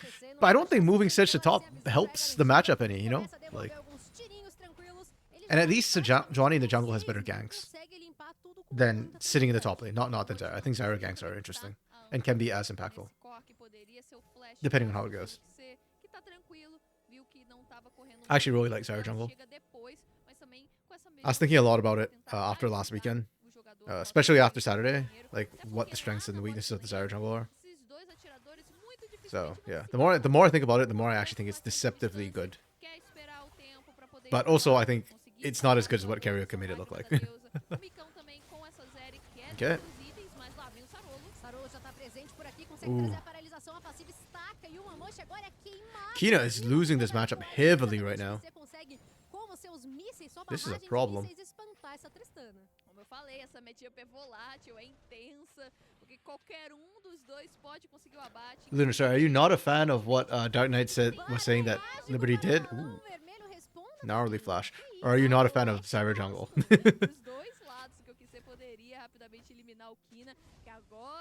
Okay, Sorolu gets Void Grubs. Yeah, this mid lane prio and this Sedge top, like just hemorrhaging, is giving so much power over to Kate Stars and Sorolu. Oh, the Sedge top, yeah. Agreed. 100% agree with you. I am not a fan of that either. Okay, broken record time, but they should have just flexed this Triss top and Zyra mid.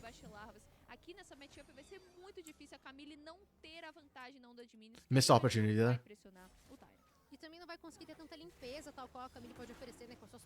Okay, still objective trade. At the end of the day, Liberty still get control with this. Their bot lane's doing well. So Mikhail's actually winning on this area, at least laning wise, right now.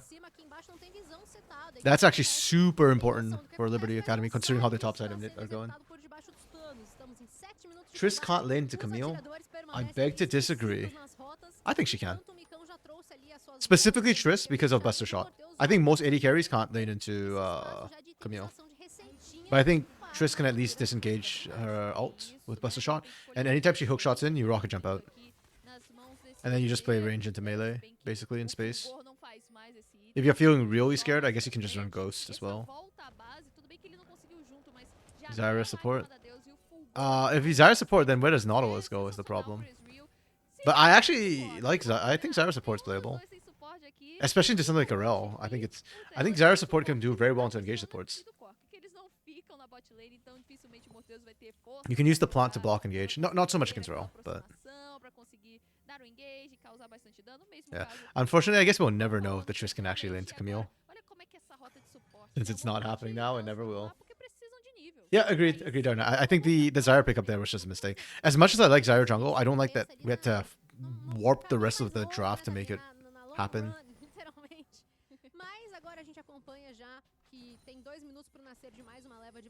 Actually, the more I talk about it, the more I want to drop Liberty's drop score. I want to drop the Liberty's drop score. Give it a 4, I think. Yeah. I give it a 3. How did I do that? Why is there an and there? Huh. I must have pressed something weird. Give me a sec to fix that. There we go. They should have picked Irelia. Ooh. I'll be down to see Irelia, Camille. I think that's a skill matchup. Or it sounds like a skill matchup to me. I don't know Irelia's matchups for the most part. I know I'm more familiar with Irelia mid than I am top. But yeah, I'd be down for Irelia versus Camille. That sounds fun.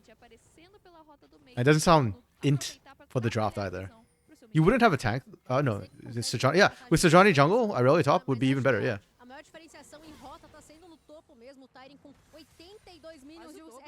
Yeah, Irelia Cork, yeah, true. You can flex it mid. Send the Tristana top. I'm down for that. I'm just so obsessed with Tristana top right now. I don't know why. Yeah, but Irelia Cork is yeah, I take that matchup. And again, like, just Irelia Sejani is a good duo to run. There's a lot of burst damage, a lot of CC lockdown. Irelia support darkness. Whoa. If we're gonna do that, might as well run Pantheon. At least it's more reliable point and click. CC. Okay. We just split the backs, that's fine.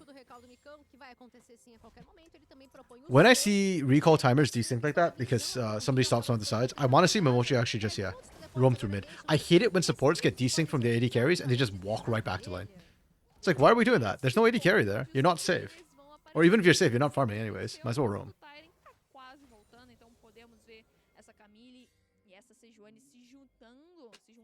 Can we see a team fight of Void Grubs? Huh.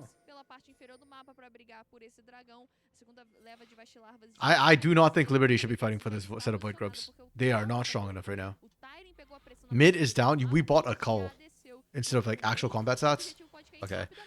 And also top side's just so far down that this fight should always favor Kate Stars Academy. Oh, never mind. SKB's down bot. Okay, yeah. Okay, so Liberty can fight this. Never mind. They rotated Mikau up. Huh.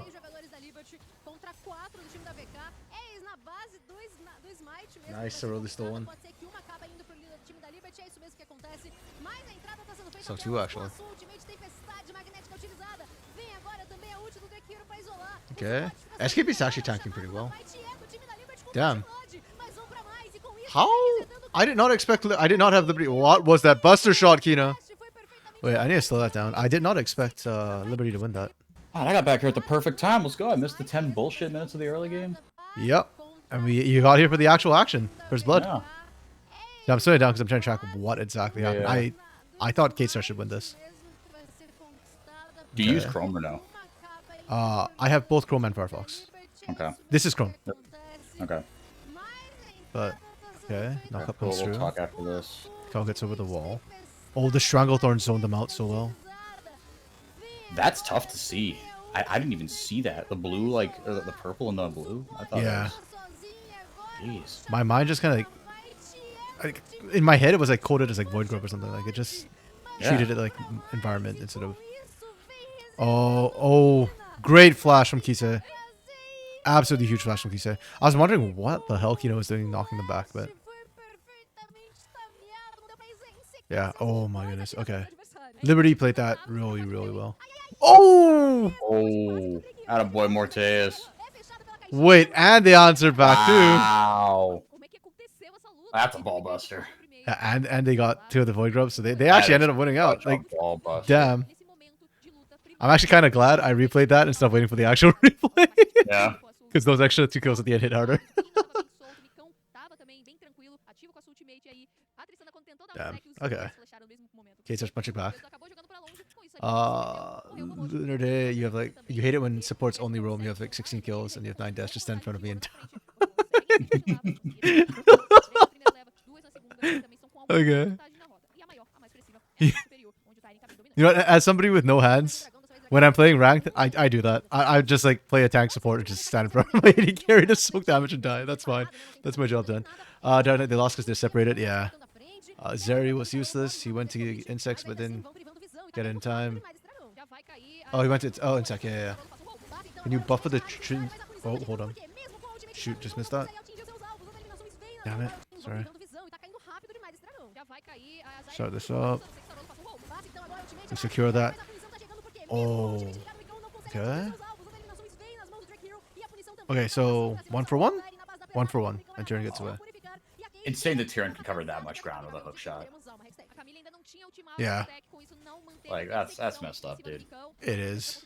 It has that like snapping effect that Nautilus hooks have too. Yeah. Where like adds extra distance sometimes. Yeah. Like every time I see pros use it to max range, I'm just like, oh, that is so busted and so messed up. Can you buffer the Tristana insect like the Lee Sin one? Yes, you can. Which is also why things get buggy sometimes, or not buggy, but like that action from Kina, for example, was probably a buffered buster shot. But that was incredibly like down to the frame for Kisa. I'd rather have a Lulu, to be honest. I think Lulu is very good. Yeah, was it Jojo who played it last week on Saturday? Like, it looked absolutely nutty. I love the champion. I love watching the champion. I would not trust myself to play the champion because you have to be super clutch with Polymorph and Ward Growth for it to like really max out. But yeah, I think it's good. So long as Triss out is in the air and hasn't hit you, you can flash it. Yep, exactly. 4-4, you sent me. Ooh. That's an extension where you can control the speed of any video that's playing in Chrome. Like when you're just assuming you're on the tab or on the page, you just hotkey. I have it to like S and D.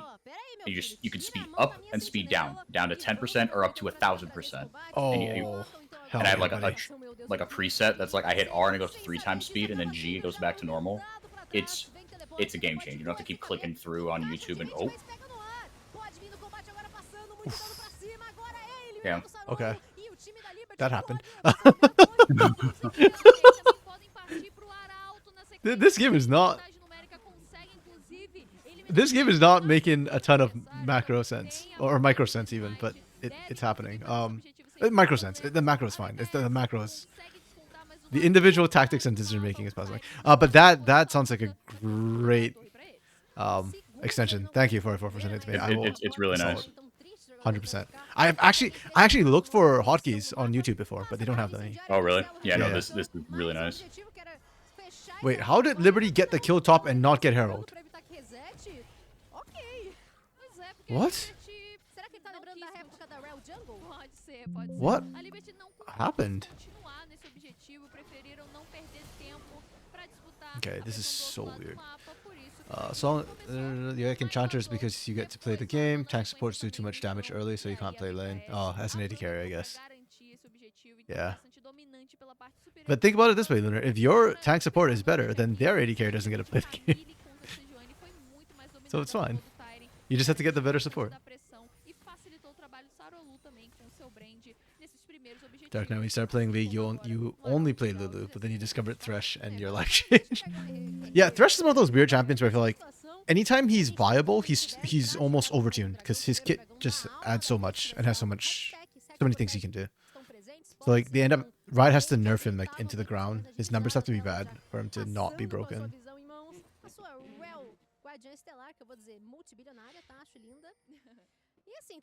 I think I've liked Kate Star's macro a little bit better, but Liberty keeps finding picks first and winning team fights. So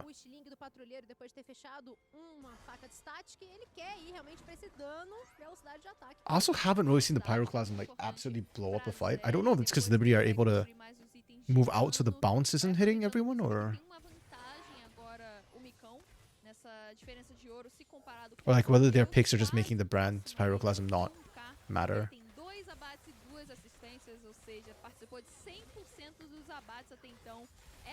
Neither AD carry gets to play with your both tank. At least in low elo is always viable. That's true. I think low elo is just a whole different like zone in and of itself. It sounds like Paradise, honestly, sometimes.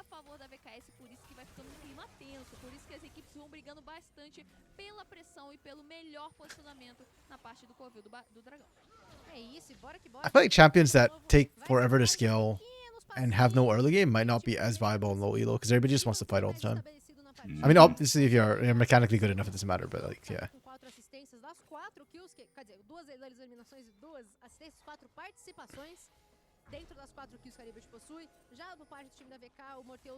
Yeah, I feel like Kate Star's Academy actually needs to fight around this dragon this time and not like just give up the fight for free and then come back to take it after. Because if Liberty don't take the dragon after winning a team fight, I'm gonna lose my mind.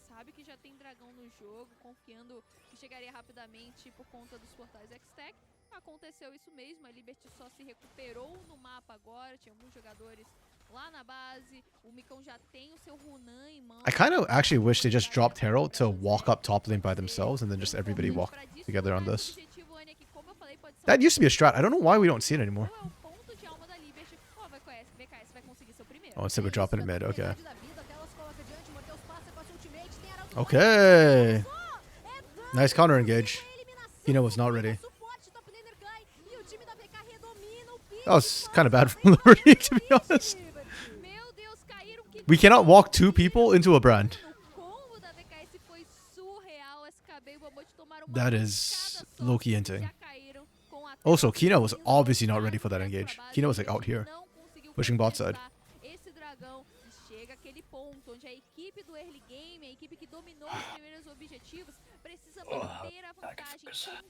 Liberty maybe needs some Liberty mutual insurance. Do they have that in Brazil? Liberty, liberty, liberty, liberty.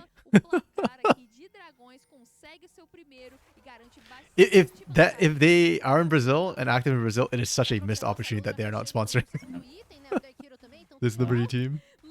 It is funny though that they're the logo, right? The like blue the blue like the light blue like spines that Liberty do, like that is literally like it's based on the Statue of Liberty and like the color scheme and stuff. Oh shit! Goodbye. Nice. Oh yeah. Liberty are just looking. They just keep getting caught flat-footed now. Like what? 10 minutes ago they were the one catching Kate Stars flat-footed. Tell me if you've seen this movie before. Macau gets caught in mid lane during the mid game.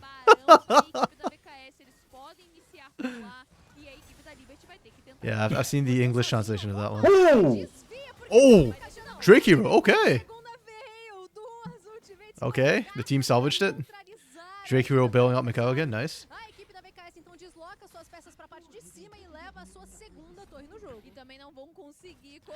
Man, okay, so I don't know if you hear when we were bashing the Sejuani top, like the weird flex they had to do to get the Zyra pick in the jungle. The Zyra pick is doing great. I still loathe the fact that we had to do weird shenanigans to make this pick even happen in draft, though. Like, if we should just pick Zyra early. Why did we like try and hold it so late? Zyra's Yeah. fine blinded. Yeah, she's been doing just fine. Seriously. Yeah. Yeah, Lunity, I think the Sedge ult came, like, the slow from Sedge was, the Sedge ult was huge to try and lock down for Drake Hero. Zoning out, zoning out. I remember actually having a discussion last split with Axe about a specific Sejuani ult. I think it was from Croc. Or like, Axe like, he missed, and I was like, no, it's a zoning out. And Axe like, yeah, real funny arms. Yeah, no, like, actually, genuinely, it's a zoning out. And so we had a discussion about that.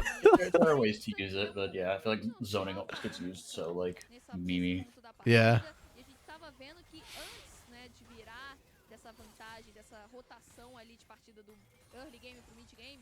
Yeah, I unironically I'm trying to use zoning out in a non-meme way because I think it actually has value. Oh, okay. Oh, Kina is so dead. He's up a creek with a cannon. Let's see who else comes. It's just Momoshi so far. Can Liberty do anything while Kina is just burning time? They're just trying to get mid. Okay, they made them choose. They don't even get Kina. Tyrion can't make it over the wall. Damn, and Kina just gets away. That's Wait. crazy. Kina didn't try and take the Hexagate? Interesting. My Oh my god, it's Kina! Wow. Oh.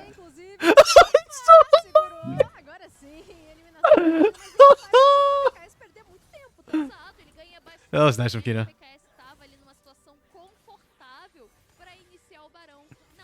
Kina at 0-1 and 3 is having as much impact as Drake Hero at 3-0 and 2. Yeah, it goes out. 90% of Croc Sedge ults are zoning ults. Zyra ult. Yeah, Zyra ult is actually, unironically, again, like one of the best zoning ults in the game. And a lot of the value is literally in just zoning people out. You don't actually have to land the knockup. Just creating a big red no-go zone is huge. Yeah, that's why I try not to use the term zoning out too much as a meme, because, yeah. I want to be able to use it when I'm talking about things like Zyra. Because I completely predicted that Zyra jungle is coming back to meta. when the faded ashes hit. Yeah.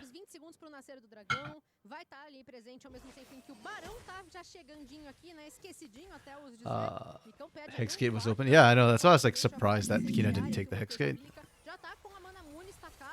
And I think the rest of K-Stars had actually moved already away from the other side of the Hexgate. They were actually near mid at that point. So sure they can turn back around, but I thought like there was a chance that Kina actually gets out there. Oh, wait, they saw them, right? Okay, yeah. Okay. Good from Liberty. They don't overcommit. I respect that. Like how buzzed off early, so he was not in position to get caught. They will lose mid for it though. Not the highest price, but a great one.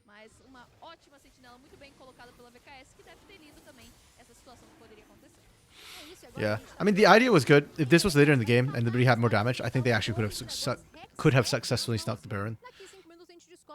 The fact that they had the Prince of Mine and kind of caught that in a good moment, good on them. If they don't lose too much on the back end of it. That's what, 2 turrets and a dragon now they lost from that?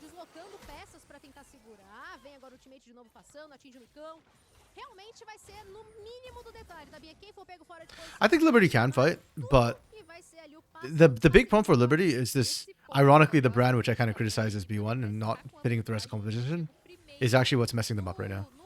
They just need to be very careful how they approach this. Ideally, they want like SKB or Momochi to soak the Pyroclasm without just having it bounce back and forth between him and the Squishy.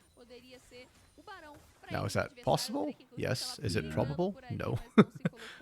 So yeah, the fight gets complicated. And or find picks, right? I think Liberty have shown that they're pretty good at finding picks. Oh, they don't have the mechanics to fight? Yeah, I think that's the biggest problem right now. That is fair. Actually, they should... I say that, but you look at the name value on this team. It's SKB. It's Drake Hero. It's Kina. Those three should have the mechanics to fight. Momoshi, I'm actually not sure about how good his mechanics is. Because supports, I feel like, especially on Leona, Nautilus, Rel, like, those aren't the most hands champions, you know? Heck, I can play Leona, Nautilus. That's why I play.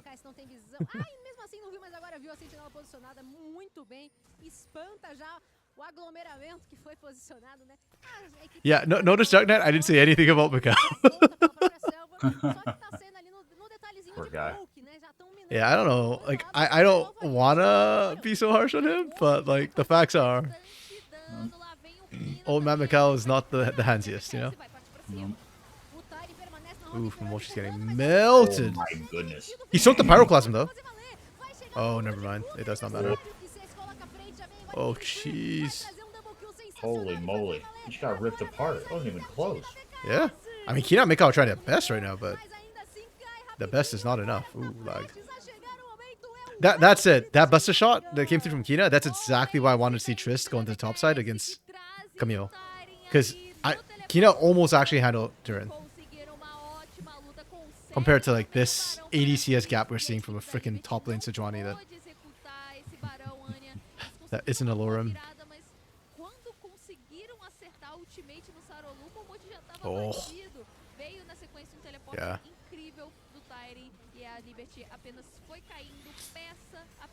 I like that Momoshi soaked the initial damage, but it does feel like SKB is very squishy for being a solo laner, a solo lane Sejuani. Like, he melted pretty damn fast. 06 CBLOL players? You trust them as far as 08? Wait, sorry, I don't think I understand that. What do you mean 06 CBLOL players you trust them as far as 08? Like, as in, oh, like Mikau? Are we talking about him? Being, and Drake Hero, I guess? Drake Hero Mikau? Okay, yes. Thank you for the clarification. Yeah. That's I don't know, man. Drake Hero's doing well! He's 3-1-2. He was 3-0-2 before that fight. I'm pretty sure his damage number should be pretty decent. Ooh, Crypt Bloom. I know I said ooh, that's just standard build. Just Zyra building a plot thing triggered my brain for some odd reason. Yeah.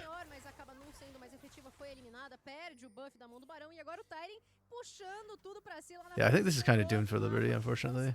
I thought they could still find a pick and maybe a team fight, but after that team fight, yeah.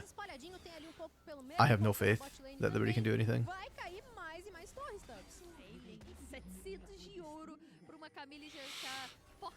Mikau actually didn't have a bad game, besides the one pick in mid lane. I think his damage number should also... Yeah, his team fighting's been pretty good. Yeah.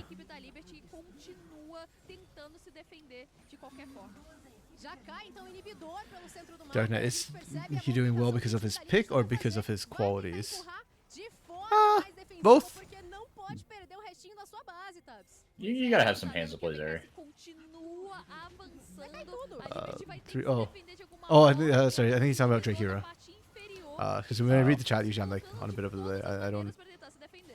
Yeah, it's usually like after the fights. So I think we're still talking to Drake Hero at the time. Jeez. Okay. 3-1-2, he's done nothing to either control the game, extend the lead, or transition to get the team fed. Yes, but also, how do you transition your lead when your team is just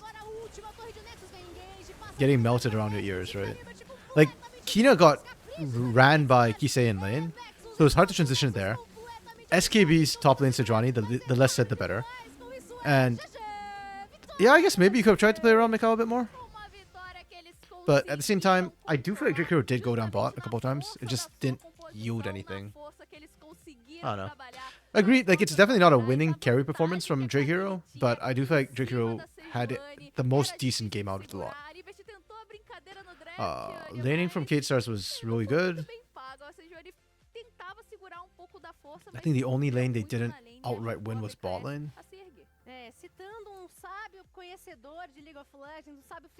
The map movement from Kate Stars was good.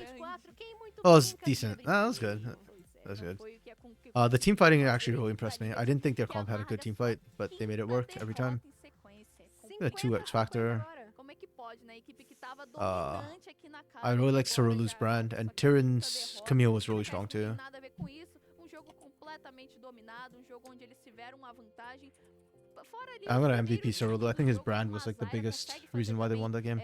esses dragões rapidamente, então é natural que ela consiga acumular alguns Let's be honest, they messed up the draft. Yeah, Liberty depois man, da I started like a nada 3-4, mais aconteceu. and then like a 3, and now I'm gonna downgrade it to 2. Because that Sedge top was atrocious. Mas ele era rapidamente abatido. And again, I don't care that it got picked blind. Like, it got picked blind, but I'm considering this a counter. Like you opted to go this into Camille, which was just not a great idea. Bad laning. The map movements actually for Liberty was not bad, to give them credit. But the team fighting was bad. They had a team fight comp, and I think they executed like once, twice all game in the early game, and nothing in the late game from them. Not okay. I will not be giving them X Factor. I mean, like, I think Drake Hero did the best on his team, but if best is not even like good, then yeah. Wow, they have been on a downward slide. And that's 5 losses in a row, huh? Yeah. Actually, I should probably color code this. I color code my NACL one. I don't know why my CBLOL one isn't color coded.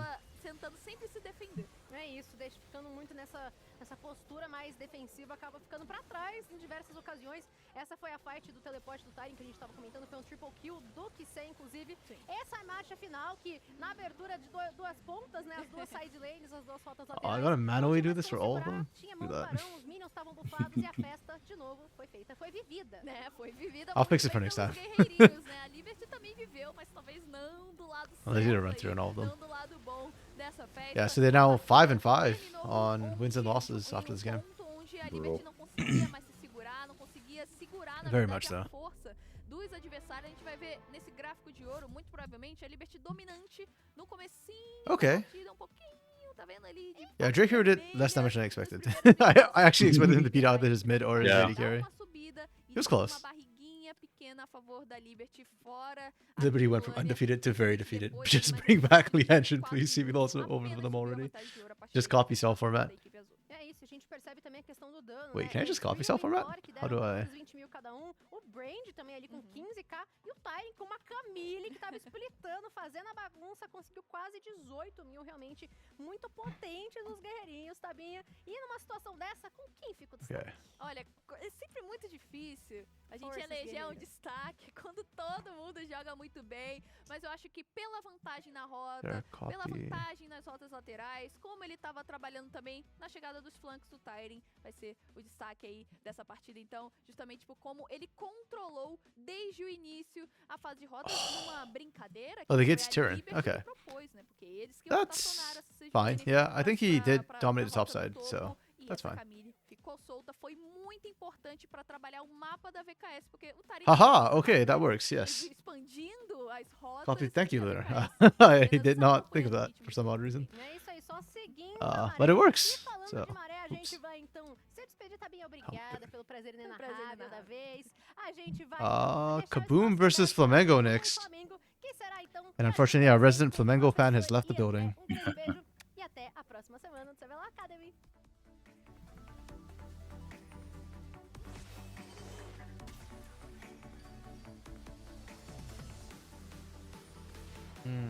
So you can do anything on Zyra to justify 3-1-2.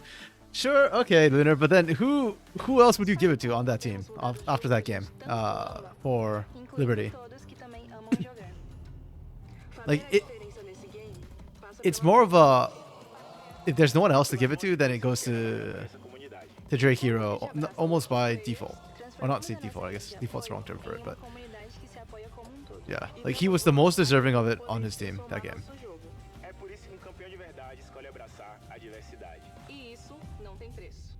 Zeri, the most loyal Mikau fan.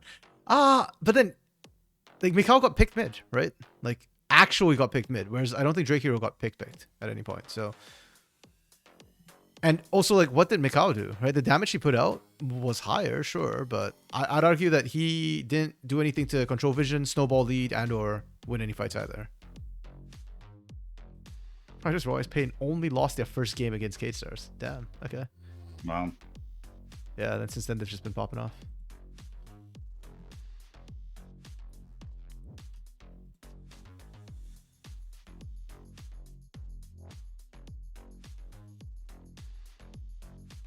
I'm actually low-key interested in seeing how Flamengo perform, because I think Kaboom's a little bit weaker right now without Scary, and Flamengo did just win their last game against Rise, so I think there's a chance for an upset here. I say upset, but they're like pretty much tied actually. It's 5-4, 4-5.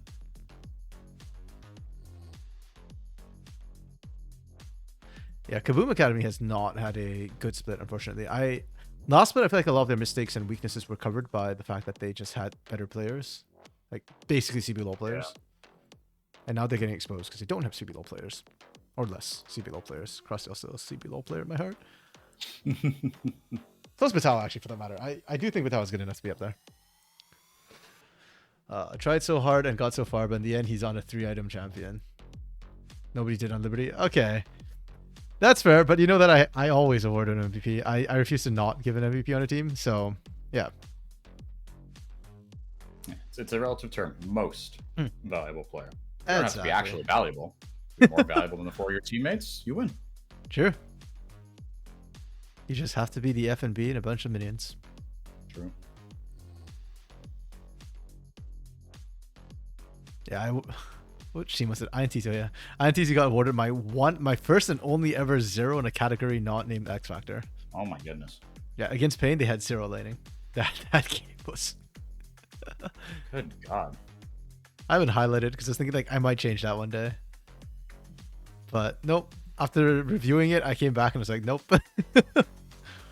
I actually rewatched that game for the laning phase later on my own time, and I was just like, yeah, it was exactly as bad as I remembered. Super rough.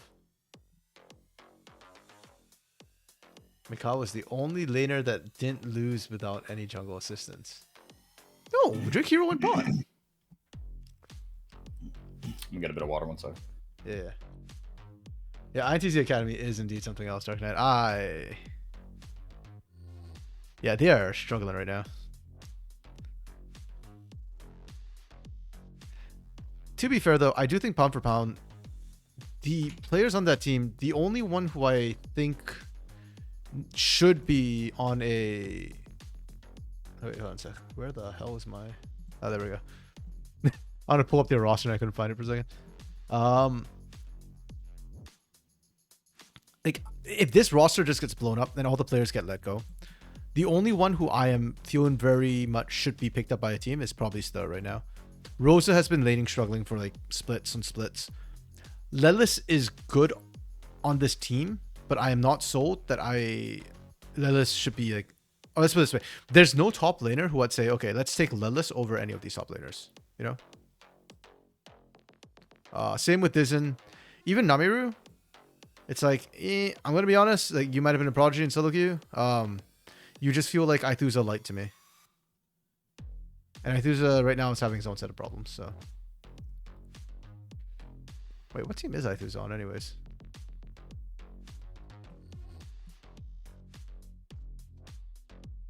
Holy crap, where is Aithuza? Oh, there we go, the Mango Academy. Forgot for a second which team is on. Yeah.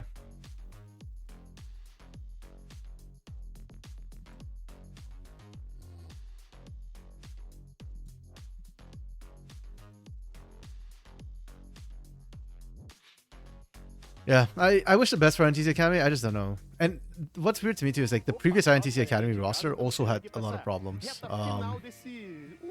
The Black Hitatu one, they ended up, where is it? Here, this one. They ended up in 9th place on a 10 team split. This was like before they expanded. And this one should have done well. Like Eridan was good, Tatu was good, Blackie was good. Juzo was good too, actually. Yeah. So I don't know what's going on with the INTZ Academy. This is one that I'm looking at it going like, oh, it has to be management issues. Oh, hey! Teichi's in. Oh, wait, no, Teichi was in yesterday. Never mind. I'm mixing the rosters. It's not Teichi who... It was the other side. It's Flamengo's side. That had Soweto replacing top lane. That was the sub. Sorry, TT already played, yeah. Saindo do CBLOL, vindo pro Academy. Então, yeah, TT was solid yesterday. Conjunto pouco mais coeso, que a gente pode ver uma prática pouco melhor. Aí eu até comentei, But solid a questão do isn't, draft deles do dia de yeah, ontem, eu achei o amazing. draft muito We'll see. bom, eles conseguiram New fazer player, they have to aí kind of sort tá things out and figure out how they want to play. em alta. And I feel like jungler is a really important role in general, much less on Kaboom Academy, where Scary was likely probably their big shot caller. E, professor, informação aqui é que, chegando a gente tá falando de reta final, etc. Yeah, Steps is a good AD carry. I don't know why I'm not putting him top 3, to be honest. He just somehow lacks a little, you know, something for me. Like compared to like Morias, Marvin, and Aikawa.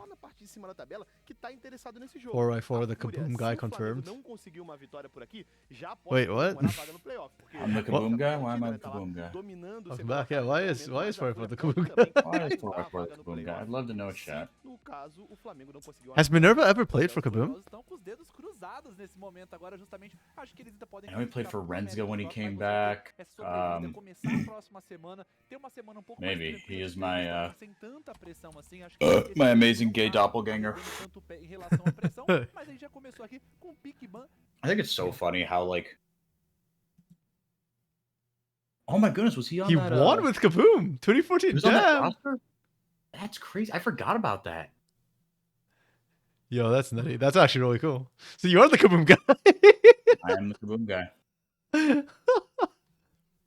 I just remember he did the transition. He was playing support on Pain from mid lane. I remember that because I always think of him when I think of Cross the Owls, transition from mid to support. But he only played that 1 year on support, and then he went back to mid right after that. I think so. I don't know though. Yeah, I mean, it was a little bit before my time. Yeah. Okay, draft. Also, Lunar is calling you the Kaboom guy because your voice, when you cast, your voice goes Kaboom. Thank you. I think that's a compliment. Or is it? Does it go to 10th place? Yeah, or it bites off more than it can chew, doesn't know what to do with everything it has in its mouth, spits it out, throws up, and pisses and shits and things. I'm sorry, bro. But my intrusive thoughts are winning today. Things are coming out without filter. You know that I don't think of you as that sort of Kaboom. You are first place Kaboom, always. Oh, thank you. You're a Kaboom who blew up Alliance. Okay, Pike ban against Zaya, mandatory. Brand Zyra, I think we're going to start seeing more of these bans, to be honest. Rumble, Skarner, Maokai, okay, solid. Especially into Theti, I like the Maokai ban. And we first pick Sedge because we have Theti. Do I like this as a B1? Honestly, I'm okay with it. But because it's Theti, I'm actually super down for it. It's like watching a Maokai first pick. Like, I'm not a huge fan of it unless it's Pain Gaming and Karaoke. Or Aegis, actually. I'm happy when Aegis picks it because that tells me that the draft, they're actually going to draft a team where Greftar doesn't have to sack himself. Ooh, Talia. I haven't seen a Talia in a hot minute, actually. Yeah, it's been a while. Okay, so probably technically double flex, but whatever. And then we just pick Yone because we are assuming it's going to be a Trist. And Kennen blinded. For Batao. Okay. They're already like a full-on teamfight team. Yeah. Like with the Sivir ult as well. Yeah. Even before we see the last two, like they are just a straight-up teamfight team. Okay. We banned Kalista and Ashe. Okay, I actually think that's legit bans because I think Kalista would fit really well here. We banned Melf. Why do you like the Kalista there? Because I think on a comp like this with the Yone and Kennen for scaling, you can get away with picking Kalista for early game, and then you just have potentially through 2 to 3 winning lanes depending on what the mid lane matchup is. Or into Tristic, you lose early, but not too terribly, so you've got 2 winning lanes which can collapse in and punish the mid lane. And silent control, or the objective control through your side lanes, pardon me. Yeah. The Malphite confuses me, especially if we're going to pick Sivir. I do not understand this Malphite. Like, you're literally going to spell shield him and then rip him to pieces anyways. Camille, yeah, and you're Kennen. What do you care about a Malphite? Okay, and then we go Zeri here. So then we tip our hand. That's fine. We go Sivir as answer. I like that. Leona, even better. And then Twisted Fate into Kennen. Ooh. I don't favor that matchup for Twisted Fate that much. Like, I don't think it's going to be bad necessarily. I just don't think you're going to win it as hard as you do into melee matchups. It's a Kennen counter in lane or a good matchup. Okay. Because you're both auto attack champions. You're both range champions, I guess. I guess you can sidestep the shuriken and then maybe you're fine. I don't know. Again, I don't think it's a bad matchup for Twisted Fate. I just don't think it's like a hard counter. So like we're picking a triple 80 carry plus another threat, like mono tank. Into a Sivir. I'm not sure I like it. Okay, I think I'm gonna 5 Kaboom. And for Flamengo, I'll give them a 4. I don't hate the draft. I think it's a solid draft. I just don't think it's going to survive Kaboom. Feitinho já preparado. Então ela consegue encaixar o combo dela de forma muito clean. E o Q do Nautilus também tem um alcance muito grande. Então é muito fácil de você fazer essa execução. Campeões como a Alistar também tem uma execução the team again? Não que com a Rel não dê pra fazer, mas você tem um range e um gap muito maior pra desviar dessa habilidade. O Nautilus, ele é um cara que realmente... To the jungle, pretty sure it's a cannon counter in lane or a good matchup. Oh, you're talking about the Malphite. Oh, okay. Is Malphite a cannon counter? I'm actually not. I thought... Okay, in my head, this is my thinking about why I didn't think it was a counter, was because Maokai... not Maokai. Cannon, sorry. I don't know why it's Maokai. Cannon does magic damage. So, yes, you can ignore the auto attack harass that comes out, but that's usually only like first item is Duran's Blade, then after that you start building straight AP, right? So I didn't... And Malphite doesn't like to build MR, if he can help it. So Malphite's a survivor, not a counter. Yeah, I guess... Yeah, that'd be a good way to put it. And I just feel like if you're going to pick the Malphite, then... Or if you're going to ban the Malphite and you think they're going to pick the Malphite, then you should have somebody who's scared of the Malphite. And Yone's not scared of him. Sejuani literally doesn't give a flying boar, and Sivir has a spell shield. So it's like, I just didn't see the threat of the Malphite necessarily. Yeah, Mundo is more of an MR tank. Though I think Malphite would also be troll for Flamengo to pick, just because Mundo doesn't actually go where Mundo pleases, and Mundo should never reach Sivir. So, not to mention Zosco or you apart. So.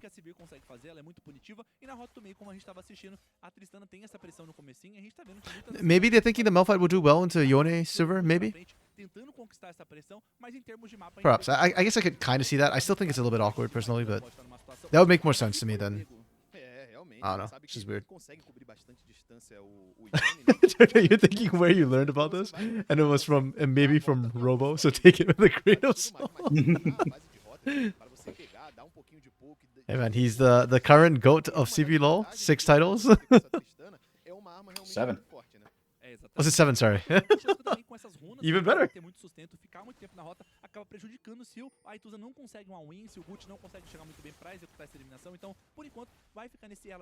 You know, coming into this split, part of me was hoping that Los Grandes would actually make it to the finals, and we'd see a loud Los Grandes finals, because then Robo gets his first championship with BRTT. It feels so fitting that he'd get the last CBLOL championship ever from the man who was there at the start of it. Like narratively, it would be so satisfying, but also probably not possible because pain exists. Yeah. Oh, those can make playoffs, but they're not going to make grand finals. Actually, I'm not even sure they can make playoffs right now because it sounds like they still haven't figured out their issues. Yeah. Speaking of those, 44, are we doing a podcast recording tomorrow or? Allegedly. I pinged Trajan. Guess he didn't respond. Okay. Just checking, because I don't want to leave it till Thursday to record, because we won't get it out by Friday, if that's the case.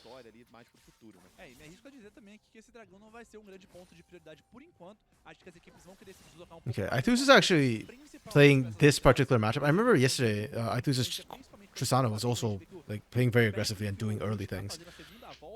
I'm liking the look of it. I say that as Joska has a 10 CS lead.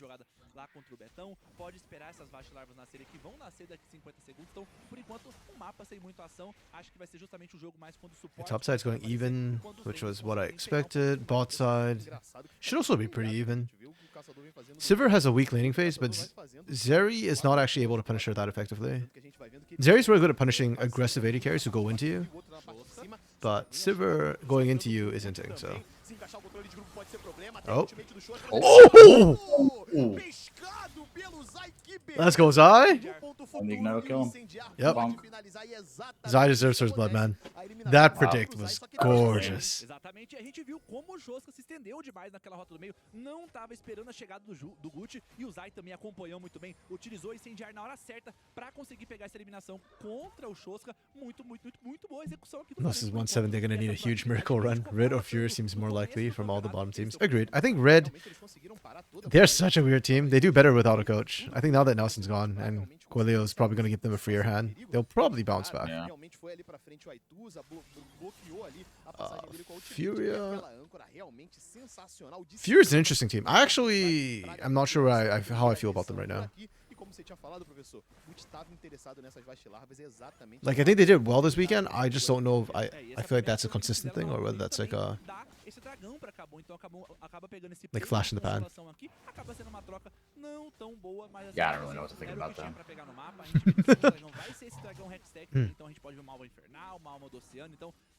I've been hurt by too many Korean junglers. I'm having problems having faith in Wiz right now. Korean and coming out of retirement. Oh, it's Trick over now. He survived longer than Trick already, so. Okay. They actually opted to invade. Interesting. There's full vision of him doing this because of Destiny, by the way.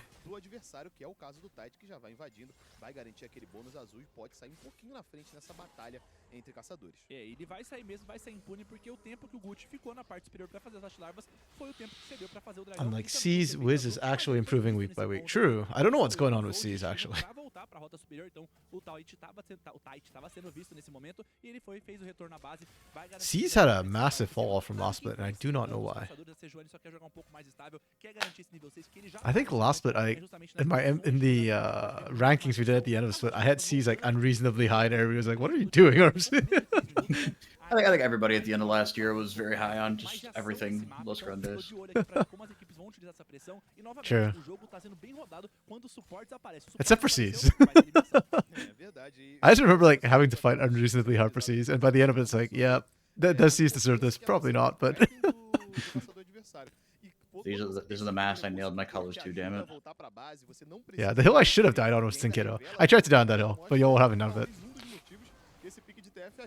Tinkito was the second best second best mid in the league. Oh yeah, last no, split. I agree with you.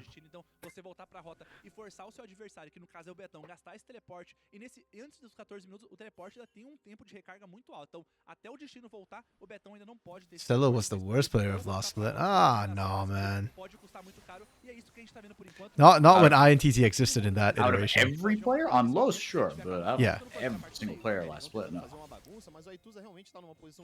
I feel like Mikhail got inflated last split because of Smolder. Yeah. Com o seu companheiro de rota, o Zai já vinha chegando ali de ancorada nessa torre. Tem nível 6 aqui disponível para ele e o Gucci também vai fazendo a chegada. Okay, I'm actually really liking this from Zai and Coot. You just keep going mid and sitting on Josko. Muitos atiradores não precisam do seu suporte, porque é muito difícil você conseguir alguma eliminação para ambos os lados. Então a pressão acaba sendo muito contestada na rota do meio, mas isso aqui não tá muito bom para Kabum. O Crashel já faz a iniciação, é forçado. Oh! Nice. Wait, Josko went into turret! He entered! Yikes. He's literally the linchpin of this entire gang. He's all the damage. Crossio died for this! No! Crossio did so well! Pois é, tava muito esquisito o cenário, porque a equipe da Kabum não tinha como dar todo esse follow-up e você gastar todos esses recursos num suporte não é um alvo prioritário, não é a Tristana, não é a Thalia, que são campeãs, que são mais frágeis dessa iniciação. Yeah, the classic Joska. Executou mal e também executou no alvo. Actually, to be fair to Joska, this is one of the few times he's done it this split. But this is very classic split one Joska. Abrindo 2.000 de vantagem. O que eu achei meio assim, pareceu que ele tava indeciso. Ele foi pra cima. Support DPM. Oh, Stella was not. Support DPM is a little bit rough. May sound like a lie, but Ithusa and Tay were on CBLOL last split. True. I feel bad for Aituza though. He deserves better for his debut. He seems to be recovering a little bit here in Academy though. Yeah. I think I've MVP'd him a couple of times. So he's not just lying back and getting carried by the team by any means. Essa contestação nesse objetivo aqui, que é a grande prioridade do momento. A gente vê que Cabum quer criar alguma jogada em cima do Soweto, mas a posição tá esquisita e quase que o Tite é pego. Meu amigo, tirou ventinho por ali. Porcão realmente deu... Ainda bem que o Porcão tava de dieta, né? Se tivesse um pouquinho mais gordinho, tomava essa âncora por ali. Man, that Joska mess up with the whiff where he went under turret is actually costing them so much right now. Yeah, it seems to be snowballing. Oh, you get back there. Yeah, like this Void Grubs actually should be contested right now. Okay, Raven just got run down. Okay. Wow. Remember when I said Sivir shouldn't... The matchup between Sivir and Zeri actually isn't that favorable for Zeri because normally you don't get a chance to kill Sivir. Like, Zeri's great at punishing people who step up. Sivir should not step up. Raven stepped up. Why? Like, did Steps fake a recall or something? Like genuinely, I didn't see why that I happened. didn't see that before. I'm just gonna hop back quickly and take a look about why that kicked off. Like, if he fogged and baited, okay, I understand. Raven tried to recall. Okay, Steps moved up. Looked like he was rotating. Okay, yeah, he fogged. Well, the intention wasn't to fog, but yeah, Raven got baited. Okay, Yeah. that's fair. That's fair. Respect.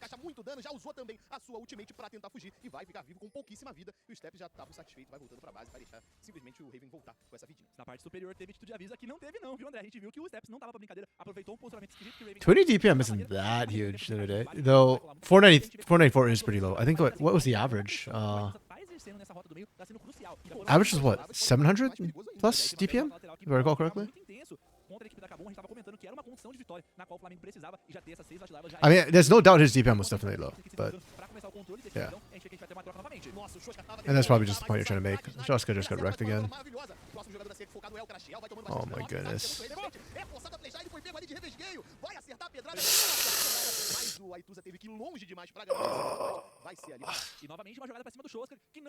I don't have an LVP category, but I have a candidate in mind.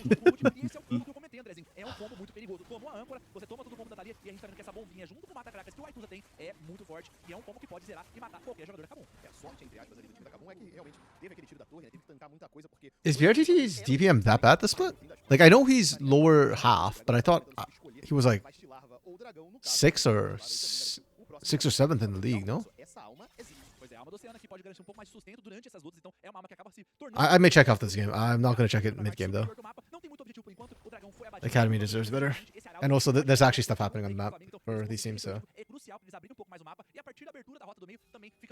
Yeah, I am waiting for Kaboom to actually pop up. You picked like the biggest teamfight composition, and we've not seen a single teamfight. I blame a lot of this on Joska because he screwed up, and he was like the linchpin for them in the mid lane. I think they just sit back till they get Blade of the Ruin King, maybe. Either that or you got to get Batal into the fight, because, yeah.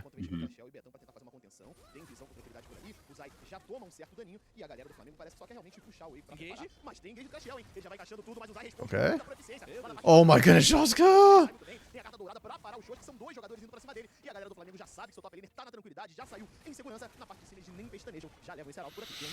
Okay, it's fine. It's fine.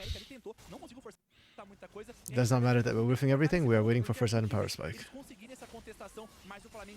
Everything else before that, just ranging shots. Zoning ults. Yeah.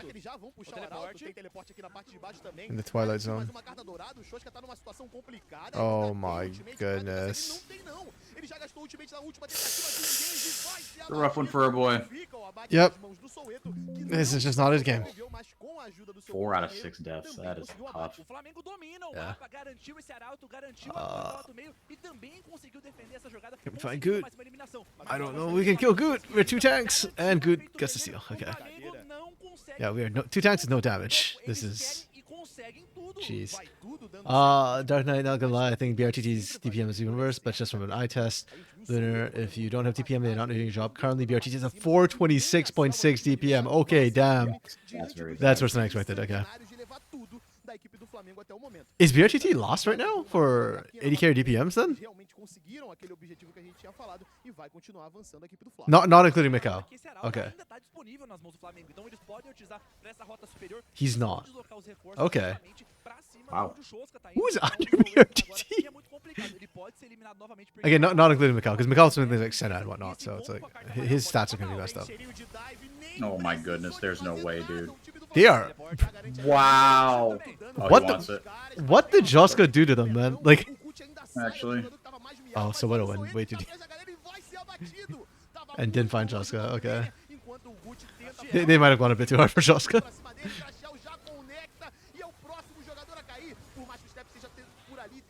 I appreciate that from Zai, actually. He was still trying to body block. Yeah.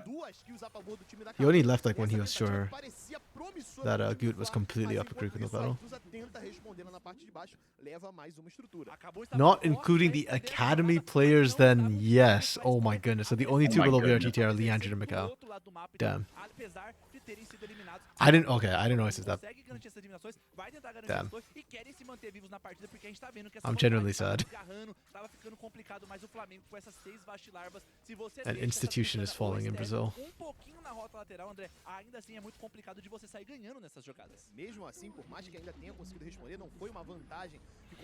Yeah, I know that Envy is the highest damage share right now of the entire team for Los, despite the fact that he feels like he's not doing anything.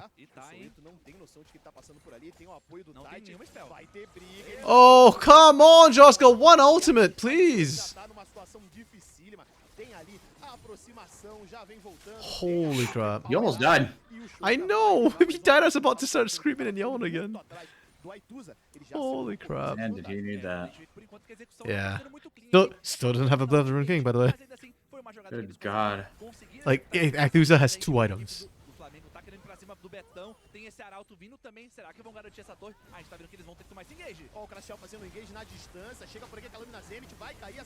Okay. Nice ult. Good, we are punishing Flamengo for being greedy. Flamengo actually kind of squandered a lot of their early lead. Like, they still have a lead, but they've wasted quite a bit of it. The game should not even be close right now.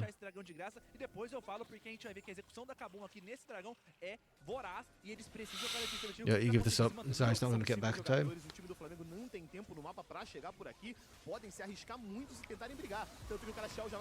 Oh, good catch from Crossdale. Nice. We finally got Batal activated.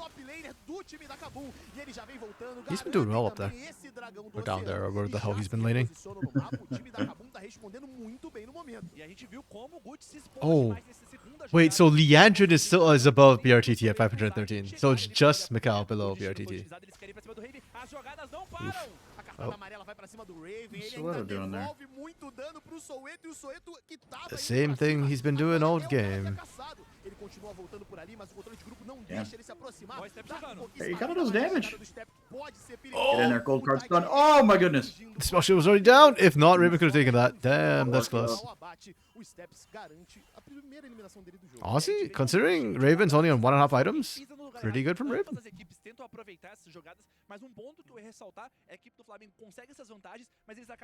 Has everyone on this Flamengo roster gotten at least a split in CBLOL except Soweto? Sorry, on the Flamengo roster? Yeah. Yes. Oh, they are Kaboom Academy. Like last split Kaboom Academy, everybody Oh, was yeah. CBLOL except for Dioj. Yeah. I never made that association.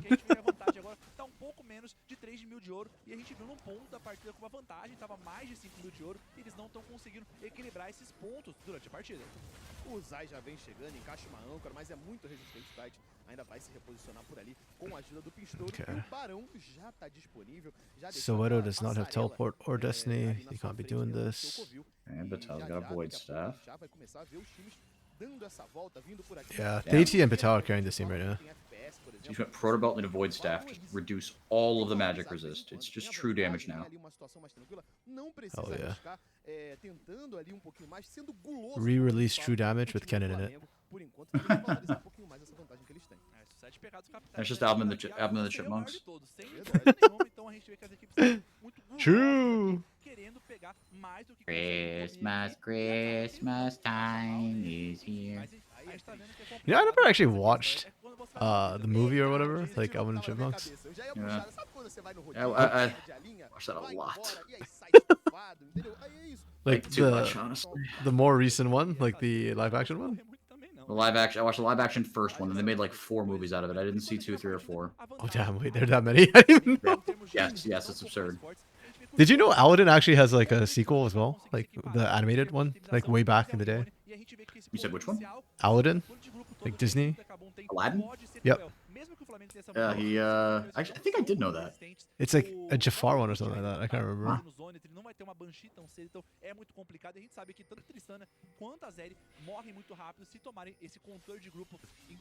Yeah, Disney has a bunch of sequels that most people don't know about.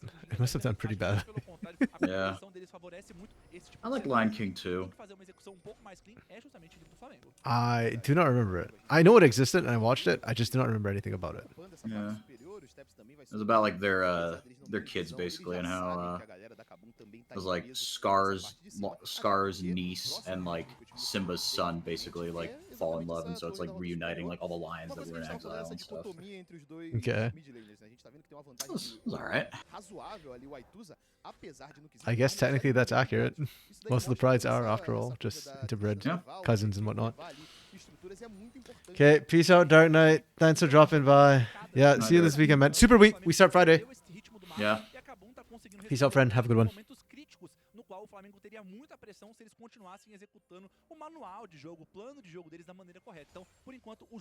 Same time as usual, Lunar Day. So that's what, 9 p.m. Pacific, 1 p.m. Brazil time.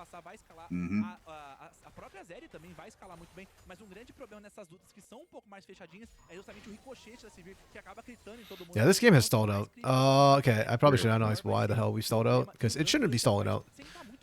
Kaboom were behind, and they were just waiting for breakpoints, basically, because they were playing from behind. They have hit their breakpoints. They should be looking for a fight. The nice thing, again, they have caught up like crazy. He was on half an item while Aithusa was on 2. Now he's on 2 items while Aithusa's on 2.5. Yeah, because I think Aithusa's probably sitting on a bunch of gold, so he's effectively at 3 items, or she will be once he cashes it in. I'm actually not 100% sure about that, because I think Joska's kills, one might have been a bounty to pick up, so I think another 5. Actually, no, 2k gold gap. Yeah, no, you're right. That should be a completed item when Aithusa goes back. Oh, not quite. Okay. Only the pickaxe. Wow. Yeah.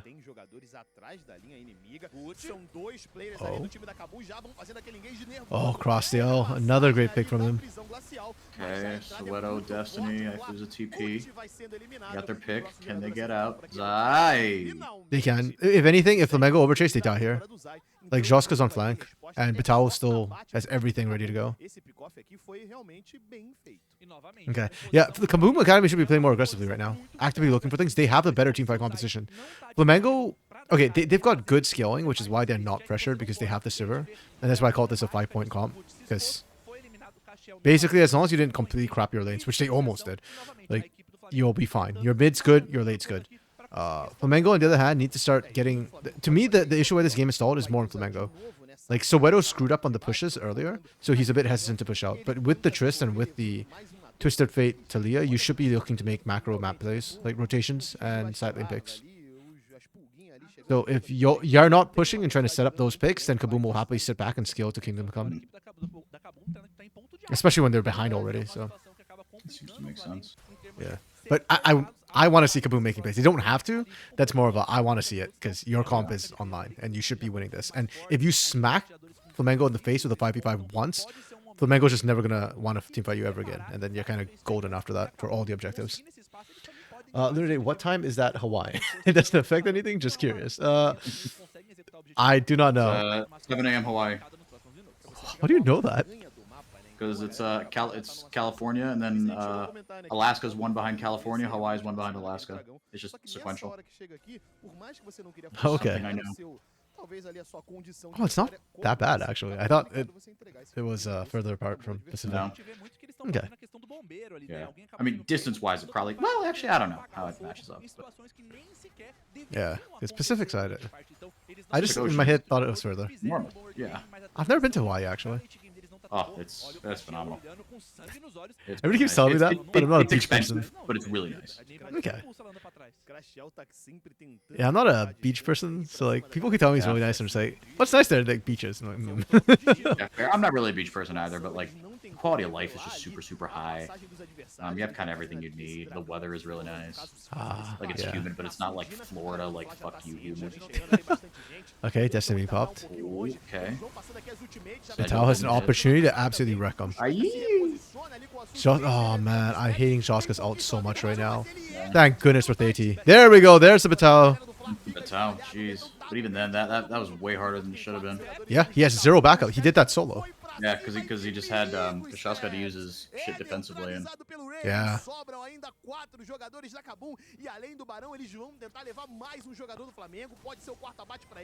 Okay, what I'm gonna say next is on super harsh, but Zoska just needs to die. Like, if you're caught like that, just throw yourself in there. Even if you die, as long as you get your ult on like critical members, group them up, you've done your job.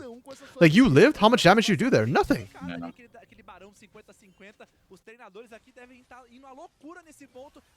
Also, how did he get caught? Wasn't Crosshail zoning?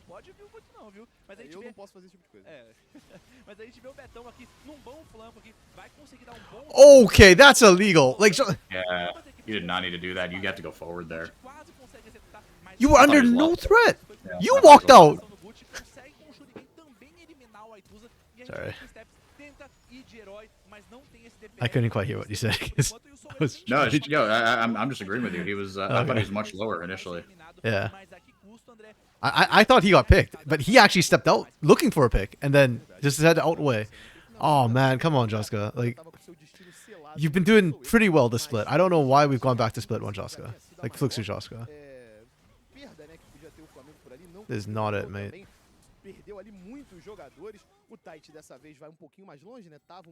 He's played Yone before too, right? This split? Like, surely this is not just his first Yone and he doesn't know what he's doing.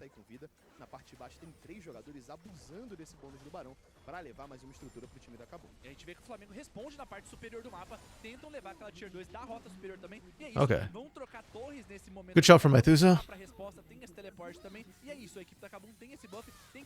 Yeah, he played Yone once already. So this is the second Yone game. Who won the first one?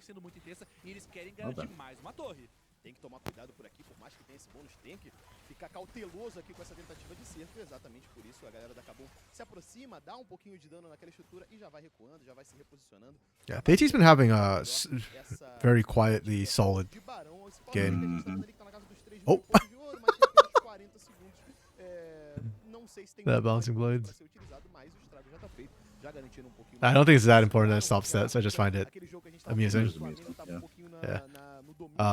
For me though, right now, I still have Batao MVP. Right now, that might yet change, but Batao has been money on those ults.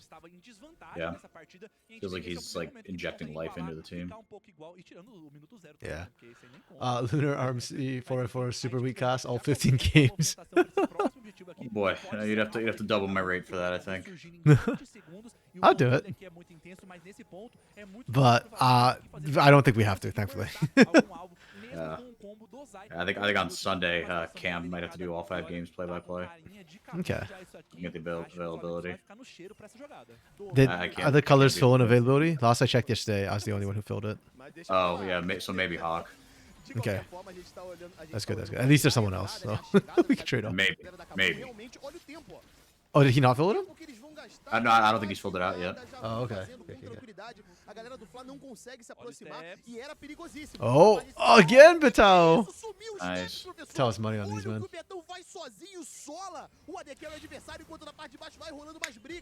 How do we feel about how Lonely performed this weekend, actually? I'm gonna have to go back and watch. I don't remember the Saturday games very well, and I haven't watched Sunday's games back yet. Okay, that's fair. Oh yeah, Hawk filled in. Hawk said he's available. Good. So we can split. We might end up doing all three days, just like split half for it like, each day. Mais abate pro Raven, tem também a chegada do Shoshka e o time da Kabum vai continuar batendo na porta da base. Okay, even though Crasso dies, very worth it for Kabum. O Shoshka se esperou pouco, mas é isso. A Kabum continua garantindo os objetivos, mais que flanco que o Betão conseguiu pegar naquele momento, garantir uma boa jogada. A gente viu quantas torres a Kabum conseguiu pegar nessa jogada. É verdade, a galera da Kabum que a gente estava comentando agora há pouco, que tava numa situação Maybe we get Dia casting on Sunday. That would be wild. I'm here for it, but that would be something. Didn't Dia say he wanted to cast more of the split? That's what I remember. Best laid plans. True.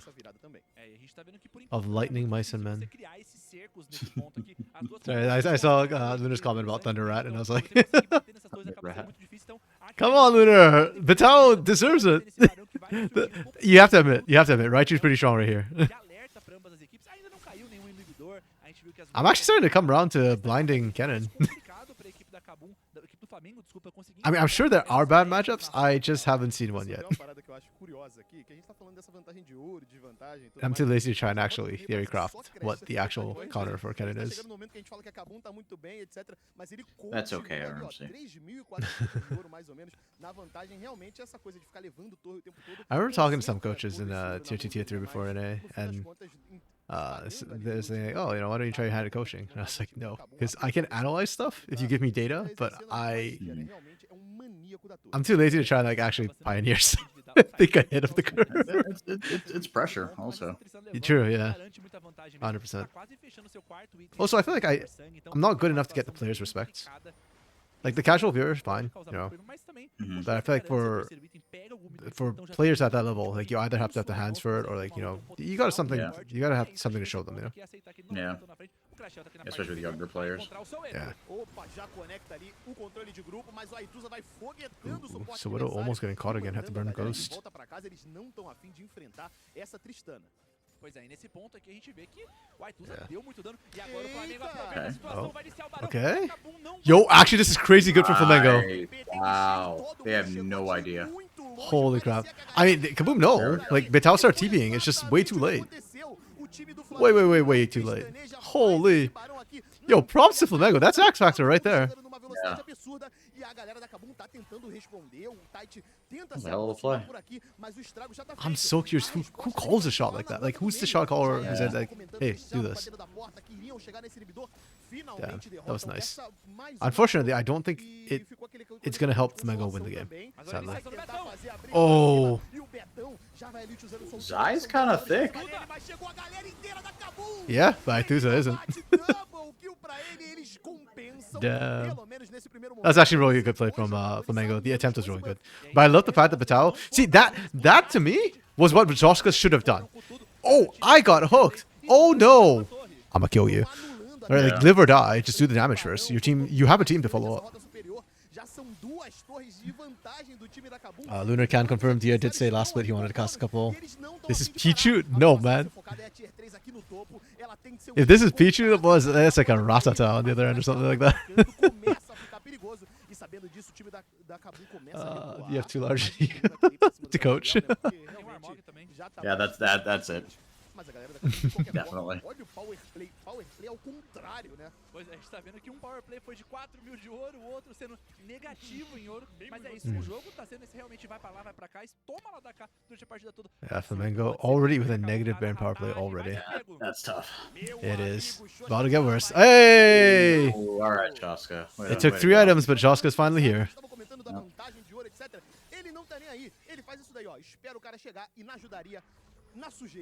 Yeah, the skill is kicked in. I don't see Flamengo being able to play this late game out. No, that's really difficult.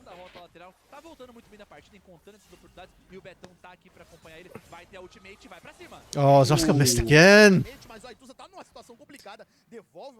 How many offensive, offensive fate seals have we seen actually land? I'm struggling to think of one. Yeah, maybe one, but I don't know. Like my head tells me there should have been one. There must have been one, but yeah, right. I'm struggling to recall it. O Aituz ainda se aproxima um pouquinho mais, tenta ali limpar um pouco aquela wave que vai chegando na rota do topo. Let's give a full figure. Já vai se afastando, se reposicionando. Lunade says there was one offensive. Okay. Base I with trust that. her. Let's I use trust that. her. Yep. So do I. Vantagem, capitalizando muita coisa nesse Okay. modo ali dentro da base do time do Flamengo. É, a gente tá vendo que eles estão interceptando When she's pela not rota do meio, busy porque spreading vai ter esse misinformation, dragão, she's. esse dragão surgindo em 10 segundos. Então, Actually, really é um helpful. momento que a equipe do Flamengo precisa conquistar esse objetivo, Yeah, precisa very on ganhar point. pra ganhar essa partida e não quer Oh, we are desligar. engaging onto Sejuani. Exatamente, parece ele We have chega just given no up. Okay. adversário do jogo e vai passando também ali a ultimate do Zay. Oh. O Crash é o próximo jogador a se posicionar por aqui. O Zay tá Actually, watching Zion cross steal on support is actually kind of nice. trocado.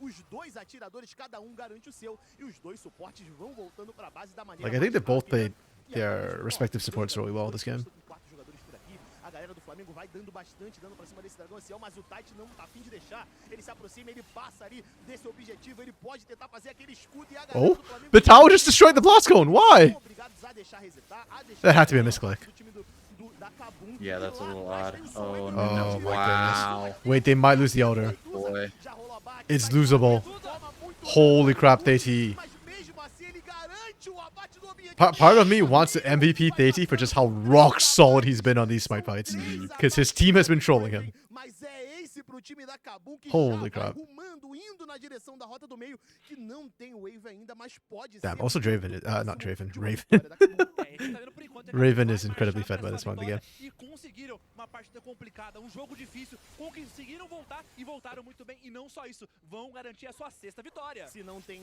wave na rota do meio, tem wave Yeah. na rota do topo, e eles já Alright. estão garantindo. Os timers são You know, muito considering bons how do our Flamengo. first game Essa started, finalização por aqui, o they have passo a slowed passo right down. We went from focado 20-minute é games to 40-minute Dude, games. yeah, por aqui that pra vitória do time da the Kabum, que poke, tá 6 the a 4. poke game, E as and then mudanças se pagando novamente. this one. O Tite invicto aqui no CBLOL. Yeah, at least this one was Enquanto nesse interesting. split, Yeah. 100% de aproveitamento. Pois é, eu acho que até em termos This is de true. execução ele mandou muito bem, conseguiu jogar. Acho que ele participou muito bem, tava conseguindo rodar o mapa de acordo do jeito que ele queria. Tudo bem que acabou na rota do meio, não tava conseguindo mandar muito bem. A gente viu que teve uma grande desvantagem entre o Aituz e o Shoska, mas assim, conseguiram executar muito bem. Acho caps que é uma lock on. composição mais fácil de executar. Novamente, a equipe da Kabum vindo com drafts um pouco mais simples, mas ainda assim que estão se pagando. A gente viu no cenário de teamfight que encaixou muito bem, que houve entradas muito fortes também. Então, olha que partida. No, Lunar, please don't curse that. Because if we go 60 minutes, I guarantee it's going to be because of pauses. And I do not want to live through that again. Yeah, Obviously. we got one more game. We could be out of here by. We could be out of here by 5. Hey. That's a universe right there. Wow. So I guess the fast games were still fast enough. How do I feel the laning went? Laning was I guess. Actually, Okay. Yeah. The top and bottom kind of balanced out. Map movements from Kaboom were honestly I not feel like great. his laning was pretty good. True, yeah, I think it's, yeah. Exatamente, a gente viu Uh, que em termos de execução, conseguiram mandar muito bem. Acho que Oh, o this is cara Flamengo, não this is not apagou Kaboom. tanto Whoops. durante a partida que foi o Um, Betão, conseguiu mandar Yeah, the lane was fine. Yeah, I thought it was a lane well. It gets kind of balanced out. Ele No, mandou actually, no. I'll give them muito chave, 4. I think the laning was good. quem tava liderando o jogo In era general. o time do Flamengo, mas tudo Yeah, so Edo did fine in the laning phase. It was like after that he started trolling. The map movements though from Flamengo, man, I wanted to give them like a 1 with how bad it was, but they had that really sweet Baron steal or Baron, not steal, heist. Excuse me. Yeah, no, that was really good. Yeah, but overall, like it just felt like their comp did nothing. Like they didn't know what to do at all in the mid game. They were just running around like headless chickens. Like, Silvano at least tried, but he also kind of hinted. The team fighting was also really bad from them. Their first couple fights were fine, and then as the game got on, their fights got progressively worse. And I'm not just talking about getting outscaled, but also just like target selection, who's doing anything basically. Like Steps and I actually want to check the damage charts because the eye test, like Steps and Goot didn't look great. I felt like Aituz was doing the bulk of the work in team fights. Não, certeza que o pessoal do que torce pro Flamengo, os flamenguistas, o pessoal da Kabum, tava todo Like they should have won this fight, O man. coração parou por pelo menos uns 10 segundos aí, voltaram à vida aí, mas a gente vê que foi um jogo They end up getting bem just kind of run pensadíssimo down. ao lado da K mesmo, mas a gente viu que novamente a equipe da Kabum No, who tava did conseguindo 2 for responder the muito bem essas Baron? jogadas, teve essa criação do Barão, e depois um pouco mais pra frente a equipe do Flamengo também I think I'm gonna say aproveitou Aituz this game pra responder e fazer esse Barão também, mas tudo for dependeu aqui, Flamengo. né, Brasil? nesse dragão ancião, que foi uma luta de um tomar da cá também. Mas, Was there anybody else from Flamengo who would get MVP, maybe? É isso que parecia que ia começar a ficar legal pro time do Flamengo, né? A gente teve aquela eliminação ali no 1 So Widow's quase, getting né? caught out Apoio a bit too pra frequently for my finalizar. Só taste. que depois que eles conseguiram Oh, I can get to the support. Zai, what am I doing? Oh yeah, no, I had a really good game. That was my support anti-bias coming into play again. Literally forgot about Zai. Yeah, the damage coming through from Steps was underwhelming. It was the Aether's a carry game. Tá tudo certo, mas a gente vê que em termos de dano o Raven conseguiu cumprir muito bem e a gente vê que Let's na go rotação our eles, game with foram 30-minute conseguindo 4x4 trabalhar tanto. E olha push. que interessante é realmente esse gráfico, como a equipe Yeah, I might as well just tava record the vantagem podcast at that o point. tempo inteiro, até True. nos momentos de subida da Kabum, só no Just finalzinho check if que Silver eles Surgeon's on and just like ofensiva em start termos it. de ouro. Então, Might actually keep Yeah. us more in time for a change. a Kabum conseguiu se estabilizar mesmo nessa desvantagem toda Trajan de got quase back to 15 me. I just segundos de ouro. DM'd him Foi muito directly. I difícil, think I'm foi Okay. muito complicado, obviously. mas eu acho que eles jogaram muito bem ao redor dos momentos e dos Go, strikes what's que eles Scotland passaram, time? mas For- principalmente pela iniciação da composição Magic time dos zones. jogos. Então, It acho que a is composição, a maneira 10 que era o'clock. rodada, No, eles midnight encontraram there. brechas em momentos e furos muito Yeah, it's importantes 12:30 no over jogo there. do Flamengo, que garantiu essa vitória. Damn, wait, how do you know this? California to UK is +8. California to Central Europe is +9. Why do you just magically know these I numbers? just know that. I don't Acho know. que todos aqui conseguiram mandar muito bem nessa partida. Acho que o Raven cumpriu o papel muito bem dele no final. I do am jogo. Mas eu acho que very, o very Raven impressed conseguiu actually that manter a you just linha, randomly know conseguiu these pegar esse things. objetivo 50-50 de uma forma maluca. Eu acho que fez a diferença, principalmente General no knowledge for the e win. do Betão, acho que foi o Yeah. Knight. Pra mim, ele conseguiu Kaboom. dar um papel crucial durante a partida Who toda. do we Eu acho que ele MVP? conseguiu estabilizar muito Okay, bem a they partida. MVP Tati. Acho que até a gente viu que não I foi was gonna do uma it to partida Betal, but then honestly, Acho I que feel like merecia Tati and esse Crossyall destaque, had mas some também great daria um moments. salve pro Raven Betão, did eu acho que disgusting amounts of jogado damage as well. Wait, did he? Let me double check that. Yeah, he did. inteiro, até Like that damage from Raven is just nutty. But at the same time, I feel like that's just the champion you pick. Yeah. That's not Like really the game got to that point, and Thati and Crastiel set him up very nicely. Like the team fighting was pretty good, even when Shaska tried. Despite Shaska's best efforts, it was pretty good. Yeah. Tati, Betal, or Crossyell? Give it to Thati. Tati? Okay. Yeah, he was really good. Damn it, for my cap lock was on again. Had everything inverted. Okay. You win today, Lunar. Betal doesn't get it. Lucky you. I was thinking of Betal until that last flank went really wonky. I mean, technically, I guess it's not Betal's fault per se, but also. Yeah. Yeah, that felt like the Red. This game reminded me a lot of the Red Academy game where they just dropped the late game, and then I think it was into Furia, and Furia just let them go to late game. I think I saw something that Fury are now qualified for playoffs because of that result. Wait, sorry. Furia. They're now locked for playoffs because of that result. They clinched. Like Furia Academy or Furia CBLOL? Academy. Oh, because okay. Flamengo lost. Ooh, okay. You know what? Yeah, I could believe that. Because similar situation to Pain, right? Where if Pain wins, they're like, pretty much locked. Yeah. And Fury, I think, needed a win, but then like the 4 and 6 teams to lose, and they pretty much did. Los Grandes lost. Flamengo now 4 and 6.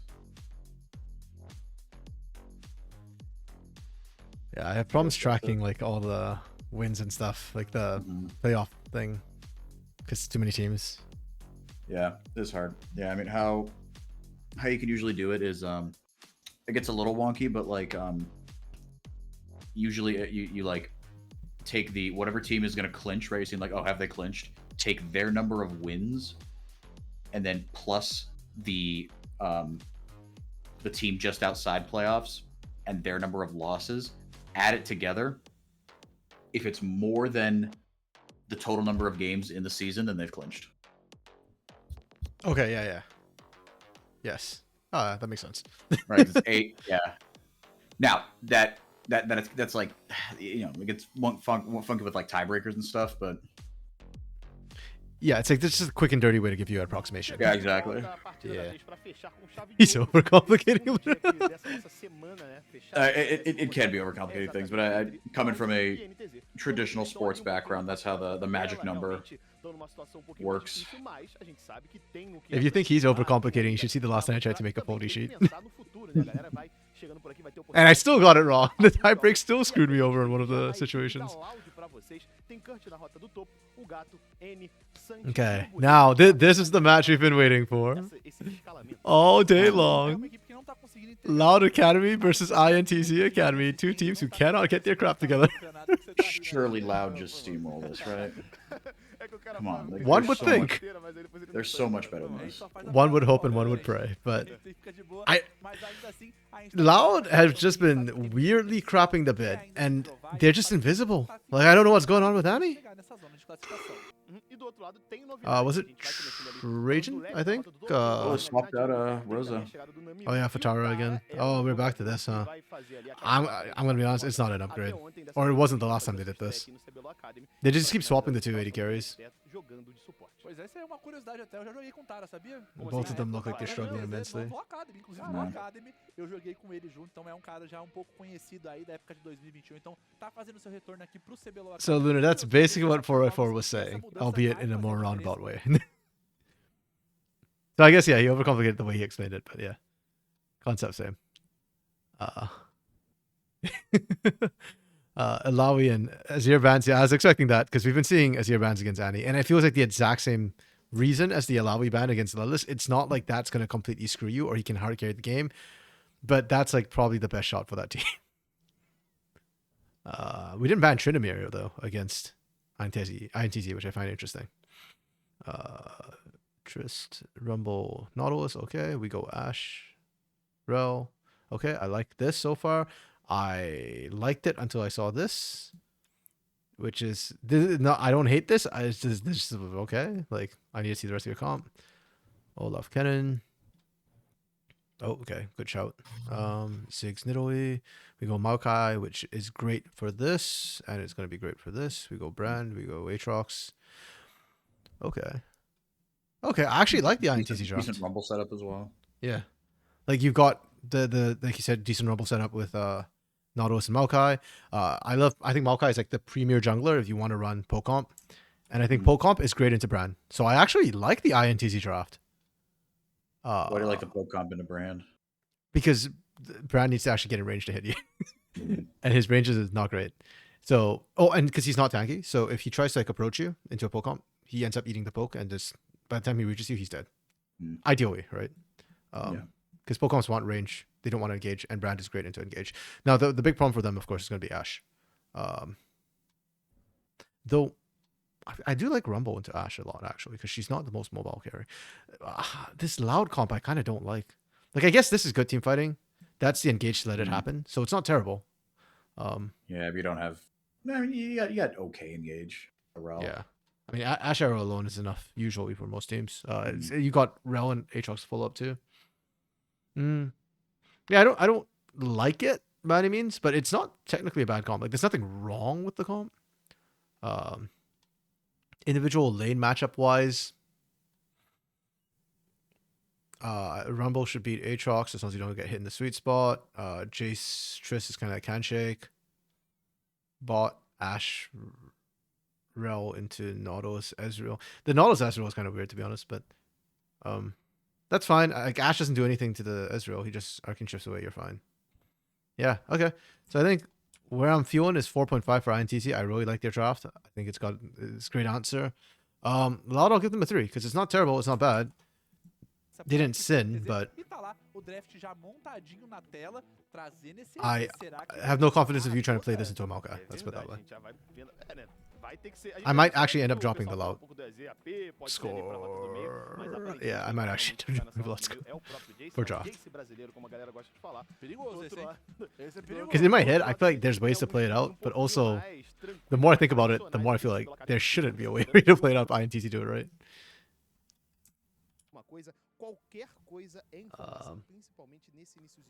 Aatrox in 2024. Hell yeah. Yub's got an MVP for his Aatrox in 2024 in CBLOL.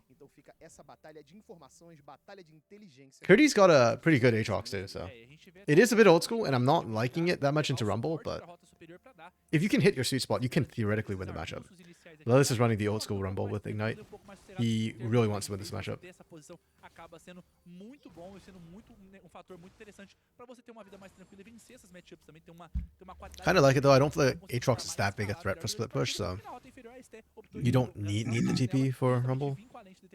Era uma prática um pouco mais comum antigamente nesses metas de atirador jogando de suporte, então a gente não vê com tanta frequência, mas aparentemente a equipe da NTZ está priorizando muito ter essa questão dessa vantagem na rota inferior. Falando em vantagem rota, como é insuportável lanear contra uma Tristana. We're just getting zoned. A vantagem que ela vai fazendo, já vai colocando bastante pressão, vai garantir o level 2, o Namiru pode ficar, quer dizer, não vai chegar a ficar perigo, mas mesmo assim, você fica o tempo todo incomodado, o tempo todo sabendo que ela pode te fazer aquele bullying, né? Pois é, vai te encurralar o tempo inteiro, vai tentar buscar esses auto-ataques, vai tentar realmente jogar muito pra cima de você pra te atrapalhar durante a partida, então é justamente esse o foco, você ter esse burst, você... Okay, good from Sunstar. Step back, don't get killed by level 2, play it safe. Não é um campeão que consegue contestar tão bem, ainda mais nessa matchup contra a Ashe, que tem muito alcance, a Rel também consegue acompanhar muito bem com esse controle de grupo, então tem que tomar um pouco de cuidado, e o Rain indo pra cima justamente no nível 3, tomou essa bomba. Yeah, I expect INTZ to kind of just lose all their lanes, not because the champs are bad, but just because INTZ traditionally, Academy at least, loses all their lanes. Lillis is winning his lane though, actually. Yeah, the matchup's favorable for him. And that's why I say, like, Lillis on this team is like their best player, but... Ooh. Wow, okay.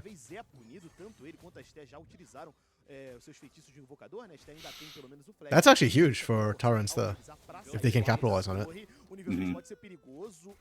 So close. Today, you expect INTZ to lose, no further analysis.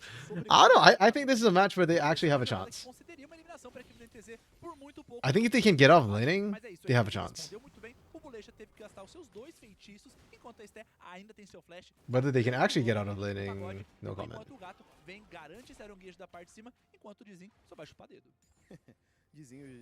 Tava ali na região, That I guess we'll find out. Que não tem absolutamente nada pra ele fazer naquela região do Rio. E a gente já vai vendo que tem ping lá na parte de baixo, nessa parte de cima aqui também vai rolando briga. Good combo from Kurtie. Trocando aqueles carinhos, aquelas carícias. E aquela discussão que a gente comentou ontem, a gente até teve de bater o papo sobre chegar de teleporte ou chegar de Ignite. Dessa vez o Lelis, que a gente sabe que adora brigar na lane. Okay. Oh, who got a showed? O gato ainda apareceu, vai ter a brecha pra sair da sua lane com tranquilidade, sair com vida ao Lelis e voltar ali pra tentar dar uma farmadinha ainda, né? Eu achei que o Kurt poderia comitar This is why I can't get behind Gifugato, man.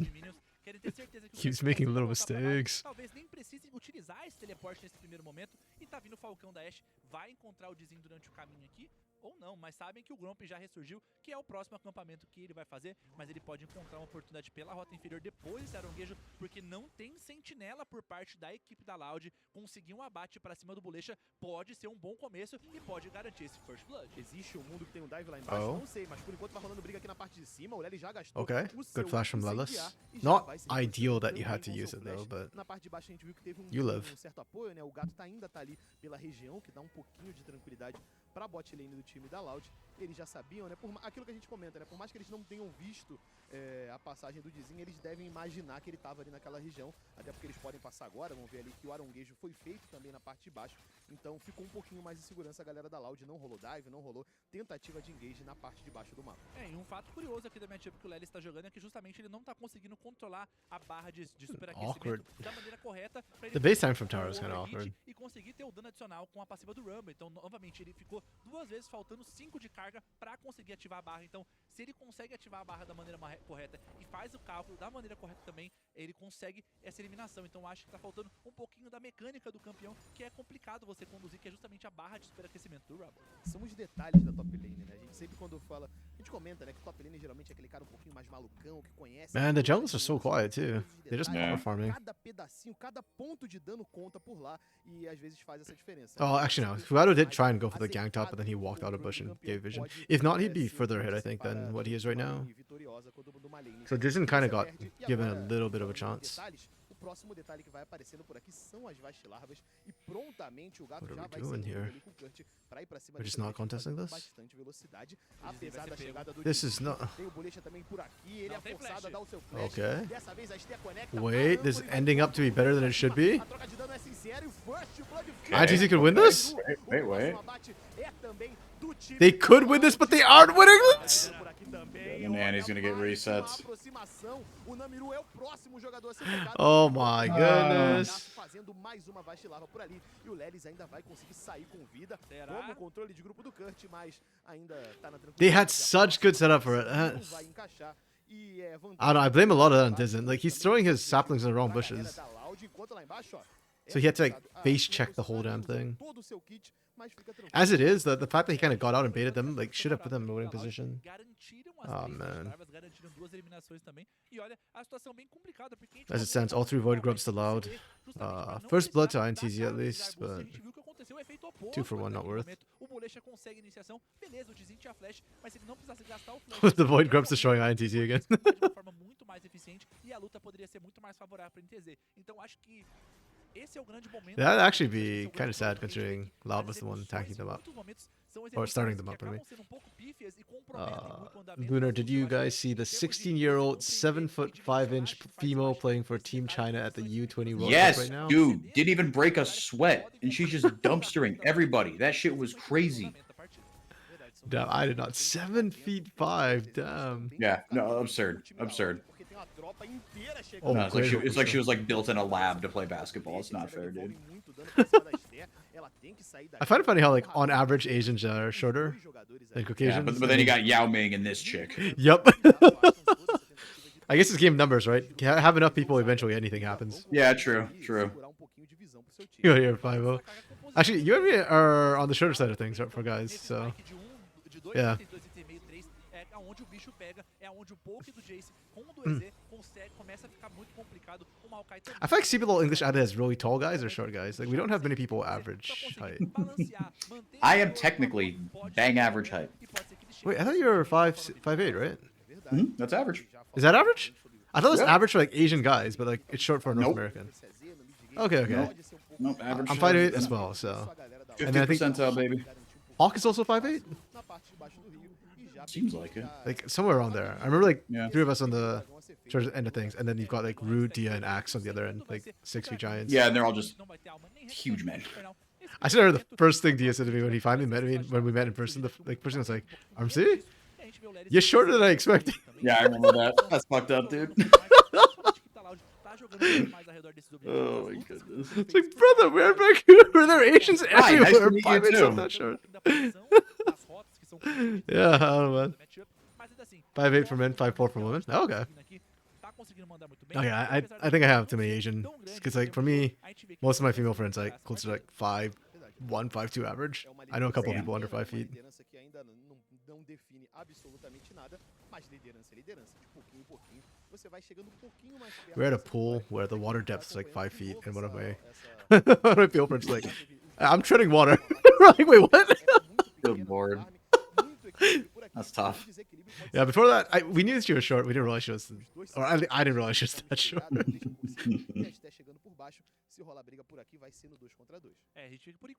Scandinavian women average like 6'3". True. I attended Dutch church, and like yeah, the girls are taller than me on average, I think. Scandinavian women, man. Yeah, Dutch women too. Dutch, I think Dutch on average are the tallest nation, like the Really? Netherlands. I vaguely remember seeing something like that. That would surprise me. Yeah. Exatamente, esses são os detalhes que eu comento antes dessas lutas que podem ser Yeah, there's a colleague I worked with in the past. She's Dutch, and she was saying that her family has like a history of heart disease, or like heart issues, and like because as a pharmacist in the past, like one of our other colleagues, we looked it up, and it turns out it's just like if you're taller, you're more likely to die of a heart condition. Yeah. Because that's the Yeah, way no, I I think I knew that actually. Yeah. and that's where we found out, or we looked up, I think, that on average, like, the Lens is the tallest average height or something like that. E dessa vez Oof, não tem Lens is flash, dead. já The tem Pyroclasm. vai perseguindo, vai pra cima dele e ele é eliminado com exímia facilidade pelo time da Loud, que já vai aproveitar essa brecha pra fazer isso aqui, ó, já descer na direção do objetivo, vão garantir ali Equalizer is still on a cooldown, visão right? aqui pra Yeah, cima, okay. e a galera da NTZ é colocada pra fora do covil. Yeah, I was just São wondering if 6 Leather should have just vaciladas, dropped it at the ao end, que but tudo indica. because right now it just feels like Loud is just getting everything for free again. First Void Grub fight backfired. They got first drag. They're getting second set of Void Grubs for free. And INTZ isn't coming out of lane with that big a deficit. Like they can No. do stuff right now. Yeah, their composition's good. Yeah, should be workable. Like you should be poking E fica aquela Yeah. least. solitária vida dos Yeah, jogadores. it's like we're saying, like, Realmente, just os suportes we'll see how they trabalham no mapa inteiro, eles são forçados how they set up a vision and ficar stuff ali na before the parte de objectives, baixo. right? That's E everything. tá farmada, né? Yeah. Vendo que ele tá com uma certa And Loud lit up the top side of Christmas tree. It's still all blue up there. aproximação da Actually, galera Christmas trees da aren't blue. I don't know why I said Christmas tree. Já são 4 They can be. e tem 2 ali no Can they? retorno. O primeiro jogador a ser focado é exatamente Yeah, blue a lights, Ger. O Bolecha Oh, true. passa no meio de todo mundo, usa sua ultimate pra trazer Please o have Namiru these skill mais set. frente ao próximo Please have these skill jogador. set. O apoio ali do Tara também. O Namiru é o Okay, próximo okay, a it's cair turnable, it's logo winnable. em breve, Maybe. mas também dando There we chance go. em cima do gato, disparo do It's not disparo winnable, never garante mind. a segunda eliminação. Cody E TP. logo na sequência tem mais uma dessas vezes. You know what? I still respect the play Já from tá INTZ. eliminado. O Kurt faz a aproximação também por aqui. They did E something. o Tara também é eliminado. Que bagunça. Todos os jogadores indo um pra cima do outro. Mas no fim das contas ainda Yeah, ficou and buy o space for técnico Lilith to take the top na side. vantagem. This is just what happens if you don't take ignite. The ignite. Don't take TP. The TP diff. Aqui no caminho, a Loud inicia muito bem, mas a equipe da NTZ tinha 4 jogadores, a gente vê a iniciação, o Namiru indo pra cima. Militia and Sant survived an unreasonable amount of time though.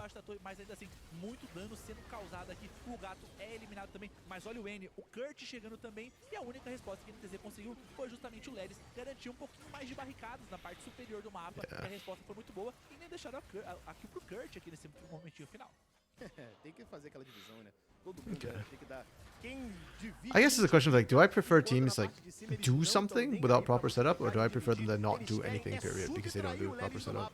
E ele vai sofrendo muito dano, mais uma eliminação pra cima do top laner da NTZ. Pois é, depois de uma aula de Yeah, matemática this just dessa keeps getting equipe, punished teve subtração repeatedly. mesmo, e por enquanto a equipe da NTZ conseguiu compensar, adicionando Lunar's asking, how tall is barricadas Solar? aqui. She's O tall. Namiru consegue essa barricada, consegue Isn't she essa 6 feet barricada. too? A gente vê que em termos de Or no, not barricadas, 6 feet 2 essa inches, but like 6 feet as well, por parte da or some NTZ, ridiculous thing like that. conseguiram 4 I barricadas think na parte I do think mapa, she's tall. 3 na But parte I don't know. I feel like we've had this conversation before, but I forget her answer. But I think I remember her being tall. Realmente. Yeah, I remember she is tall. I just don't remember the attack like number. Aye. She's definitely taller than us.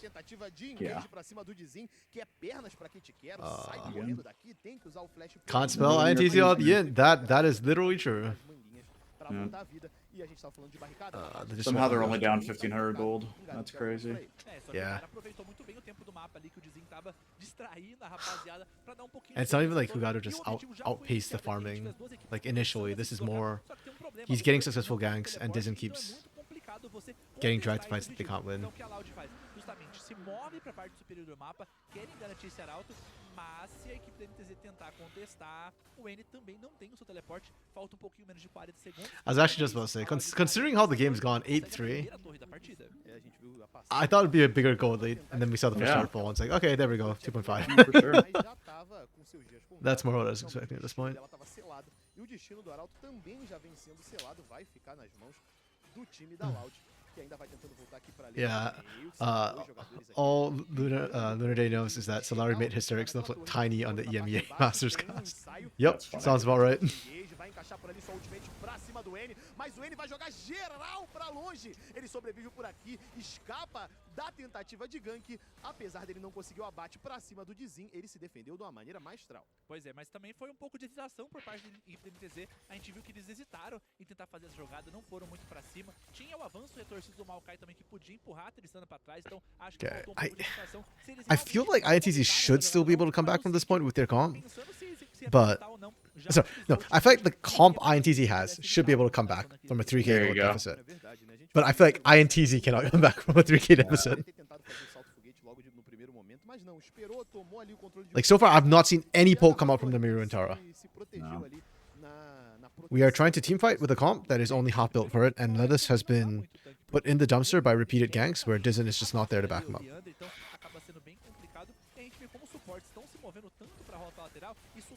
Asher, what was that too? Oh, Tower's going forward. Damn. Tower's about to go back in a body bag. Far forward. Oh my goodness. See what I mean? Like, bro, we have Jason Ezreal for poke, and we are just walking forward, like basically under a turret almost at that point. Yeah.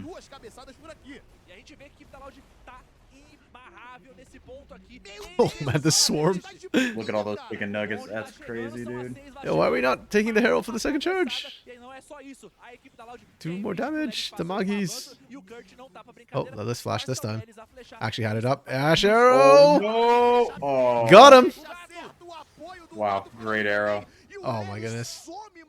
You know what? This game might be what Loud need to snap out of their funk, because this game has been looking cleaner as they go along. Like the start was kind of passive, but now they're, you know, finding their groove. Those are good rotations. Those are clean moves.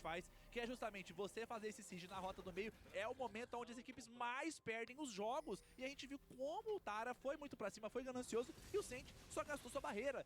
Yeah, I think I'm just about done and given up on INTZ Academy at this point. They make it very difficult.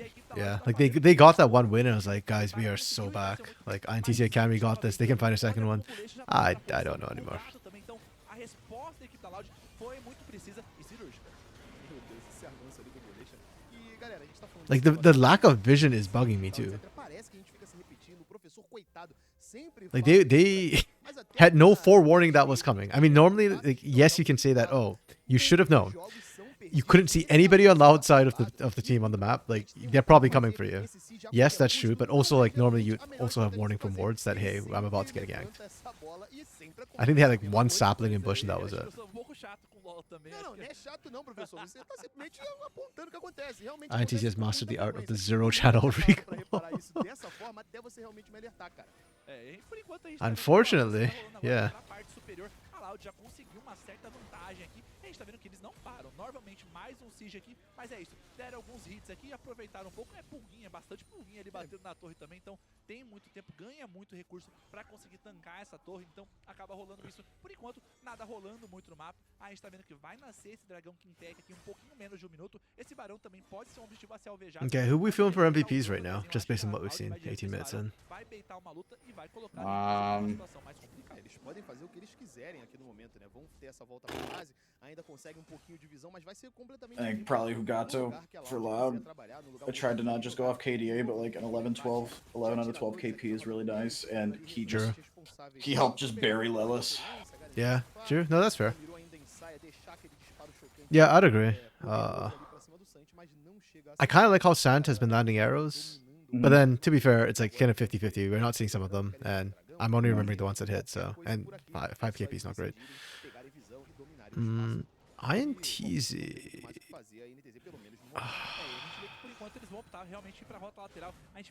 Okay. INTZ kind of weird, but hear me out. I'm thinking of MVPing Ludless on that team right now. I know he's died 3 times. I know he keeps getting caught out. But I feel like he's literally the only one doing anything on the team right now. Yeah, he might be. I'm struggling with INTZ. Ainda assim, o N tá sendo muito ousado, tá indo pra cima, enquanto a Loud tá fazendo vários objetivos ao mesmo tempo. Garante torre, garante pressão na rota superior. Então, a gente vê como a NTZ não tá conseguindo responder muito bem. E de novo, Andrezinho, de novo, olha a rota no meio. Oh, that arrow again. Nice. Nice arrow. Oh, Hugado died. Consegue se reposicionar, toma por ali a carga de profundidade, mas ele continua vivo. É double kill ali pro atirador do time da Loud. A perseguição continua, o Kurt ainda vai mandando a galera de volta pra base, falando assim, ó, galera, não fica parado não, hein? Corre, senão eu te pego. E foi exatamente o que fez o time da NTZ, correu pra não ser pego. E o mais complicado aqui foi que a NTZ também, além de perder muitos jogadores... Okay, so Tara got one of those kills. Mas essas recompensas não valem a pena. And Namiru got the other? No. Eles acabam dando pra equipe da Loud nessas eliminações. Então a gente tá Just they only got 1 kill, I think. This is the one? Oh, okay. Oh. I think.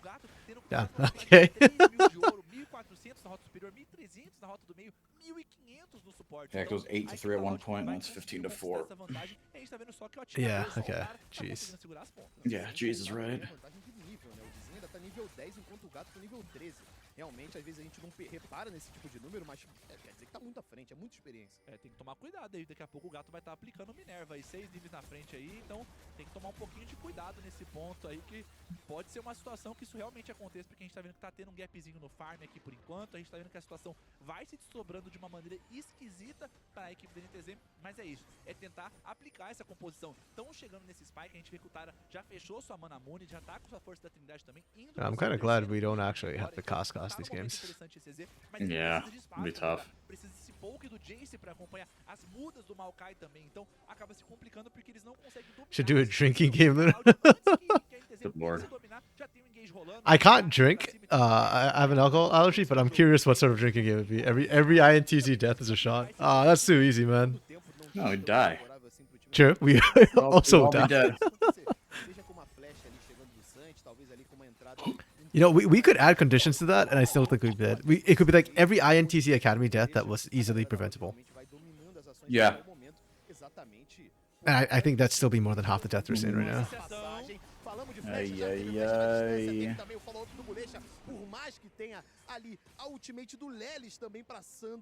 Every INTZ death in the mid lane. Hey, actually, that one's kind of fun. I'm actually curious. I've not paid attention to where they're dying, but... Ooh, damn, Tara. That did a lot of damage. Yeah. Did not expect that. Wait, are they actually poking now? Nope, never mind. I got excited for no reason. I was like, True Shot Barrage and a Shock Blast? Oh my goodness. Okay, Namiru's doing things. It's funny because I literally just posted a meme saying like INTZ Academy when I'm watching it. Like, do something. And they did something, but not enough.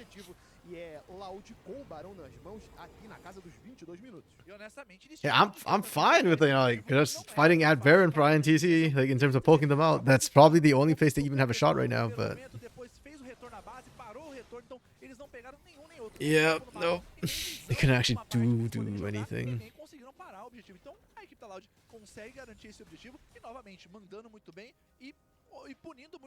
Yeah.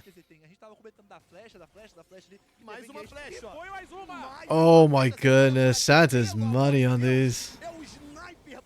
Albeit that was a pretty powerful back.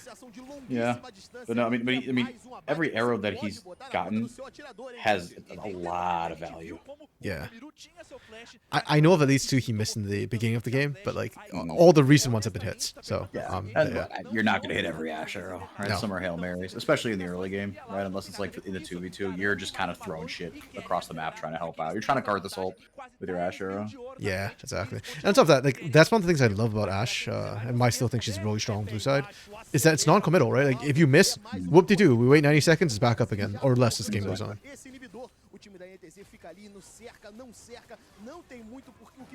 Let her rip this in. Okay, that was actually perfect. Except Curdy's in the backline. Oh, Curdy's on a flank. Oh, Curdy's actually everybody else is kind of low. Oh no. You just cut it back. It's too easy. Wait, Santa overstepped. Go, Namiru! What are you waiting for? A Christmas card? Oh my god, the one time you weren't supposed to poke! Like, you had flashes going in all combo this... ali ainda assim, mas a gente viu como a composição da NTZ, quando eles buscam esses engages, conseguem encaixar o combo, pode ser muito poderoso. A entrada da ultimate do Tara, vem do tapete do Rumble. Yeah, literally, yeah, that's one of the two that I remember Sat missing in terms of the Enchanted Crystal arrows. But overall, it's still been pretty good. Sat should have been punished there, though. Like, stepping up like that was kind of illegal. Like, I know you're feeling pretty strong, but INTZ had a lot of members there.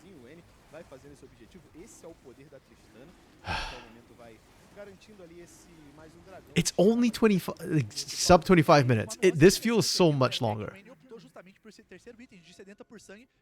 Yeah, it really does. That's insane. Yeah, until you pointed that out, I'm like, excuse you. Yeah, I was looking at the Dragon Tail, I'm like, that's Soul, right? And I checked up, I'm like, okay, it's not Soul, almost Soul, and then I realized, wait, they've been taking Dragon on spawn. Like, they've been really good about that. Props to them. Yeah. As they should. I'm sorry. Like if you're not trying to take Dragon on spawn against INTZ, like what are we doing? Whoa.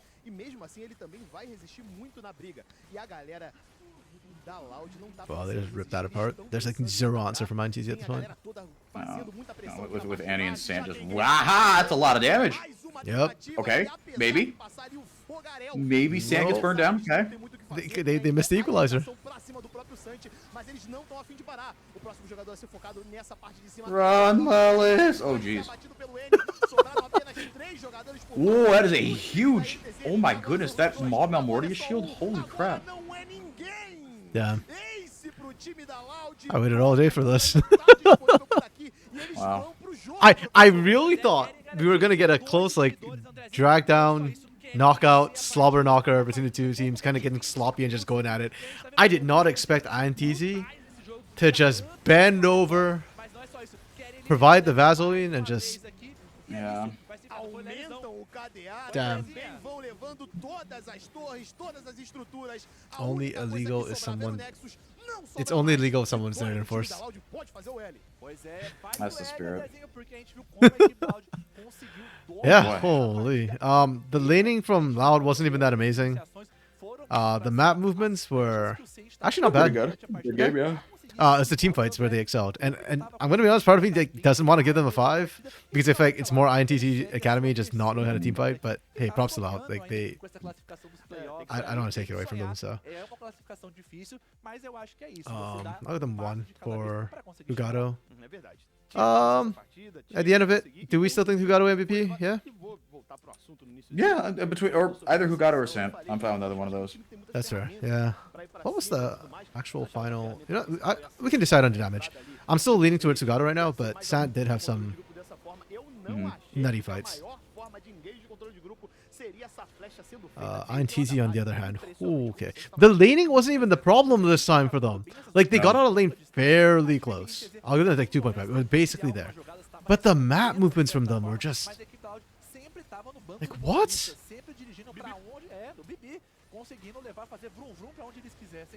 Like, it was just so sus. Eu me apego muito a essa questão desses pequenos detalhes, porque é importante, acho que o LoL é jogo de conceitos básicos, mas quando vai somando monte de básicos... Wow. After tabulating their score, this is like still one of their higher scores. Yeah, that's crazy. Usually when a team wins, they have like close to about like 15 points by the end of it. Their one win over Kaboom Academy was 12.5 points. That's like borderline, like it could be a win, could be a loss level. I guess that's why I use this particular like quantitative metric, just to let me see like in my head how good I thought the win or loss was. Right. Yeah. Actually, one thing I always forget to look at is how are the teams stacking up actually. Yeah, it's like the average or like the median score is like 14.3 or 14.4, let's say. Okay, yeah, Hugado's still massively out damaged. Oh wow. Yeah. In the early game, he was just farming him, dude. Curdy's damage actually surprises me because I feel like we only saw it towards the end, but damn. Aatrox things, I guess.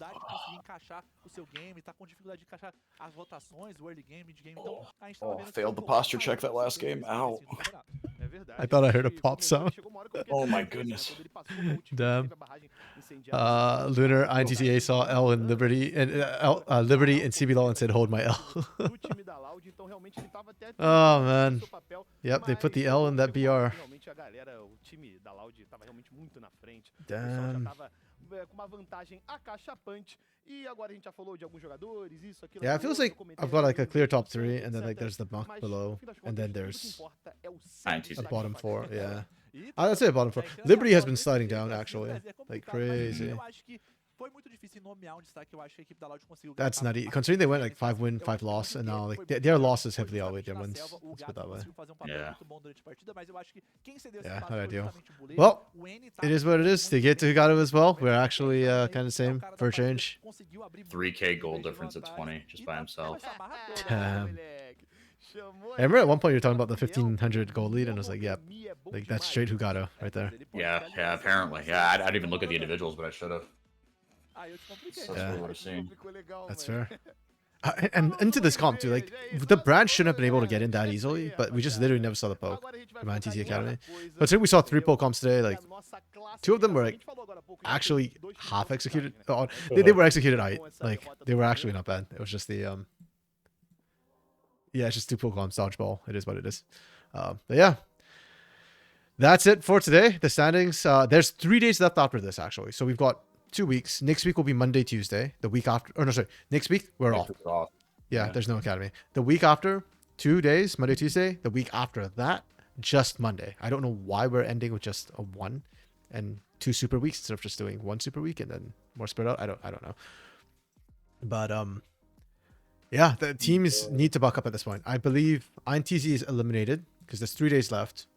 Fluxu is eliminated because it'd be 5. Which I guess technically you could still potentially do it. So they're not. Yeah. Mathematically How do they do against? I mean, Trappa and Liberty. They're 0-0 against Trappa. They haven't played either of them. Yeah. So technically they're alive. Yeah, but yeah, I mean at this point, every game matters now. And these teams, I'd say like Red, Loud, and Fluxu are just praying. Like, fate is off their own control. Even if they win their games, they still need teams above them to lose. So Furia did lock in. Furia locked? Okay, so Yep. Nice. These two have locked. Excellent. Yeah, so the teams need to buck up at this point. Like, I'm all for developing and trying things out in Academy, but The best of experience is invaluable, and they make it so easy to qualify. yeah, and with the Fearless drop too, it is a very different style. So Yeah. I think teams really do need to absolutely massively buck up. But for now, that's it. Today, you know what? CBLOL never fails to surprise me. I'll put it that way. Mhm. It's That's why it's the greatest league in the world. It is. Even their academy is super fun. Thanks for joining me, 4x4. Really appreciate it. Thanks, Lunar, for staying till the end again as well. Dark Knight, Wilkes for dropping by. Arxent, I think, was here earlier. Or was that yesterday? Arxent was probably lurking. He does that a lot. Reverse Cake as well. Hope you feel better, Cake, soon. But yeah, that's it for us. I'm heading out. Peace. Bye. Bye, everybody.